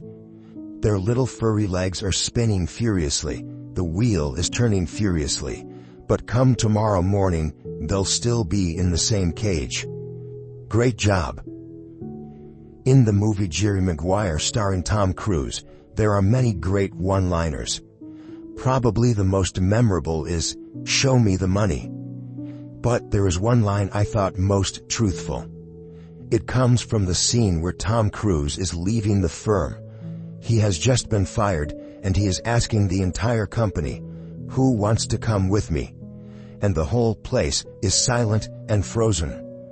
Only one woman speaks up and says, "I'd like to, but I'm due for a promotion in 3 months." That statement is probably the most truthful statement in the whole movie. It is the type of statement that people use to keep themselves busy, working away to pay bills. I know my educated dad looked forward to his pay raise every year, and every year he was disappointed. So he would go back to school to earn more qualifications so he could get another raise. Then, once again, there would be another disappointment. The question I often ask people is, where is this daily activity taking you? Just like the little hamster, I wonder if people look at where their hard work is taking them. What does the future hold? In his book, The Retirement Myth, Craig S. Carpel writes, "I visited the headquarters of a major national pension consulting firm and met with a managing director who specializes in designing lush retirement plans for top management. When I asked her what people who don't have corner offices will be able to expect in the way of pension income, she said with a competent smile, 'The silver bullet.' 'What,' I asked, 'is the silver bullet?' She shrugged and said, 'If baby boomers discover they don't have enough money to live on when they're older, they can always blow their brains out.'" Carpel goes on to explain the difference between the old defined benefit retirement plans and the new 401k plans that are riskier. It is not a pretty picture for most people working today, and that is just for retirement. Add medical fees and long-term nursing home care, and the picture is frightening. Already, many hospitals in countries with socialized medicine need to make tough decisions, such as who will live and who will die. They make those decisions purely on how much money they have and how old the patients are. If the patient is old, they often will give the medical care to someone younger. The older, poor patient gets put to the back of the line. Just as the rich can afford better education, the rich will be able to keep themselves alive, while those who have little wealth will die. So, I wonder, are workers looking into the future or just until their next paycheck, never questioning where they are headed? When I speak to adults who want to earn more money, I always recommend the same thing. I suggest taking a long view of their life. Instead of simply working for the money and security, which I admit are important, I suggest they take a second job that will teach them a second skill. Often I recommend joining a network marketing company, also called multi-level marketing, if they want to learn sales skills. Some of these companies have excellent training programs that help people get over their fear of failure and rejection, which are the main reasons people are unsuccessful. Education is more valuable than money in the long run. When I offer this suggestion, I often hear in response, "Oh, that is too much hassle," or "I only want to do what I am interested in." If they say, "It's too much of a hassle," I ask, "So you would rather work all your life giving 50% of what you earn to the government?" If they tell me, "I only do what I am interested in," I say, "I'm not interested in going to the gym, but I go because I want to feel better and live longer." Unfortunately, there is some truth to the old statement, "You can't teach an old dog new tricks." Unless a person is used to changing, it's hard to change. But for those of you who might be on the fence when it comes to the idea of working to learn something new, I offer this word of encouragement. Life is much like going to the gym. The most painful part is deciding to go. Once you get past that, it's easy. There have been many days I have dreaded going to the gym, but once I am there and in motion, it is a pleasure. After the workout is over, I am always glad I talked myself into going. If you are unwilling to work to learn something new and instead insist on becoming highly specialized within your field, make sure the company you work for is unionized. Labor unions are designed to protect specialists. My educated dad, after falling from grace with the governor, became the head of the teachers' union in Hawaii. He told me that it was the hardest job he ever held.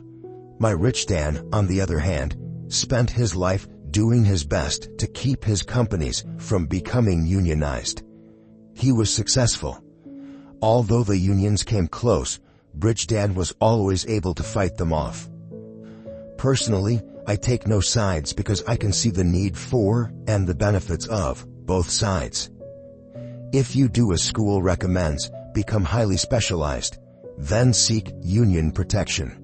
For example, had I continued with my flying career, I would have sought a company that had a strong pilots union. Why? Because my life would be dedicated to learning a skill that was valuable in only one industry. If I were pushed out of that industry, my life's skills would not be as valuable to another industry. A displaced senior pilot with 100,000 hours of heavy airline transport time, earning $150,000 a year, would have a hard time finding an equivalent high-paying job teaching in school. Skills do not necessarily transfer from industry to industry. Skills the pilots are paid for in the airline industry are not as important in, say, the school system. The same is true even for doctors today.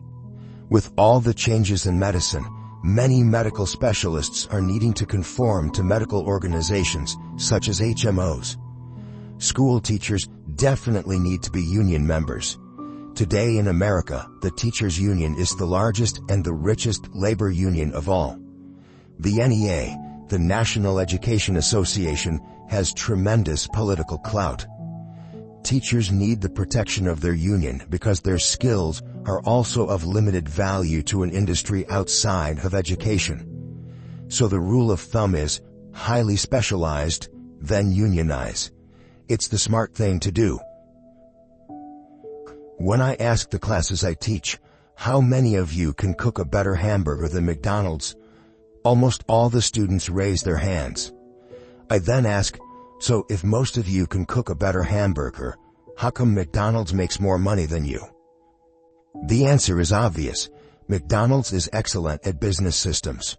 The reason so many talented people are poor is because they focus on building a better hamburger and know little to nothing about business systems. A friend of mine in Hawaii is a great artist. He makes a sizable amount of money. One day, his mother's attorney called to tell him that she had left him $35,000. That is what was left of her estate after the attorney and the government took their shares. Immediately, he saw an opportunity to increase his business by using some of this money to advertise. 2 months later, his first 4-color full-page ad appeared in an expensive magazine that targeted the very rich. The ad ran for 3 months. He received no replies from the ad, and all of his inheritance is now gone. He now wants to sue the magazine for misrepresentation. This is a common case of someone who can build a beautiful hamburger but knows little about business. When I asked him what he learned, his only reply was, "Advertising salespeople are crooks."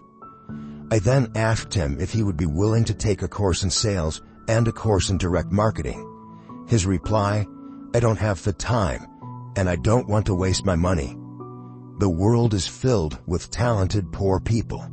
All too often, they're poor or struggle financially or earn less than they are capable of, not because of what they know, but because of what they do not know. They focus on perfecting their skills at building a better hamburger, rather than the skills of selling and delivering the hamburger. Maybe McDonald's does not make the best hamburger, but they are the best at selling and delivering a basic average burger. Poor Dad wanted me to specialize. That was his view on how to be paid more. Even after being told by the governor of Hawaii that he could no longer work in state government, my educated dad continued to encourage me to get specialized. Educated Dad then took up the cause of the teachers' union, campaigning for further protection and benefits for these highly skilled and educated professionals. We argued often, but I know he never agreed that over-specialization is what caused the need for union protection. He never understood that the more specialized you become, the more you are trapped and dependent on that specialty. Rich Dad advised that Mike and I groom ourselves. Many corporations do the same thing. They find a young, bright student just out of business school and begin grooming that person to someday take over the company. So these bright young employees do not specialize in one department. They are moved from department to department to learn all the aspects of business systems. The rich often groom their children or the children of others. By doing so, their children gain an overall knowledge of the operations of the business and how the various departments interrelate. For the World War II generation, it was considered bad to skip from company to company. Today, it is considered smart. Since people will skip from company to company rather than seek greater specialization in skills, why not seek to learn more than to earn? In the short term, it may earn you less, but it will pay dividends in the long term. The main management skills needed for success are 1. Management of cash flow. 2. Management of systems. 3. Management of people. The most important specialized skills are sales and marketing. The ability to sell, to communicate to another human being, be it a customer, employee, boss, spouse, or child, is the base skill of personal success. Communication skills, such as writing, speaking, and negotiating, are crucial to a life of success. These are skills I work on constantly, attending courses or buying educational resources to expand my knowledge. As I have mentioned, my educated dad worked harder and harder the more competent he became. He also became more trapped the more specialized he got. Although his salary went up, his choices diminished. Soon after he was locked out of government work, he found out how vulnerable he really was professionally. It is like professional athletes who suddenly are injured or are too old to play. Their once high-paying position is gone, and they have limited skills to fall back on. I think that is why my educated dad sided so much with the unions after that. He realized how much a union would have benefited him. Rich Dad encouraged Mike and me to know a little about a lot. He encouraged us to work with people smarter than we were and to bring smart people together to work as a team. Today, it would be called a synergy of professional specialties. Today, I meet ex-school teachers earning hundreds of thousands of dollars a year. They earn that much because they have specialized skills in their field as well as other skills. They can teach as well as sell and market. I know of no other skills to be more important than selling and marketing. The skills of selling and marketing are difficult for most people, primarily due to their fear of rejection. The better you are at communicating, negotiating, and handling your fear of rejection, the easier life is. Just as I advise that newspaper writer who wanted to become a best-selling author, I advise anyone else today.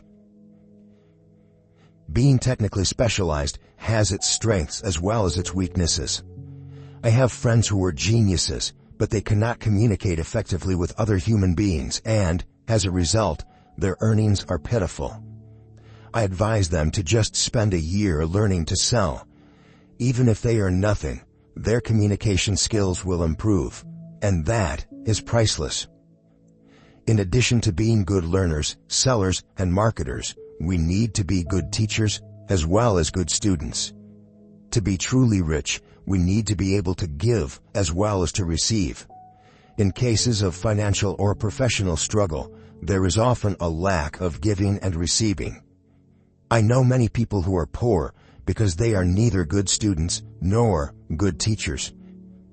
Both of my dads were generous men. Both made it a practice to give first.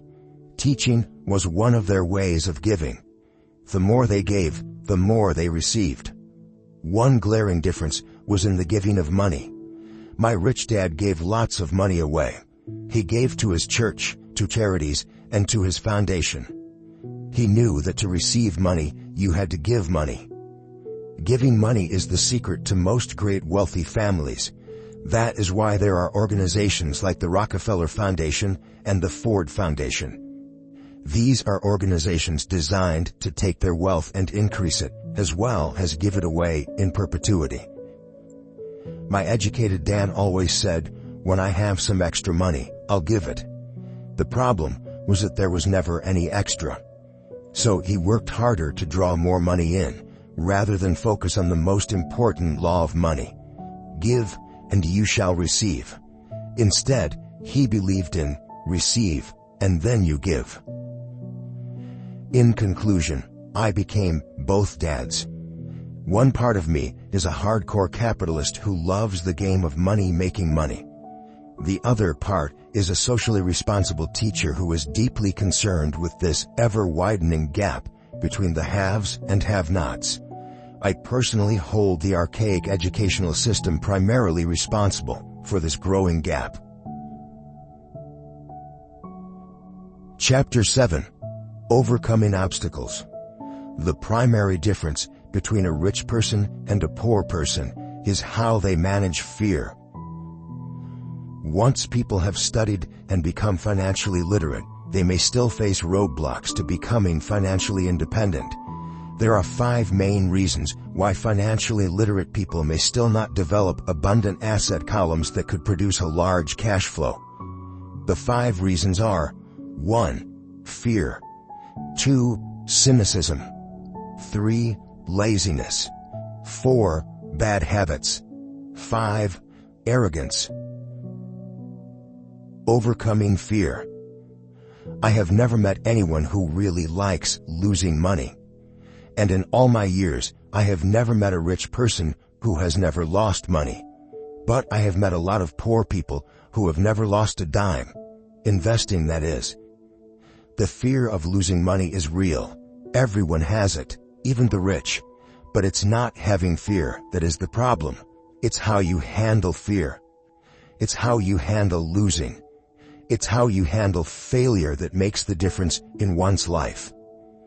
The primary difference between a rich person and a poor person is how they manage that fear. It's okay to be fearful.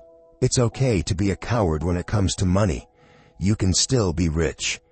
We're all heroes at something and cowards at something else. My friend's wife is an emergency room nurse. When she sees blood, she flies into action. When I mention investing, she runs away. When I see blood, I don't run, I pass out. My rich dad understood phobias about money. Some people are terrified of snakes. Some people are terrified about losing money. Both are phobias, he would say. So his solution to the phobia of losing money was this little rhyme. If you hate risk and worry, start early. If you start young, it's easier to be rich. I won't go into it here, but there is a staggering difference between a person who starts investing at age 20 versus age 30. The purchase of Manhattan Island is said to be one of the greatest bargains of all time. New York was purchased for $24 in trinkets and beads. Yet, if that $24 had been invested at 8% annually, that $24 would have been worth more than $28 trillion by 1995. Manhattan could be repurchased with money left over to buy much of Los Angeles.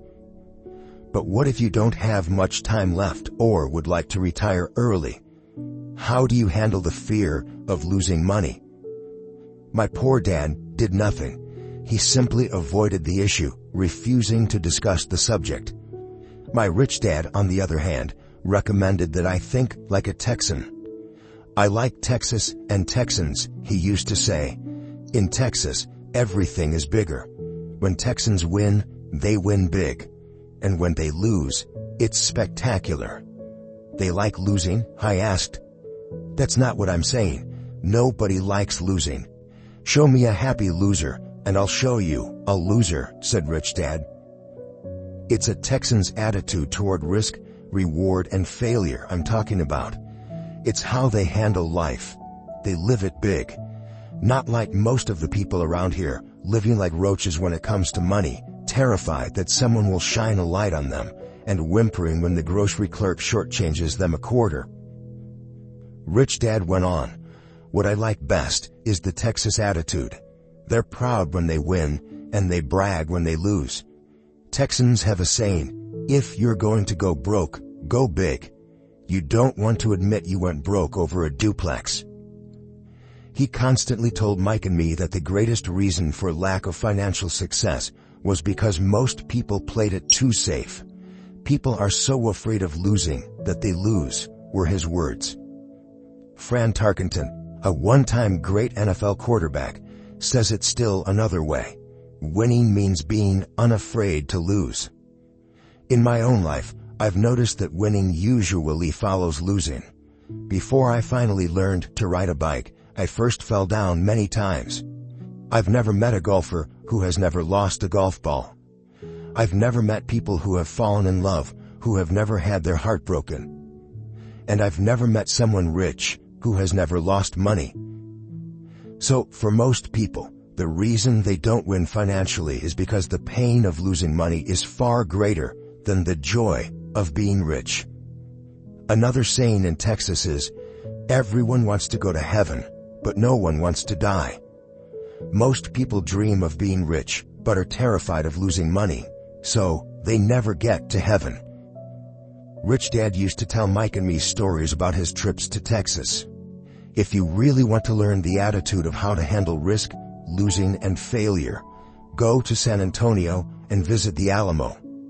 The Alamo is a great story of brave people who chose to fight, knowing there was no hope of success. They chose to die instead of surrendering. It's an inspiring story, worthy of study. Nonetheless, it's still a tragic military defeat. They got their butts kicked. So, how did Texans handle failure? They still shout, remember the Alamo. Mike and I heard this story a lot. He always told us this story when he was about to go into a big deal and he was nervous. After he had done all his due diligence and it was time to put up or shut up, he told us this story. Every time he was afraid of making a mistake or losing money, he told us this story. It gave him strength, for it reminded him that he could always turn a financial loss into a financial win. Rich Dad knew that failure would only make him stronger and smarter. It's not that he wanted to lose. He just knew who he was and how he would take a loss. He would take a loss and make it a win. That's what made him a winner and others losers. It gave him the courage to cross the line when others backed out. That's why I like Texans so much, he would say. They took a great failure and turned it into inspiration, as well as a tourist destination that makes them millions. But probably his words that mean the most to me today are these. Texans don't bury their failures. They get inspired by them. They take their failures and turn them into rallying cries. Failure inspires Texans to become winners. But that formula is not just the formula for Texans. It is the formula for all winners. I've said that falling off my bike was part of learning to ride. I remember falling off only made me more determined to learn to ride, not less. I also said that I have never met a golfer who has never lost the ball. For top professional golfers, losing a ball or a tournament provides the inspiration to be better, to practice harder, to study more. That's what makes them better. For winners, losing inspires them. For losers, losing defeats them. I like to quote John D. Rockefeller, who said, "I always tried to turn every disaster into an opportunity." And being Japanese American, I can say this. Many people say that Pearl Harbor was an American mistake. I say it was a Japanese mistake. From the movie Tora, Tora, Tora, a somber Japanese admiral says to his cheering subordinates, "I am afraid we have awakened a sleeping giant." Remember Pearl Harbor became a rallying cry. It turned one of America's greatest losses into the reason to win. This great defeat gave America strength, and America soon emerged as a world power. Failure inspires winners, and failure defeats losers. It is the biggest secret of winners. It's the secret that losers do not know. The greatest secret of winners is that failure inspires winning, thus, they're not afraid of losing. Repeating Fran Tarkenton's quote, "Winning means being unafraid to lose." People like Fran Tarkenton are not afraid of losing because they know who they are. They hate losing, so they know that losing will only inspire them to become better. There's a big difference between hating losing and being afraid to lose. Most people are so afraid of losing money that they lose. They go broke over a duplex. Financially, they play life too safe and too small. They buy big houses and big cars, but not big investments. The main reason that over 90% of the American public struggles financially is because they play not to lose. They don't play to win. They go to their financial planners or accountants or stockbrokers and buy a balanced portfolio. Most have lots of cash in CDs, low-yield bonds, mutual funds that can be traded within a mutual fund family, and a few individual stocks. It is a safe and sensible portfolio, but it is not a winning portfolio. It is a portfolio of someone playing not to lose. Don't get me wrong, it's probably a better portfolio than more than 70% of the population has, and that's frightening. It's a great portfolio for someone who loves safety. But playing it safe and balanced on your investment portfolio is not the way successful investors play the game. If you have little money and you want to be rich, you must first be focused, not balanced. If you look at any successful person, at the start, they were not balanced. Balanced people go nowhere. They stay in one spot. To make progress, you must first go unbalanced. Just look at how you make progress walking. Thomas Edison was not balanced. He was focused. Bill Gates was not balanced. He was focused. Donald Trump is focused. George Soros is focused. George Patton did not take his tanks wide. He focused them and blew through the weak spots in the German line. The French went wide with the Maginot Line, and you know what happened to them. If you have any desire to be rich, you must focus. Do not do what poor and middle-class people do. Put their few eggs in many baskets. Put a lot of your eggs in a few baskets and focus. Follow one course until successful. If you hate losing, play it safe. If losing makes you weak, play it safe. Go with balanced investments. If you're over 25 years old and are terrified of taking risks, don't change. Play it safe, but start early. Start accumulating your nest egg early because it will take time. But if you have dreams of freedom, of getting out of the rat race, the first question to ask yourself is, how do I respond to failure? If failure inspires you to win, maybe you should go for it, but only maybe. If failure makes you weak or causes you to throw temper tantrums, like spoiled brats who call attorneys to file lawsuits every time something doesn't go their way, then play it safe. Keep your daytime job, or buy bonds or mutual funds. But remember, there is risk in those financial instruments also, even though they may appear safe. I say all this, mentioning Texas and Fran Tarkenton, because stacking the asset column is easy. It's really a low-aptitude game. It doesn't take much education. 5th grade math will do. But building your asset column is a game in which attitude plays a major role. It takes guts, patience, and a great attitude toward failure. Losers avoid failing, and failure turns losers into winners. Just remember the Alamo. Overcoming cynicism. The sky is falling, the sky is falling. Most of us know the story of Chicken Little, who ran around warning the barnyard of impending doom. We all know people who are that way. There's a Chicken Little inside each of us.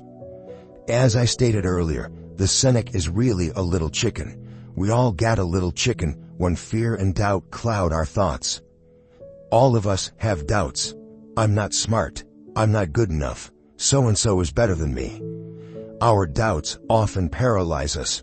We play the what-if game. What if the economy crashes right after I invest? What if I lose control and I can't pay the money back? What if things don't go as I planned? Or we have friends or loved ones who will remind us of our shortcomings. They often say, "What makes you think you can do that? If it's such a good idea, how come someone else hasn't done it? That will never work. You don't know what you're talking about." These words of doubt often get so loud that we fail to act. A horrible feeling builds in our stomach. Sometimes we can't sleep. We fail to move forward. So we stay with what is safe, and opportunities pass us by. We watch life passing by as we sit immobilized with a cold knot in our body. We have all felt this at one time in our lives, some more than others. Peter Lynch of Fidelity Magellan Mutual Fund fame refers to warnings about the sky falling as noise, and we all hear it. Noise is either created inside our heads or comes from outside, often from friends, family, co-workers, and the media. Lynch recalls the time during the 1950s when the threat of nuclear war was so prevalent in the news that people began building fallout shelters and storing food and water. If they had invested that money wisely in the market, instead of building a fallout shelter, they'd probably be financially independent today. When violence breaks out in a city, gun sales go up all over the country. A person dies from rare hamburger meat in the state of Washington, and the Arizona Health Department orders restaurants to have all beef cooked well done. A drug company runs a TV commercial in February showing people catching the flu. Colds go up, as well as sales of cold medicine. Most people are poor because when it comes to investing, the world is filled with Chicken Littles running around yelling, "The sky is falling, the sky is falling." And Chicken Littles are effective because every one of us is a little chicken. It often takes great courage to not let rumors and talk of doom and gloom affect your doubts and fears. But a savvy investor knows that the seemingly worst of times is actually the best of times to make money. When everyone else is too afraid to act, they pull the trigger and are rewarded.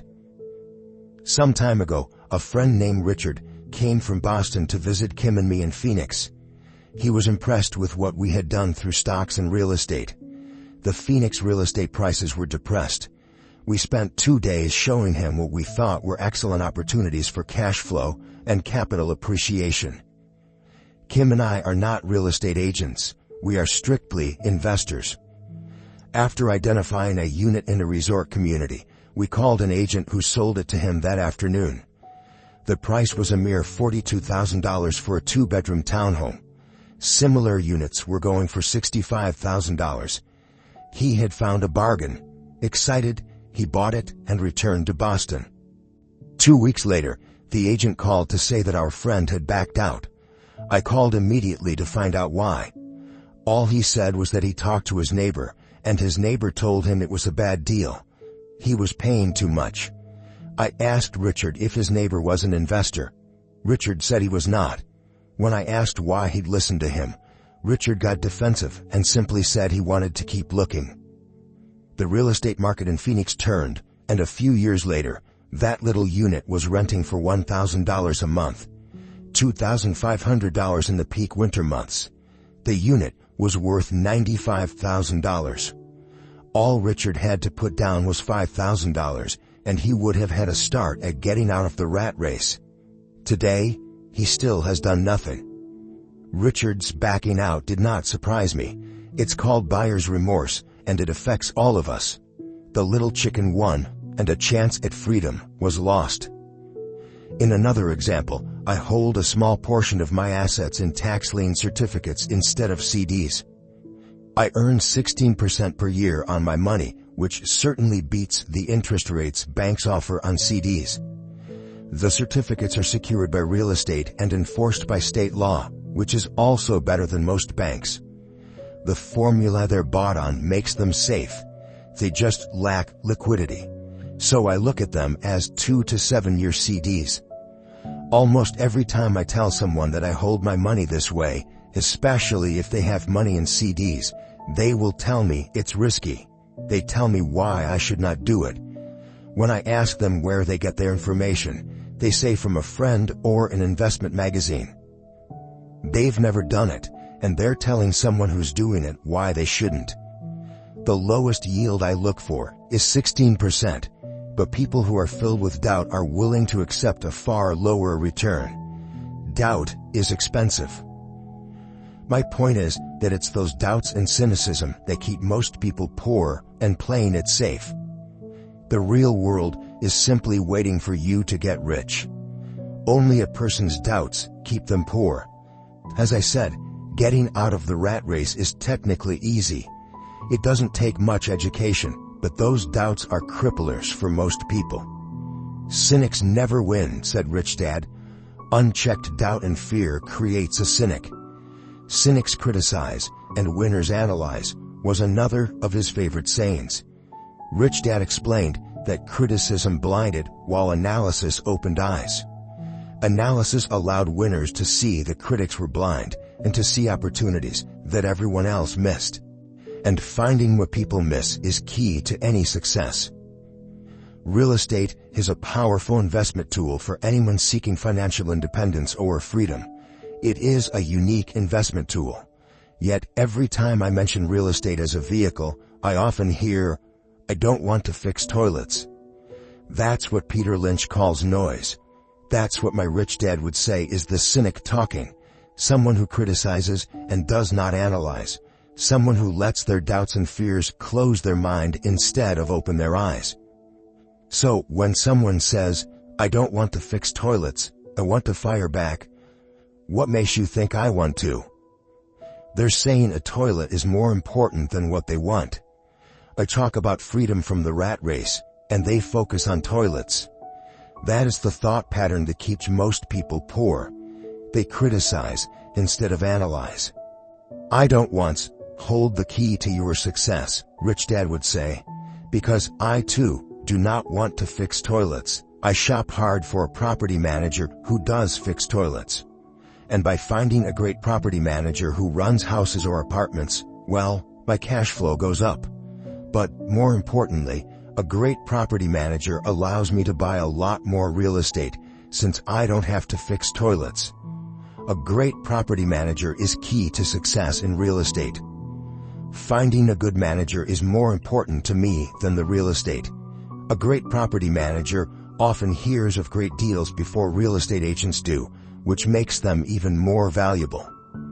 That is what Rich Dad meant by, "I don't want hold the key to your success." Because I do not want to fix toilets either, I figured out how to buy more real estate and expedite my getting out of the rat race. The people who continue to say, "I don't want to fix toilets," often deny themselves the use of this powerful investment vehicle. Toilets are more important than their freedom. In the stock market, I often hear people say, "I don't want to lose money." Well, what makes them think I or anyone else likes losing money? They don't make money because they choose to not lose money. Instead of analyzing, they close their minds to another powerful investment vehicle, the stock market. I was riding with a friend past our neighborhood gas station. He looked up and saw that the price of gas was going up, and thus the price of oil. My friend is a worrywart, or a chicken little. To him, the sky is always going to fall, and it usually does, on him. When we got home, he showed me all the stats as to why the price of oil was going to go up over the next few years, statistics I had never seen before, even though I already owned substantial shares of an existing oil company. With that information, I immediately began looking for and found a new, undervalued oil company that was about to find some oil deposits. My broker was excited about this new company, and I bought 15,000 shares for 65 cents per share. 3 months later, this same friend and I drove by the same gas station, and sure enough, the price per gallon had gone up nearly 15%. Again, the chicken little worried and complained. I smiled, because a month earlier, that little oil company hit oil, and those 15,000 shares went up to more than $3 per share since he had first given me the tip. And the price of gas will continue to go up if what my friend says is true. If most people understood how a stop worked in stock market investing, there would be more people investing to win instead of investing not to lose. A stop is simply a computer command that sells your stock automatically if the price begins to drop, helping to minimize your losses and maximize some gains. It's a great tool for those who are terrified of losing. So whenever I hear people focusing on their "I don't wants" rather than what they do want, I know the noise in their head must be loud. Chicken Little has taken over their brain and is yelling, "The sky is falling and toilets are breaking." So they avoid their don't wants, but they pay a huge price. They may never get what they want in life. Instead of analyzing, their inner Chicken Little closes their mind. Rich Dad gave me a way of looking at Chicken Little. Just do what Colonel Sanders did. At the age of 66, he lost his business and began to live on his Social Security check. It wasn't enough. He went around the country selling his recipe for fried chicken. He was turned down 1,009 times before someone said yes, and he went on to become a multimillionaire at an age when most people are quitting. He was a brave and tenacious man, Rich Dad said of Harlan Sanders. So, when you're in doubt and feeling a little afraid, just do what Colonel Sanders did to his little chicken. He fried it. Overcoming laziness. Busy people are often the most lazy. We have all heard stories of a businessman who works hard to earn money. He works hard to be a good provider for his wife and children. He spends long hours at the office and brings work home on weekends. One day he comes home to an empty house. His wife has left with the kids. He knew he and his wife had problems, but rather than work to make the relationship strong, he stayed busy at work. Dismayed, his performance at work slips and he loses his job. Today, I often meet people who are too busy to take care of their wealth, and there are people too busy to take care of their health. The cause is the same. They're busy, and they stay busy as a way of avoiding something they do not want to face. Nobody has to tell them.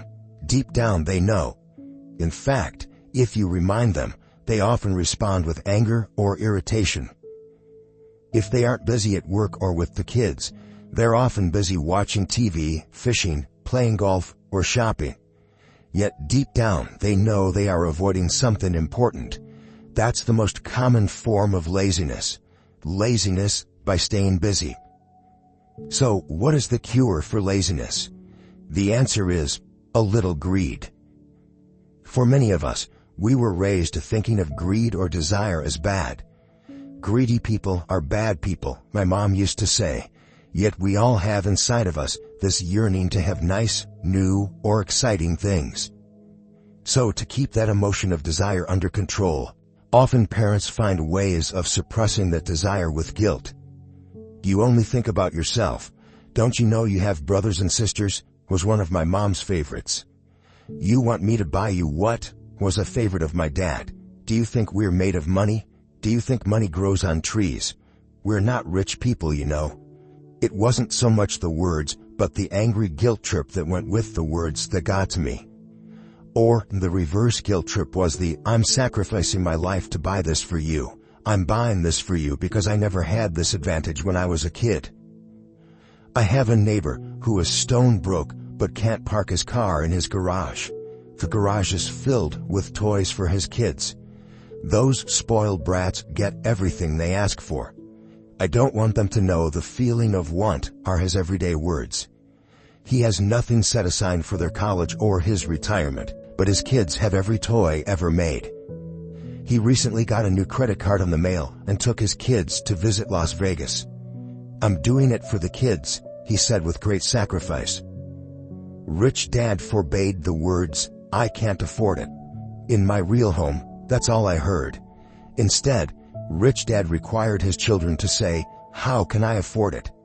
He believed that the words, I can't afford it, shut down your brain. It didn't have to think anymore. How can I afford it? Opened up the brain and forced it to think and search for answers. But most importantly, he felt the words, I can't afford it, were a lie. And the human spirit knows it. The human spirit is very, very powerful, he would say. It knows it can do anything. By having a lazy mind that says, I can't afford it, a war breaks out inside you. Your spirit is angry, and your lazy mind must defend its lie. The spirit is screaming, come on, let's go to the gym and work out. And the lazy mind says, but I'm tired, I worked really hard today. Or the human spirit says, I'm sick and tired of being poor, let's get out there and get rich. To which the lazy mind says, rich people are greedy. Besides, it's too much bother. It's not safe. I might lose money. I'm working hard enough as it is. I've got too much to do at work anyway. Look at what I have to do tonight. My boss wants it finished by morning. I can't afford it also causes sadness, a helplessness that leads to despondency and often depression. How can I afford it opens up possibilities, excitement, and dreams. So Rich Dad was not so concerned about what we wanted to buy, as long as we understood that how can I afford it creates a stronger mind and a dynamic spirit. Thus, he rarely gave Micro-Me anything. He would instead ask, how can you afford it? And that included college, which we paid for ourselves. It was not the goal, but the process of attaining the goal that he wanted us to learn. The problem I see today is that there are millions of people who feel guilty about their desire or their greed. It's old conditioning from their childhood. While they desire to have the finer things that life offers, most have been conditioned subconsciously to say, I can't have that, or I'll never be able to afford that. When I decided to exit the rat race, it was simply a question of, how can I afford to never work again? And my mind began to kick out answers and solutions. The hardest part was fighting my real parents' dogma. We can't afford that. Stop thinking only about yourself. Why don't you think about others? And other similar sentiments designed to instill guilt to suppress my greed. So, how do you beat laziness? Once again, the answer is a little greed. It's that radio station, WIIFM, which stands for, What's in it for me? A person needs to sit down and ask, what would my life be like if I never had to work again? What would I do if I had all the money I needed? Without that little greed, the desire to have something better, progress is not made. Our world progresses because we all desire a better life. New inventions are made because we desire something better.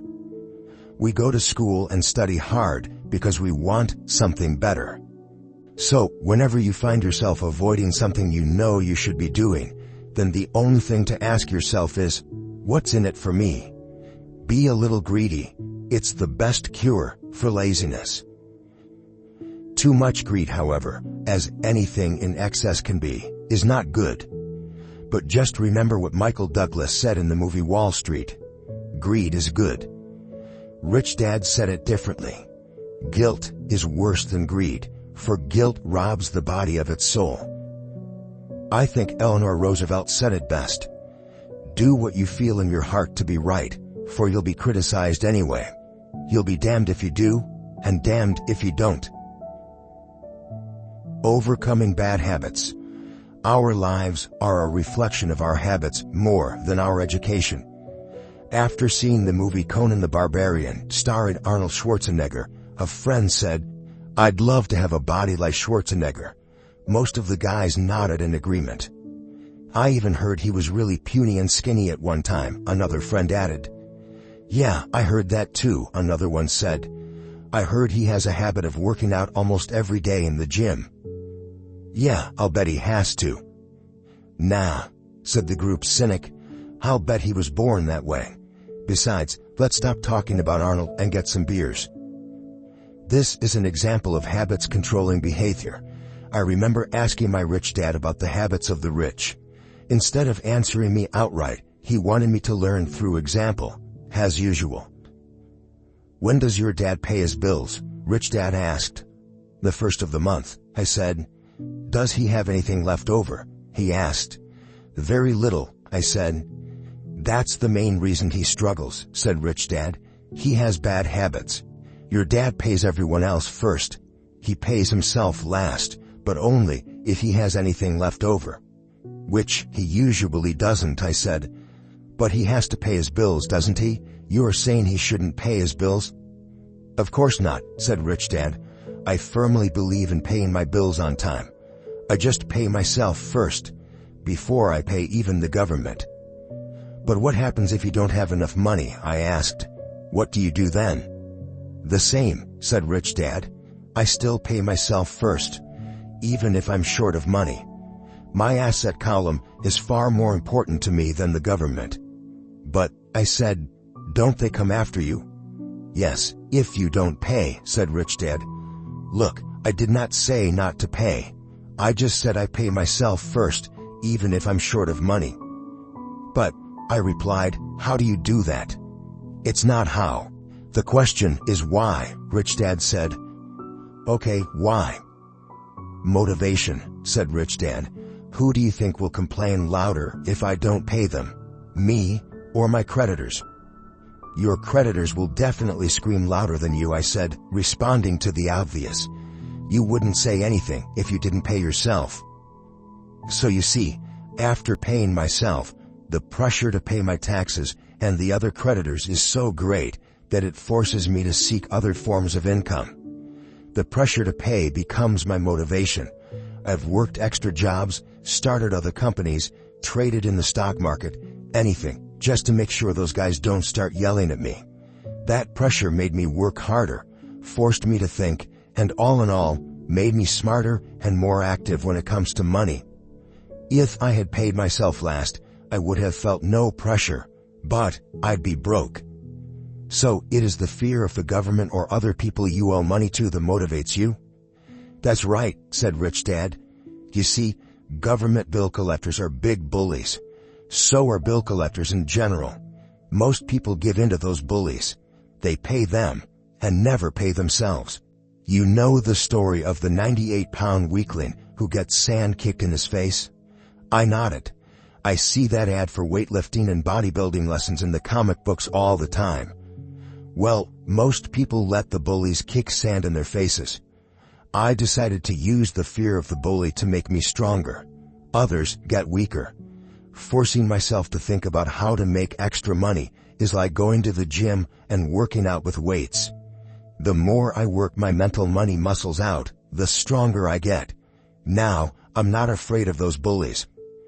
I liked what Rich Dad was saying, so If I pay myself first, I get financially stronger mentally and fiscally. Rich Dad nodded. And if I pay myself last, or not at all, I get weaker. So, people like bosses, managers, tax collectors, bill collectors, and landlords push me around all my life, just because I don't have good money habits. Rich Dad nodded, just like the 98-pound weakling. Overcoming arrogance. What I know makes me money. What I don't know loses me money. Every time I have been arrogant, I have lost money, because when I'm arrogant, I truly believe that what I don't know is not important, Rich Dad would often tell me.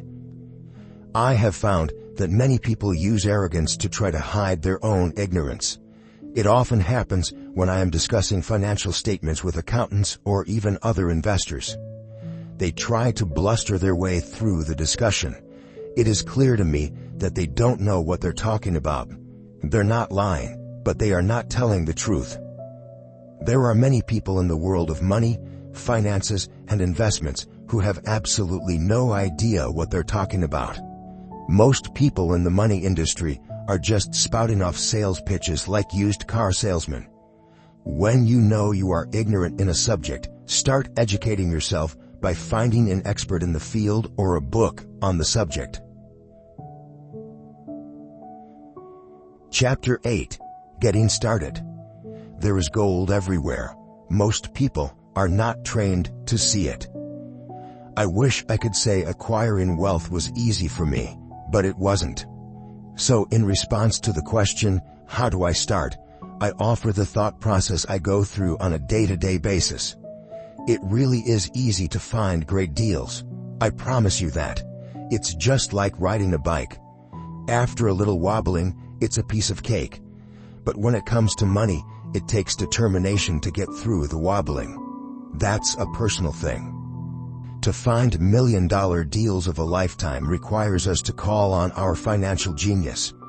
I believe that each of us has a financial genius within us. The problem is that our financial genius lies asleep, waiting to be called upon. It lies asleep because our culture has educated us into believing that the love of money is the root of all evil.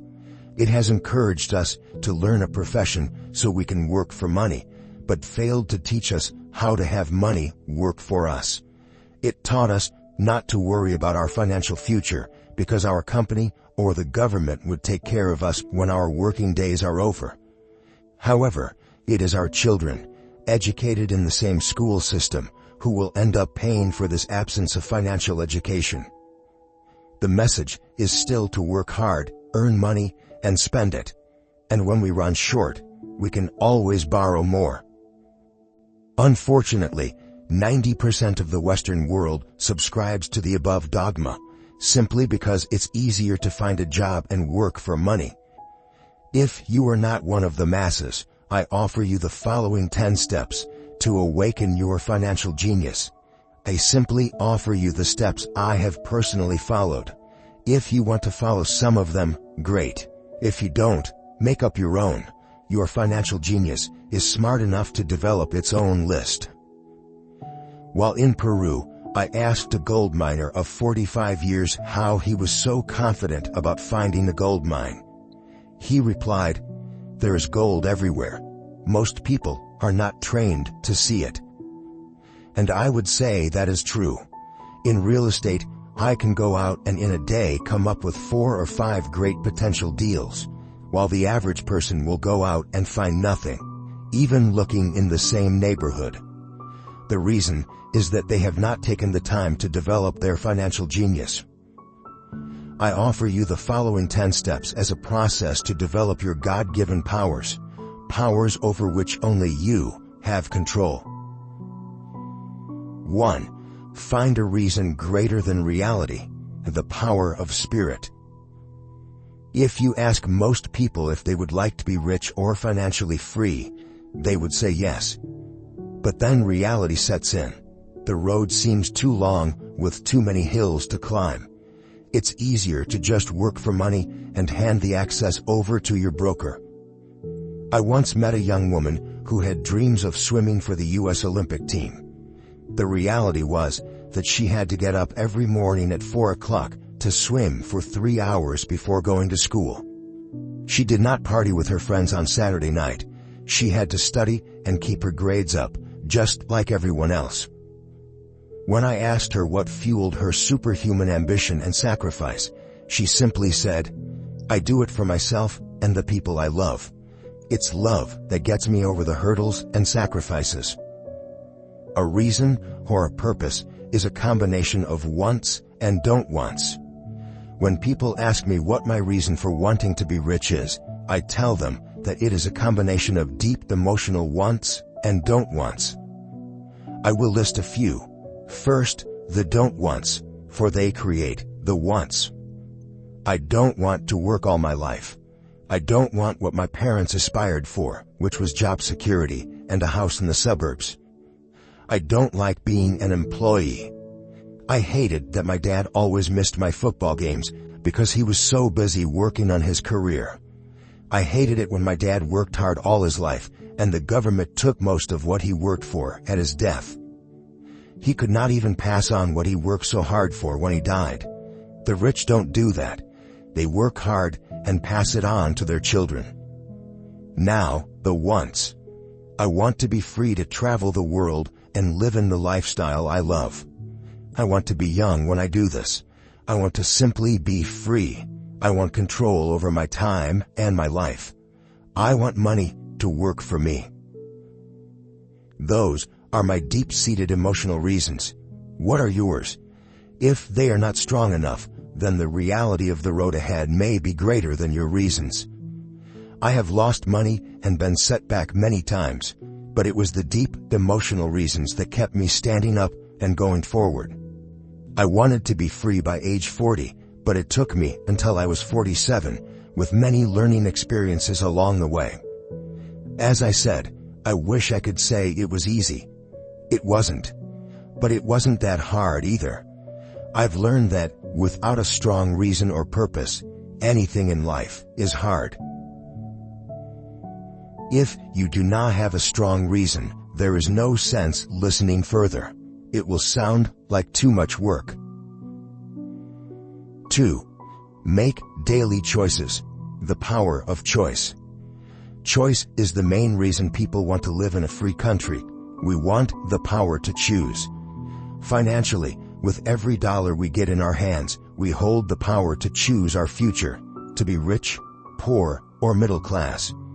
Our spending habits reflect who we are. Poor people simply have poor spending habits. The benefit I had as a boy was that I loved playing Monopoly constantly. Nobody told me Monopoly was only for kids, so I just kept playing the game as an adult. I also had a rich dad who pointed out to me the difference between an asset and a liability.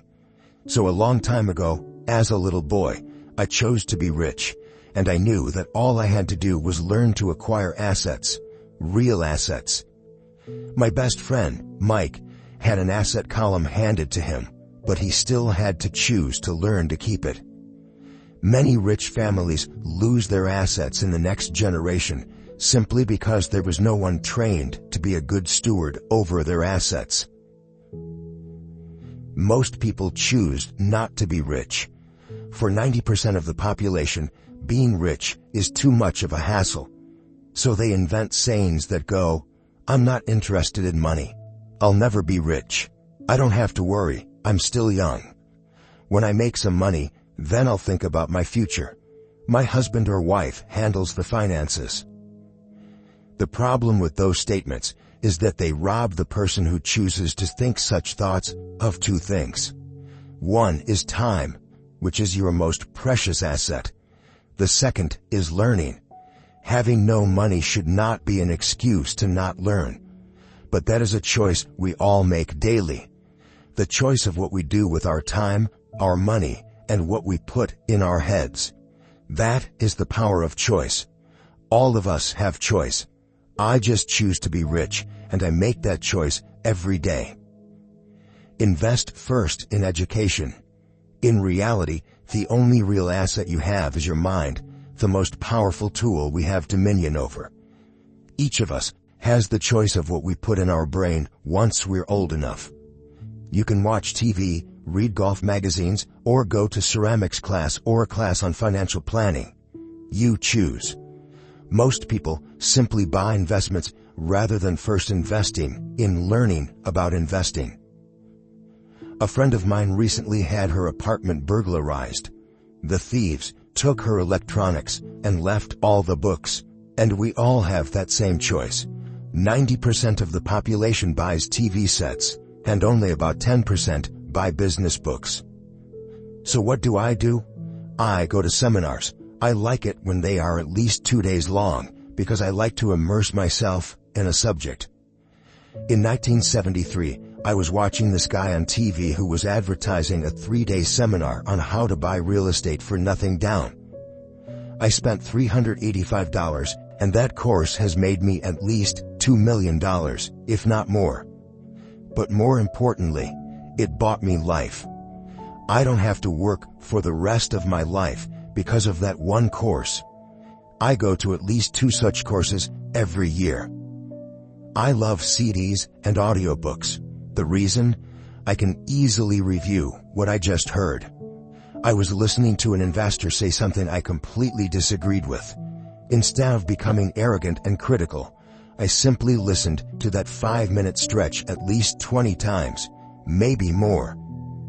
But suddenly, by keeping my mind open, I understood why he said what he said. It was like magic. I felt like I had a window into the mind of one of the greatest investors of our time. I gained tremendous insight into the vast resources of his education and experience. The net result? I still have the old way I used to think, and I now have a new way of looking at the same problem or situation. I have 2 ways to analyze a problem or trend, and that is priceless. Today, I often say, how would Donald Trump do this? Or Warren Buffett? Or George Soros? The only way I can access their vast mental power is to be humble enough to read or listen to what they have to say. Arrogant or critical people are often people with low self-esteem who are afraid of taking risks. That's because if you learn something new, you are then required to make mistakes in order to fully understand what you have learned. If you have listened this far, arrogance is not one of your problems. Arrogant people rarely read or listen to experts. Why should they? They are the center of the universe. There are so many intelligent people who argue or defend when a new idea clashes with the way they think. In this case, their so-called intelligence combined with arrogance equals ignorance. Each of us knows people who are highly educated or believe they are smart, but their balance sheet paints a different picture. A truly intelligent person welcomes new ideas, for new ideas can add to the synergy of other accumulated ideas. Listening is more important than talking. If that were not true, God would not have given us 2 ears and only 1 mouth. Too many people think with their mouth instead of listening in order to absorb new ideas and possibilities. They argue instead of asking questions. I take a long view on my wealth. I do not subscribe to the get-rich-quick mentality most lottery players or casino gamblers have. I may go in and out of stocks, but I am long on education. If you want to fly an airplane, I advise taking lessons first. I am always shocked at people who buy stocks or real estate, but never invest in their greatest asset, their mind. Just because you bought a house or 2 does not make you an expert at real estate. 3. Choose friends carefully. The power of association. First of all, I do not choose my friends by their financial statements. I have friends who have actually taken a vow of poverty, as well as friends who earn millions every year. The point is that I learn from all of them. Now, I will admit that there are people I have actually sought out because they had money. But I was not after their money. I was seeking their knowledge. In some cases, these people who had money have become dear friends. I've noticed that my friends with money talk about money. They don't do it to brag. They're interested in the subject. So I learn from them, and they learn from me. My friends who are in dire financial straits do not like talking about money, business, or investing. They often think it rude or unintellectual. So I also learn from my friends who struggle financially. I find out what not to do. I have several friends who have generated over $1 billion in their short lifetimes. The three of them report the same phenomenon. Their friends who have no money have never come to them to ask them how they did it, but they do come asking for one of two things, or both: a loan or a job. Warning: don't listen to poor or frightened people. I have such friends, and while I love them dearly, they are the Chicken Littles of life. To them, when it comes to money, especially investments, it's always, the sky is falling, the sky is falling. They can always tell you why something won't work. The problem is that people listen to them. But people who blindly accept doom and gloom information are also Chicken Littles. As that old saying goes, birds of a feather flock together. If you watch business channels on TV, they often have a panel of so-called experts. One expert will say the market is going to crash, and the other will say it's going to boom. If you're smart, you listen to both. Keep your mind open because both have valid points. Unfortunately, most poor people listen to Chicken Little. I have had many close friends try to talk me out of a deal or an investment. Not long ago, a friend told me he was excited because he found a 6% certificate of deposit. I told him I earned 16% from the state government. The next day, he sent me an article about why my investment was dangerous. I have received 16% for years now, and he still receives 6%. I would say that one of the hardest things about wealth building is to be true to yourself and to be willing to not go along with the crowd. This is because, in the market, it is usually the crowd that shows up late that is slaughtered. If a great deal is on the front page, it's too late in most instances. Look for a new deal. As we used to say as surfers, there is always another wave. People who hurry and catch a wave late usually are the ones who wipe out. Smart investors don't time the markets. If they miss a wave, they search for the next one and get themselves in position. This is hard for most investors because buying what is not popular is frightening. Timid investors are like sheep going along with the crowd, or their greed gets them in when wise investors have already taken their profits and moved on. Wise investors buy an investment when it's not popular. They know their profits are made when they buy, not when they sell. They wait patiently.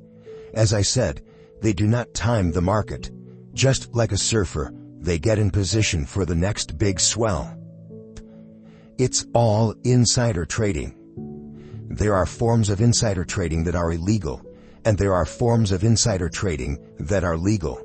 But either way, it's insider trading. The only distinction is, how far away from the inside are you?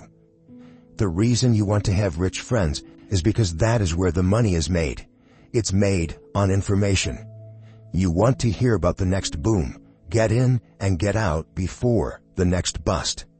I'm not saying do it illegally, but the sooner you know, the better your chances are for profits with minimal risk. That is what friends are for, and that is financial intelligence. 4. Master a formula and then learn a new one. The power of learning quickly. In order to make bread, every baker follows a recipe, even if it's only held in their head. The same is true for making money. Most of us have heard the saying, you are what you eat. I have a different slant. I say, you become what you study. In other words, be careful what you learn, because your mind is so powerful that you become what you put in your head. For example, if you study cooking, you then tend to cook. If you don't want to be a cook anymore, then you need to study something else. When it comes to money, the masses generally have one basic formula they learned in school, and it's this: work for money. The predominant formula I see in the world is that every day millions of people get up, go to work, earn money, pay bills, balance checkbooks, buy some mutual funds, and go back to work. That is the basic formula, or recipe. If you're tired of what you're doing, or you're not making enough, it's simply a case of changing the formula via which you make money. Years ago, when I was 26, I took a weekend class called How to Buy Real Estate Foreclosures. I learned the formula. The next trick was to have the discipline to actually put into action what I had learned. That is where most people stop. For 3 years, while working for Xerox, I spent my spare time learning to master the art of buying foreclosures. I've made several $1 million using that formula. So, after I mastered that formula, I went in search of other formulas. For many of the classes, I did not directly use the information I learned, but I always learned something new. I have attended classes designed for derivative traders, commodity option traders, and chaologists. I was way out of my league, being in a room full of people with doctorates in nuclear physics and space science. Yet, I learned a lot that made my stock and real estate investing more meaningful and lucrative. Most junior colleges and community colleges have classes on financial planning and buying traditional investments. They are good places to start, but I always search for a faster formula. That is why, on a fairly regular basis, I make more in a day than many people will make in their lifetime. Another side note, in today's fast-changing world, it's not so much what you know anymore that counts, because often what you know is old. It is how fast you learn. That skill is priceless. It's priceless in finding faster formulas, recipes if you will, for making dough. Working hard for money is an old formula born in the day of cavemen. 5. Pay yourself first. The power of self-discipline. If you cannot get control of yourself, do not try to get rich. It makes no sense to invest, make money, and blow it. It is the lack of self-discipline that causes most lottery winners to go broke soon after winning millions. It is the lack of self-discipline that causes people who get a raise to immediately go out and buy a new car or take a cruise. It is difficult to say which of the 10 steps is the most important, but of all the steps, this step is probably the most difficult to master if it is not already a part of your makeup. I would venture to say that personal self-discipline is the #1 delineating factor between the rich, the poor, and the middle class. Simply put, people who have low self-esteem and low tolerance for financial pressure can never be rich. As I have said, a lesson learned from my rich dad was that the world will push you around. The world pushes people around, not because other people are bullies, but because the individual lacks internal control and discipline. People who lack internal fortitude often become victims of those who have self-discipline. In the entrepreneur classes I teach, I constantly remind people to not focus on their product, service, or widget, but to focus on developing management skills. The 3 most important management skills necessary to start your own business are management of 1. Cash flow, 2. People, 3. Personal time. I would say the skills to manage these 3 apply to anything, not just entrepreneurs. The 3 matter in the way you live your life as an individual, or as part of a family, a business, a charitable organization, a city, or a nation. Each of these skills is enhanced by the mastery of self-discipline. I do not take the saying, "Pay yourself first," lightly. The statement, "Pay yourself first," comes from George Clayson's book, The Richest Man in Babylon. Millions of copies have been sold. But while millions of people freely repeat that powerful statement, few follow the advice. As I said, financial literacy allows one to read numbers, and numbers tell the story. By looking at a person's income statement and balance sheet, I can readily see if people who spout the words, "pay yourself first," actually practice what they preach. In reality, each month, many allocate money to their asset column before they pay their monthly expenses. Although millions of people have read Clayson's book and understand the words, "pay yourself first," in reality, they pay themselves last. Now I can hear the howls from those of you who sincerely believe in paying your bills first, and I can hear all the responsible people who pay their bills on time. I am not saying be irresponsible and not pay your bills.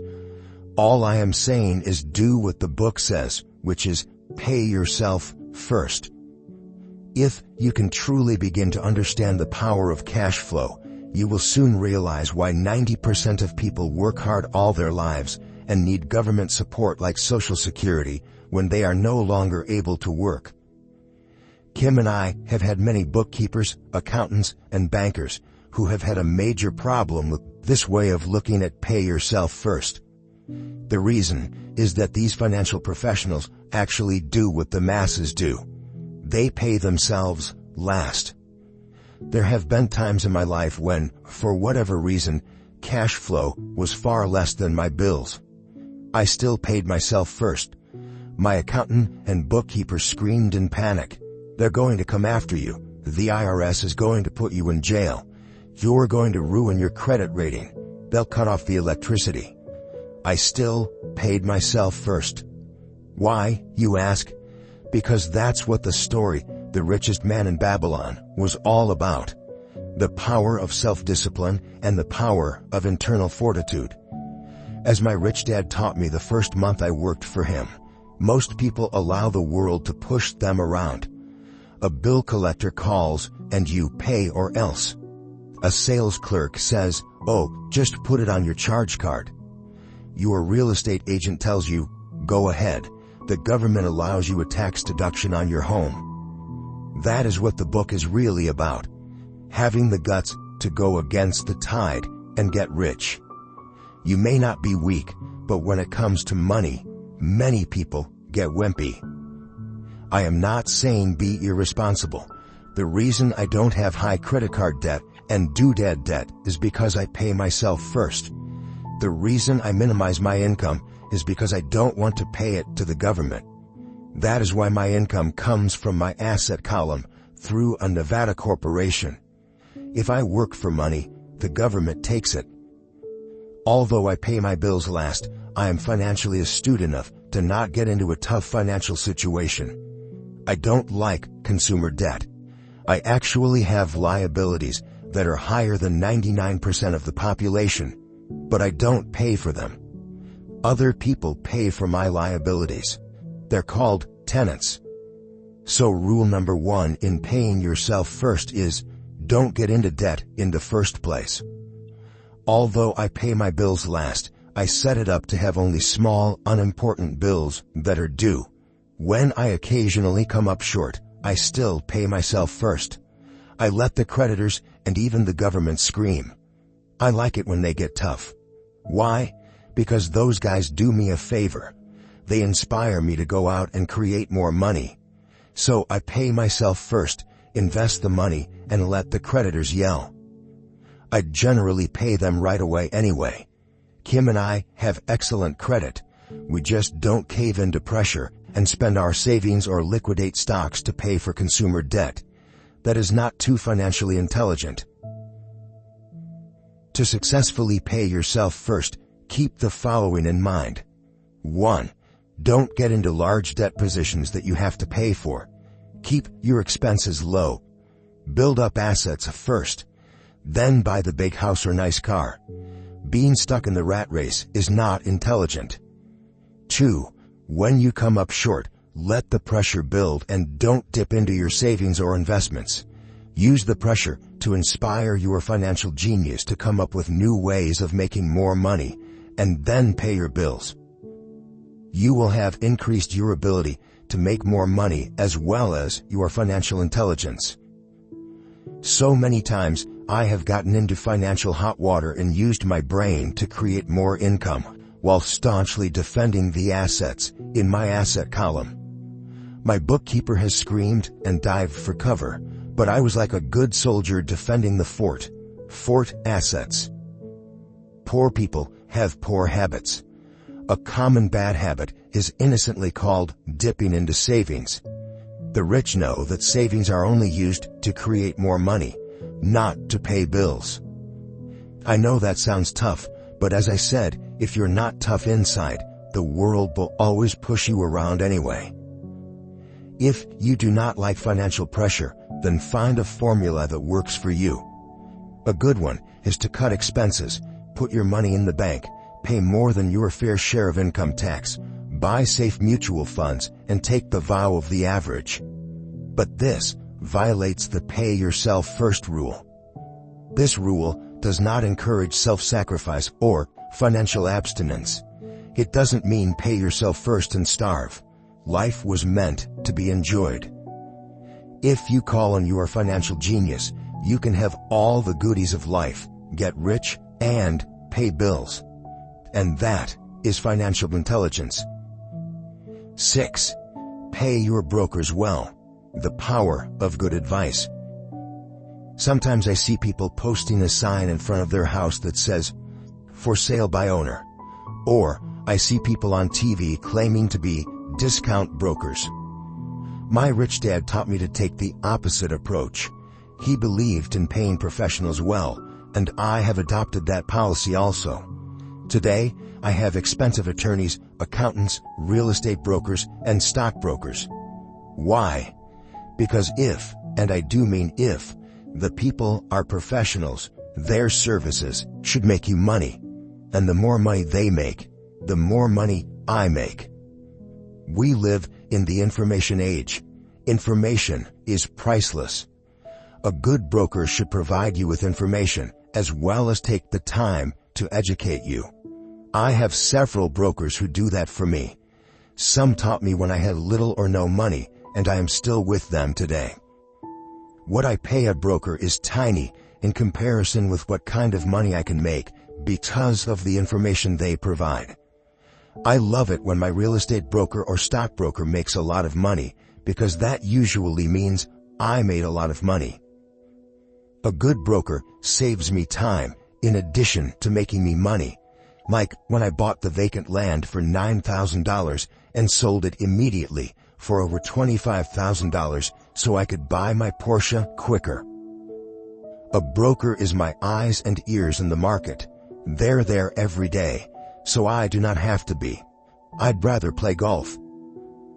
People who sell their house on their own must not value their time much. Why would I want to save a few bucks when I could use that time to make more money or spend it with those I love? What I find funny is that so many poor and middle-class people insist on tipping restaurant help 15 to 20%, even for bad service, but complain about paying a broker 3 to 7%. They enjoy tipping people in the expense column and stiffing people in the asset column. That is not financially intelligent. Keep in mind that not all brokers are created equal. Unfortunately, most brokers are only salespeople. They sell, but they themselves own little or no real estate. There is a tremendous difference between a broker who sells houses and a broker who sells investments. The same is true for stock, bond, mutual fund, and insurance. Brokers who call themselves financial planners. When I interview any paid professional, I first find out how much property or stocks they personally own and what percentage they pay in taxes. And that applies to my tax attorney as well as my accountant. I have an accountant who minds his own business. His profession is accounting, but his business is real estate. I used to have an accountant who was a small business accountant, but he had no real estate. I switched because we did not love the same business. Find a broker who has your best interests at heart. Many brokers will spend the time educating you, and they could be the best asset you find. Just be fair, and most of them will be fair to you. If all you can think about is cutting their commissions, then why should they want to help you? It's just simple logic.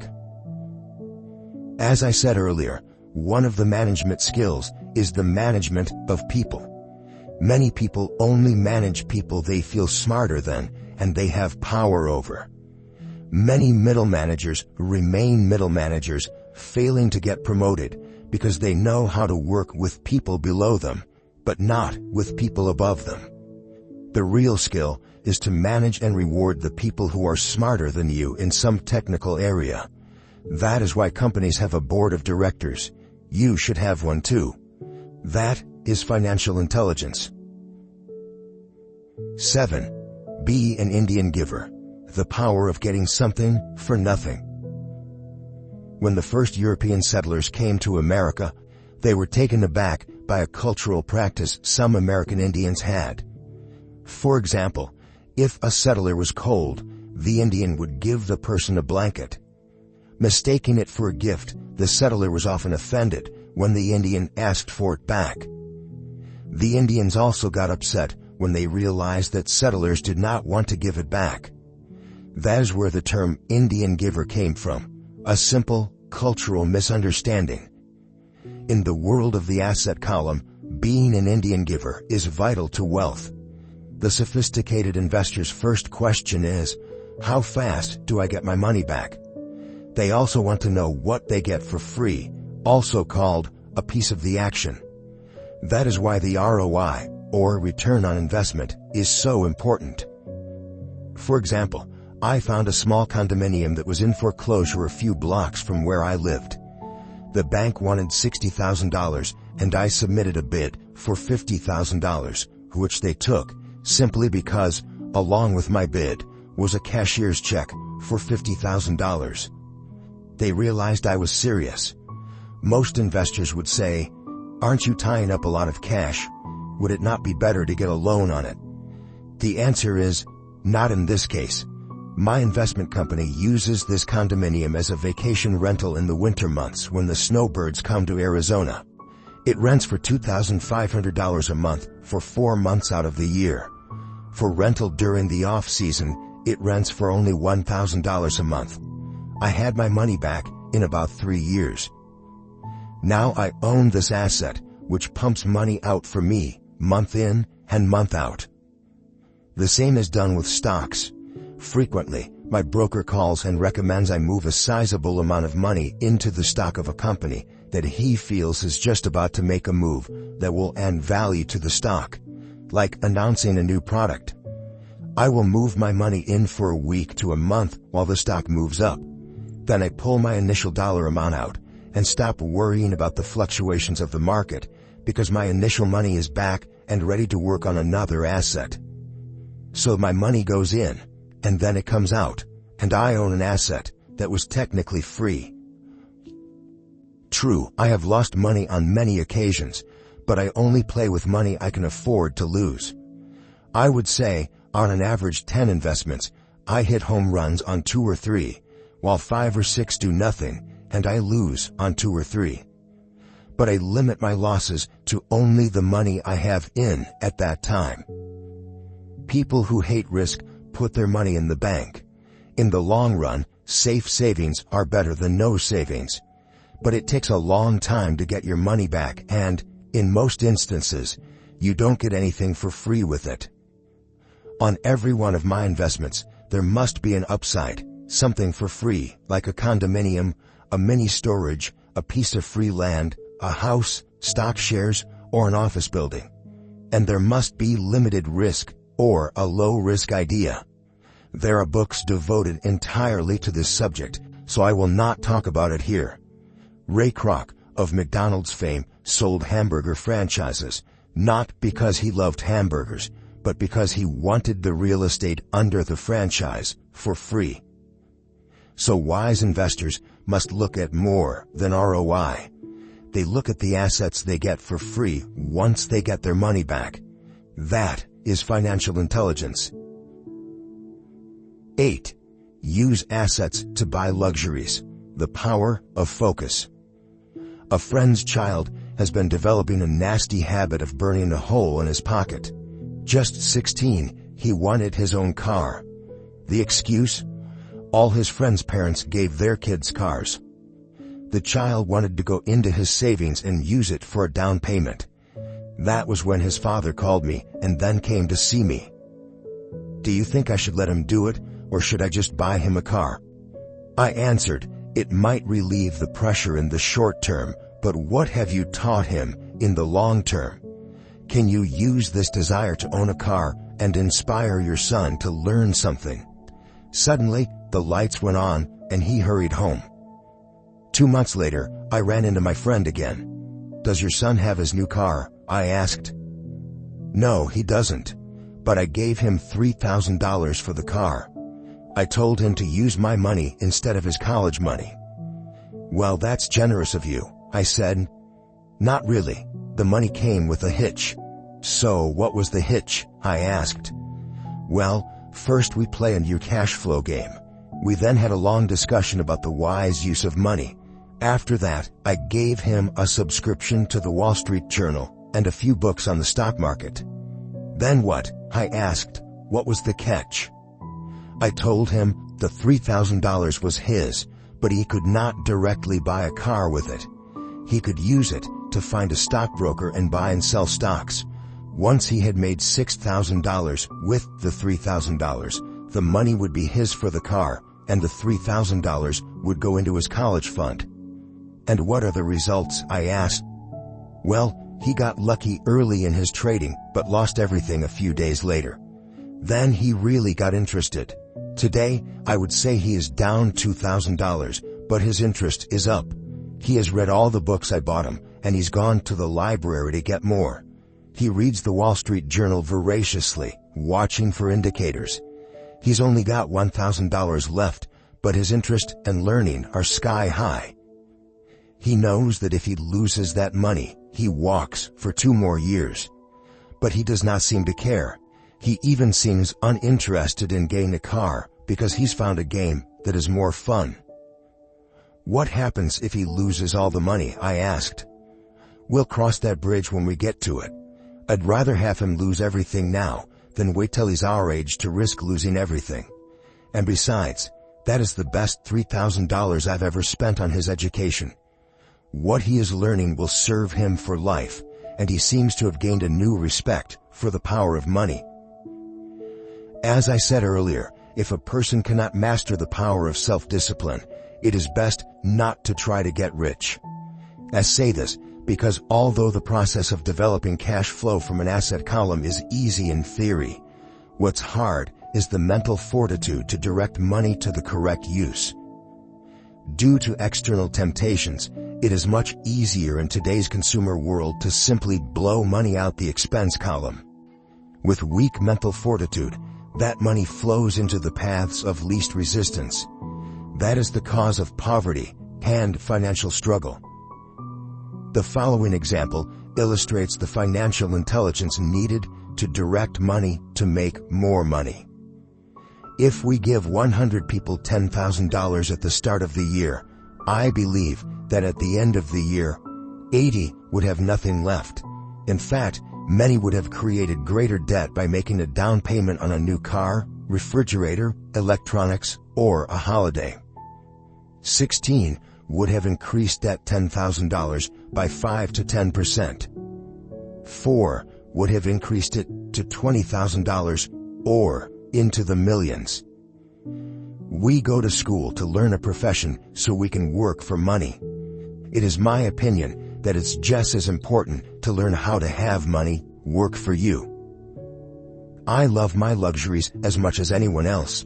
The difference is, I don't buy them on credit. It's the keep up with the Joneses trap.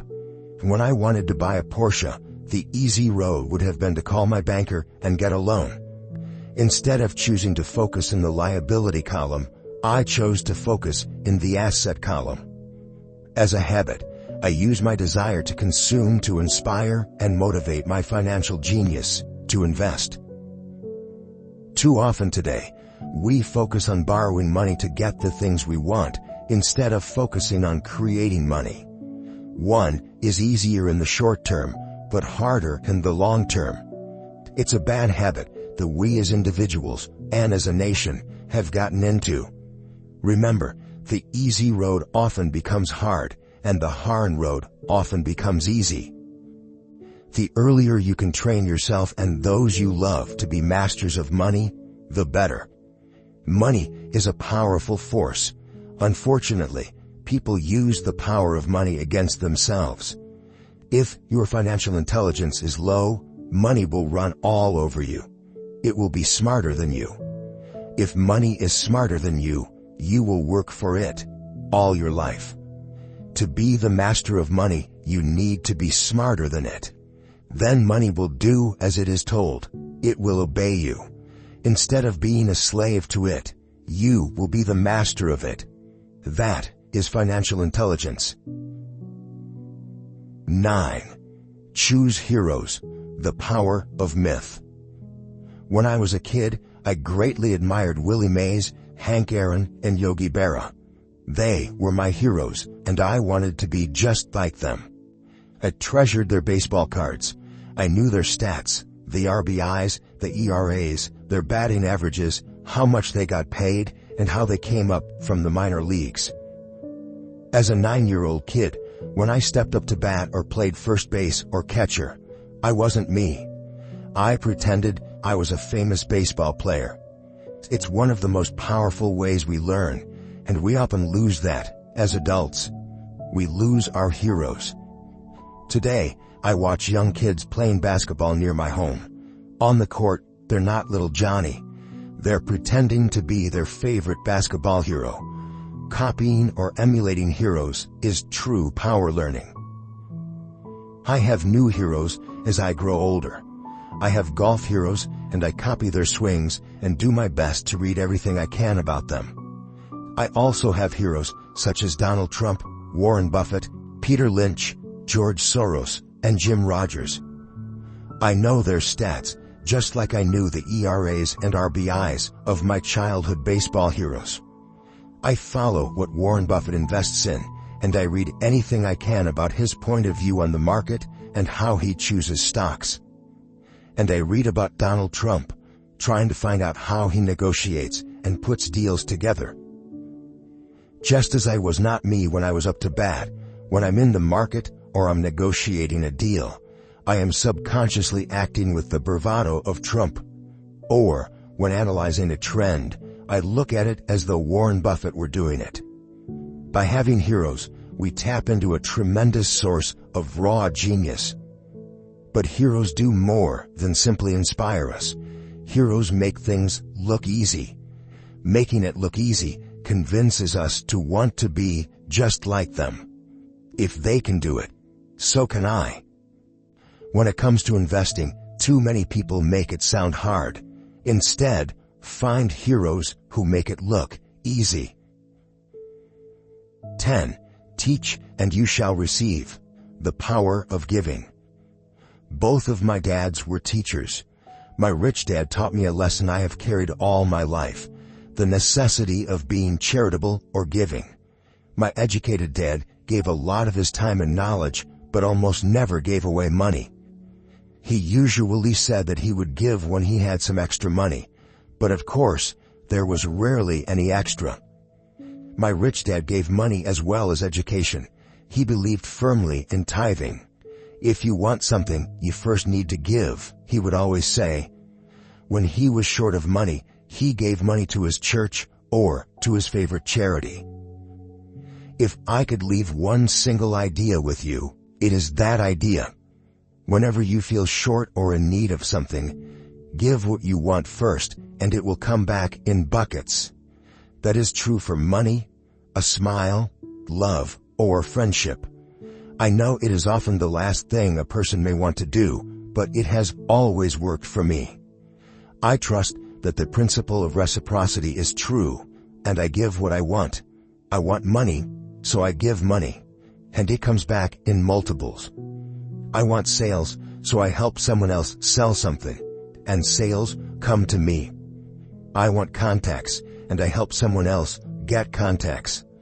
Like magic, contacts come to me. I heard a saying years ago that went, God does not need to receive, but humans need to give. My rich dad would often say, poor people are more greedy than rich people. He would explain that if a person was rich, that person was providing something that other people wanted. In my life, whenever I have felt needy or short of money or short of help, I simply went out or found in my heart what I wanted and decided to give it first. And when I gave, it always came back. It reminds me of the story of the guy sitting with firewood in his arms on a cold, freezing night. He is yelling at the pot-bellied stove, "When you give me some heat, then I'll put some wood in you." And when it comes to money, love, happiness, sales, and contacts, all one needs to remember is to give first. Often, just the process of thinking of what I want and how I could give that to someone else breaks free a torrent of bounty. Whenever I feel that people aren't smiling at me, I simply begin smiling and saying hello. Like magic, the next thing I know, I'm surrounded by smiling people. It is true that your world is only a mirror of you. So, that's why I say, teach and you shall receive. I have found that the more I teach those who want to learn, the more I learn. If you want to learn about money, teach it to someone else. A torrent of new ideas and finer distinctions will come in. There are times when I have given and nothing has come back, or what I have received is not what I wanted. But upon closer inspection and soul searching, I was often giving to receive in those instances, instead of giving for the joy that giving itself brings. My dad taught teachers, and he became a master teacher. My rich dad always taught young people his way of doing business. In retrospect, it was their generosity with what they knew that made them smarter. There are powers in this world that are much smarter than we are. You can get there on your own, but it's easier with the help of the powers that be.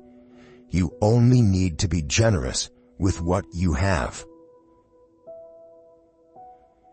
Chapter 9. Still want more? Here are some to-dos. Many people may not be satisfied with my 10 steps. They see them more as philosophies than actions. I think understanding the philosophy is just as important as the action. There are many people who want to do instead of think, and then there are people who think but do not do. I would say that I am both. I love new ideas, and I love action. So for those who want a to-do list on how to get started, I will share with you some of the things I do in abbreviated form. Stop doing what you're doing. In other words, take a break and assess what is working and what is not working. The definition of insanity is doing the same thing over and over and expecting a different result. Stop doing what is not working and look for something new. Look for new ideas.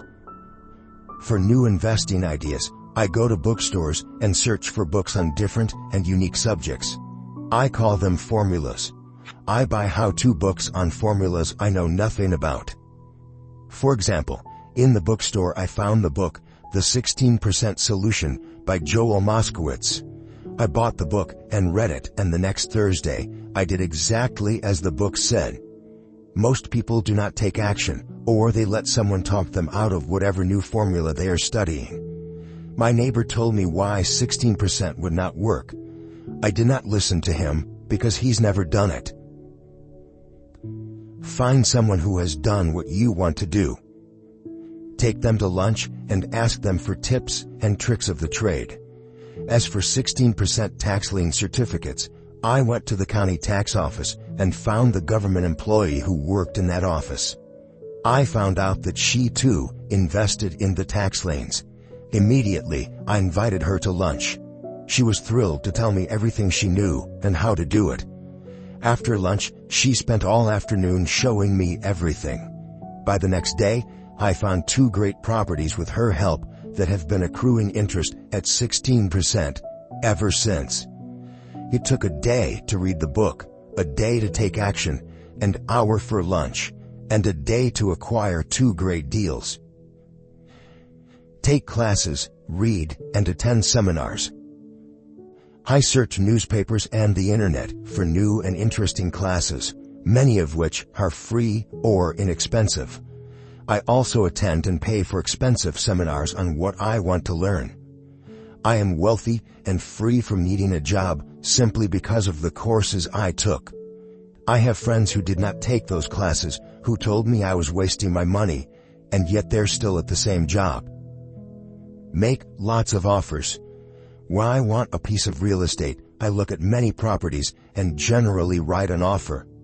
If you don't know what the right offer is, neither do I. That is the job of the real estate agent. They make the offers. I do as little work as possible. A friend wanted me to show her how to buy apartment houses, so one Saturday, she, her agent, and I went and looked at 6 apartment houses. 4 were dogs, but 2 were good. I said to write offers on all 6, offering half of what the owners asked for.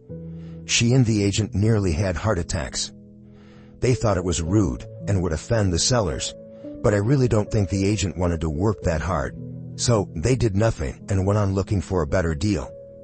No offers were ever made, and that person is still looking for the right deal at the right price. Well, you don't know what the right price is until you have a second party who wants to deal.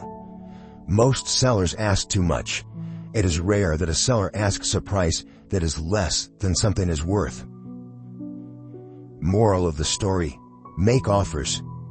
People who are not investors have no idea what it feels like to try to sell something. I have had a piece of real estate that I wanted to sell for months. I would have welcomed any offer. They could have offered me 10 pigs and I would have been happy. Not at the offer, but just because someone was interested. I would have countered, maybe for a pig farm in exchange. But that's how the game works. The game of buying and selling is fun. Keep that in mind. It's fun and only a game. Make offers. Someone might say yes. I always make offers with escape clauses. In real estate, I make an offer with language that details subject to contingencies, such as the approval of a business partner. Never specify who the business partner is. Most people don't know that my partner is my cat.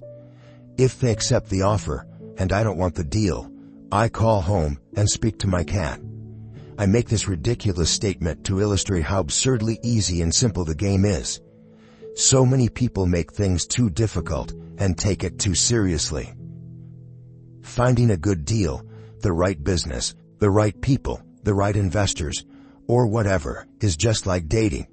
You must go to the market and talk to a lot of people, make a lot of offers, counter-offers, negotiate, reject, and accept. I know single people who sit at home and wait for the phone to ring, but it's better to go to the market, even if it's only the supermarket. Search, offer, reject, negotiate, and accept are all parts of the process of almost everything in life.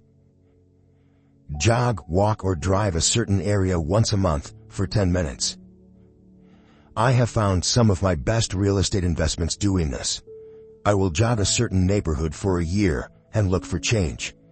For there to be profit in a deal, there must be 2 elements, a bargain and change. There are lots of bargains, but it's change that turns a bargain into a profitable opportunity.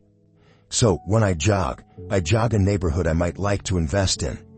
It is the repetition that causes me to notice slight differences. I notice real estate signs that are up for a long time. That means the seller might be more agreeable to deal. I watch for moving trucks going in or out. I stop and talk to the drivers. I talk to the postal carriers. It's amazing how much information they acquire about an area. I find a bad area, especially an area that the news has scared everyone away from. I drive it for sometimes a year, waiting for signs of something changing for the better. I talk to retailers, especially new ones, and find out why they're moving in. It takes only a few minutes a month, and I do it while doing something else, like exercising or going to and from the store. Shop for bargains in all markets. Consumers will always be poor. When the supermarket has a sale, say on toilet paper, the consumer runs in and stocks up.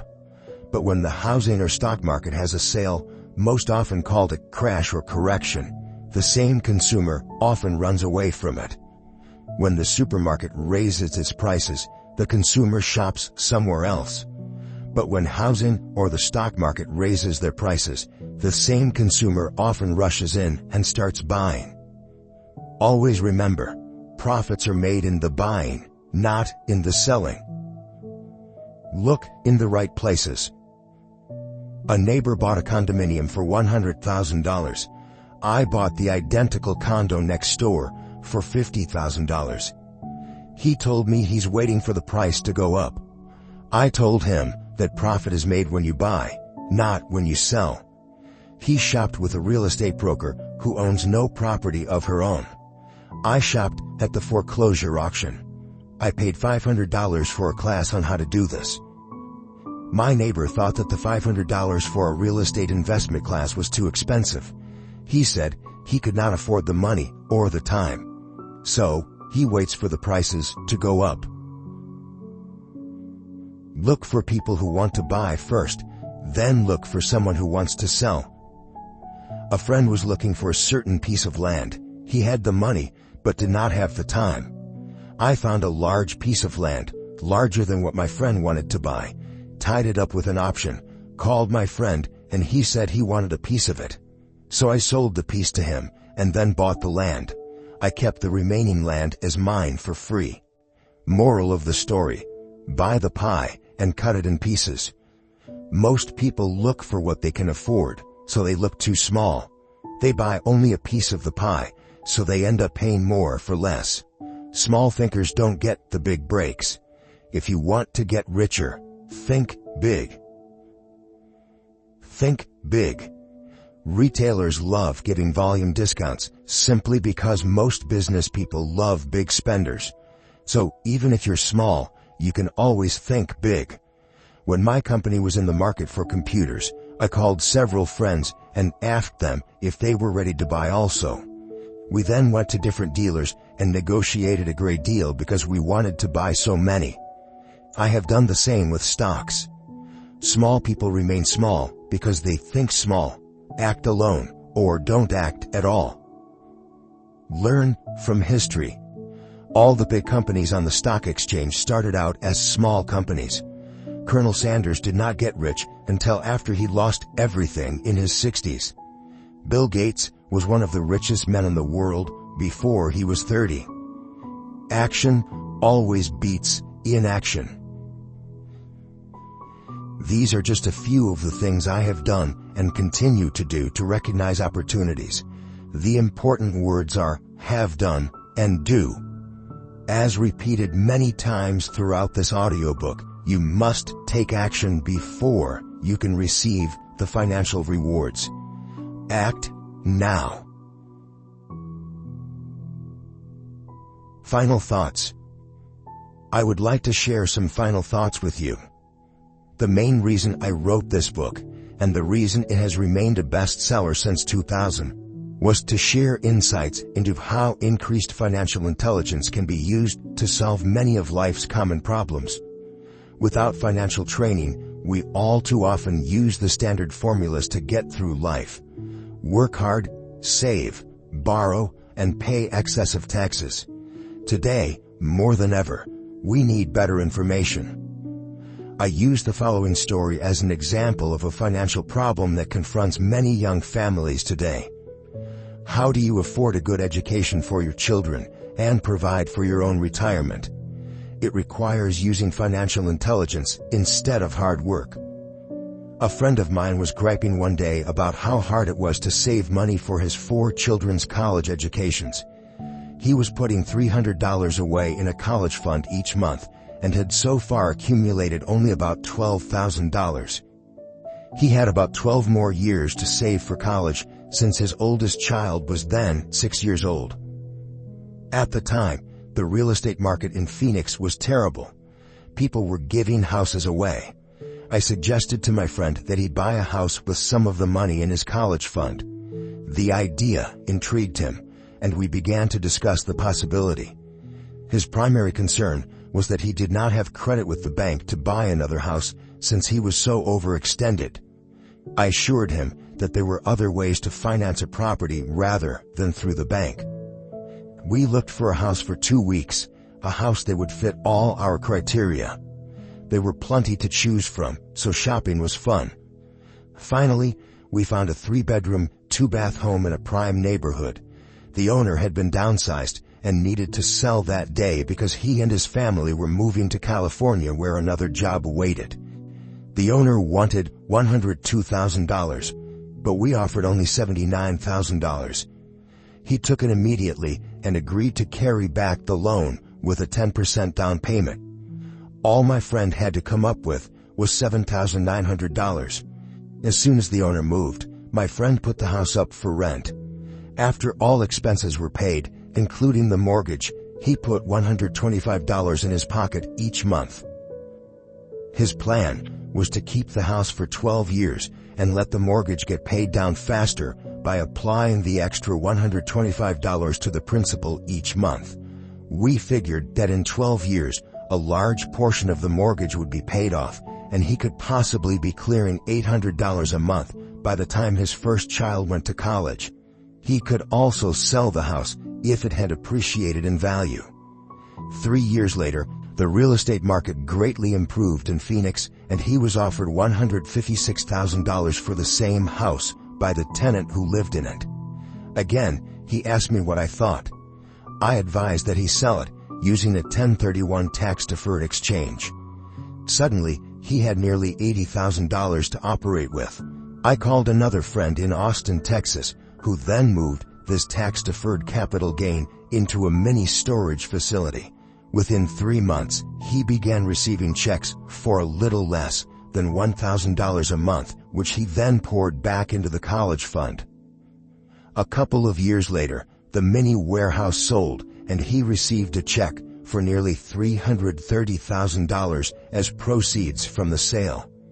He rolled those funds into a new project that would now generate over $3,000 a month in income, again going into the college fund. He is now very confident that his goal will be met easily. It only took $7,900 to start and a little financial intelligence. His children will be able to afford the education they want, and he will then use the underlying asset, wrapped in his legal entity, to pay for his retirement. As a result of this successful investment strategy, he will be able to retire early. Thank you for listening to this audiobook. I hope it has provided some insights into utilizing the power of money to work for you. Today, we need greater financial intelligence to simply survive. The idea that it takes money to make money is the thinking of financially unsophisticated people. It does not mean that they're not intelligent. They have simply not learned the science of making money. Money is only an idea. If you want more money, simply change your thinking. Every self-made person started small with an idea and then turned it into something big. The same applies to investing. It takes only a few dollars to start and grow it into something big. I meet so many people who spend their lives chasing the big deal or trying to amass a lot of money to get into a big deal. But to me, that is foolish. Too often, I have seen unsophisticated investors put their large nest egg into one deal and lose most of it rapidly. They may have been good workers, but they were not good investors. Education and wisdom about money are important. Start early. Buy a book. Go to a seminar. Practice. Start small. I turned $5,000 cash into a $1 million asset, producing $5,000 a month cash flow in less than 6 years. But I started learning as a kid. I encourage you to learn because it's not that hard. In fact, it's pretty easy once you get the hang of it. I think I have made my message clear. It's what is in your head that determines what is in your hands. Money is only an idea. There is a great book called Think and Grow Rich. The title is not Work Hard and Grow Rich. Learn to have money work hard for you, and your life will be easier and happier. Today, don't play it safe. Play it smart. The 3 incomes. In the world of accounting, there are 3 different types of income. 1. ordinary earned. 2. Portfolio. 3. Passive. When my poor dad said to me, "Go to school, get good grades, and find a safe, secure job," he was recommending I work for earned income. When my rich dad said, "The rich don't work for money, they have their money work for them," he was talking about passive income and portfolio income. Passive income, in most cases, is income derived from real estate investments. Portfolio income is income derived from paper assets, such as stocks and bonds. Portfolio income is the income that makes Bill Gates the richest man in the world, not earned income. Rich Dad used to say, the key to becoming wealthy is the ability to convert earned income into passive income or portfolio income as quickly as possible. He would say, taxes are highest on earned income. The least taxed income is passive income. That is another reason why you want your money working hard for you. The government taxes the income you work hard for more than the income your money works hard for. In my second book, Rich Dad's Cash Flow Quadrant, I explain the 4 different types of people who make up the world of business.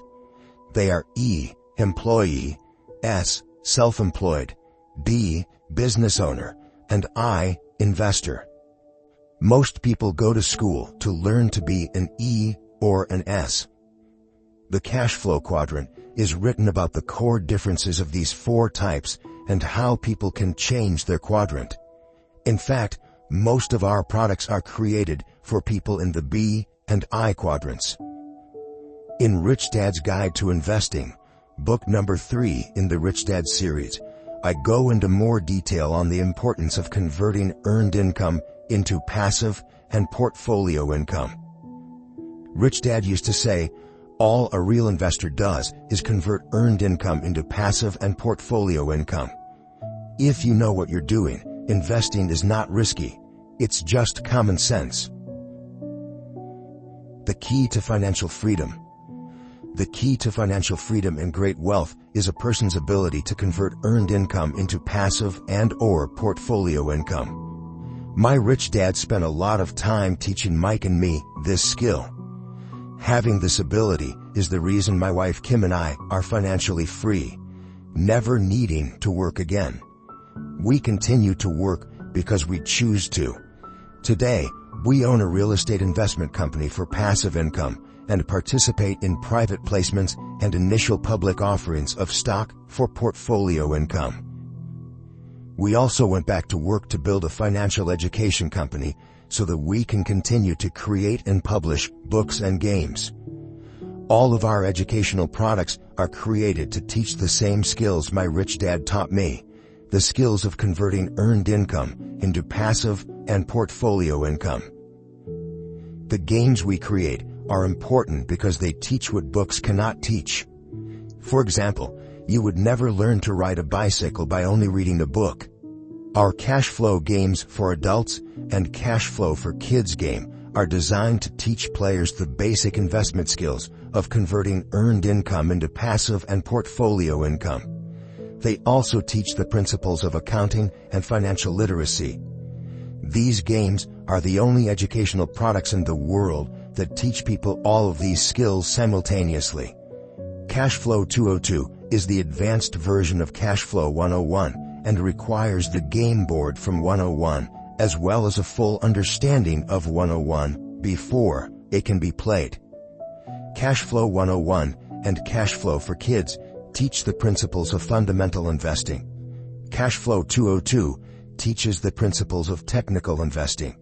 Technical investing involves advanced trading techniques such as short selling, call options, put options, and straddles.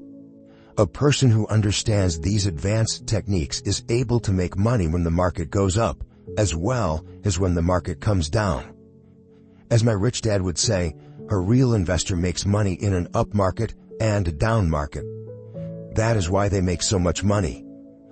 One of the reasons they make more money is simply because they have more self-confidence.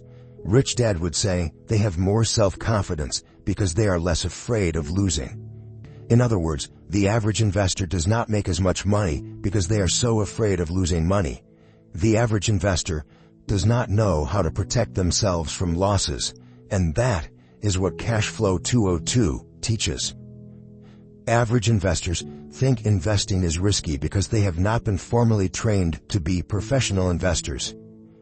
As Warren Buffett, America's richest investor, says, risk comes from not knowing what you're doing. My board games teach the simple basics of fundamental investing and technical investing while people are having fun. I occasionally hear someone say, your educational games are expensive, which poses the question of ROI, the return on investment, or the value returned for the price paid. I nod my head and reply, yes, they may be expensive, especially when compared to entertainment board games.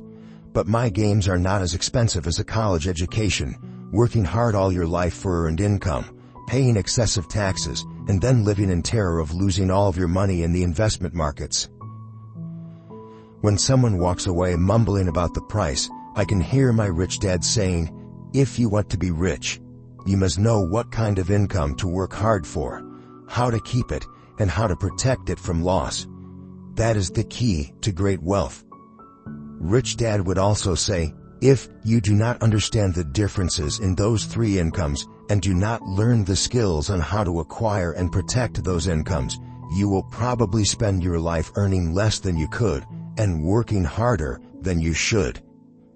My poor dad thought a good education, a good job, and years of hard work were all you needed to be successful. My rich dad also thought a good education was important. But to him, it was also important that Mike and I know the differences in the three incomes and what kind of income to work hard for. To him, that was basic financial education. Knowing the differences in the three incomes and learning the investment skills of how to acquire the different incomes is basic education for anyone who strives to acquire great wealth and achieve financial freedom, a special kind of freedom that only a few will ever know. As Rich Dad states in lesson number 1, the rich do not work for money. They know how to have money work hard for them. Rich Dad said, earned income is money you work for, and passive and portfolio income is money working for you. Knowing that little difference has been significant in my life.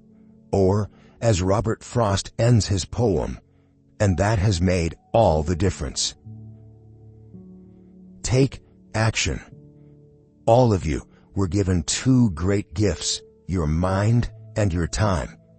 It is up to you to do what you please with both. With each dollar bill that enters your hand, you, and only you, have the power to determine your destiny. Spend it foolishly, and you choose to be poor. Spend it on liabilities, and you join the middle class.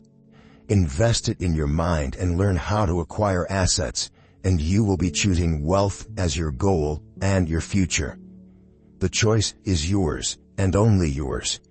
Every day, with every dollar, you decide to be rich, poor, or middle class. Choose to share this knowledge with your children, and you choose to prepare them for the world that awaits. No one else will.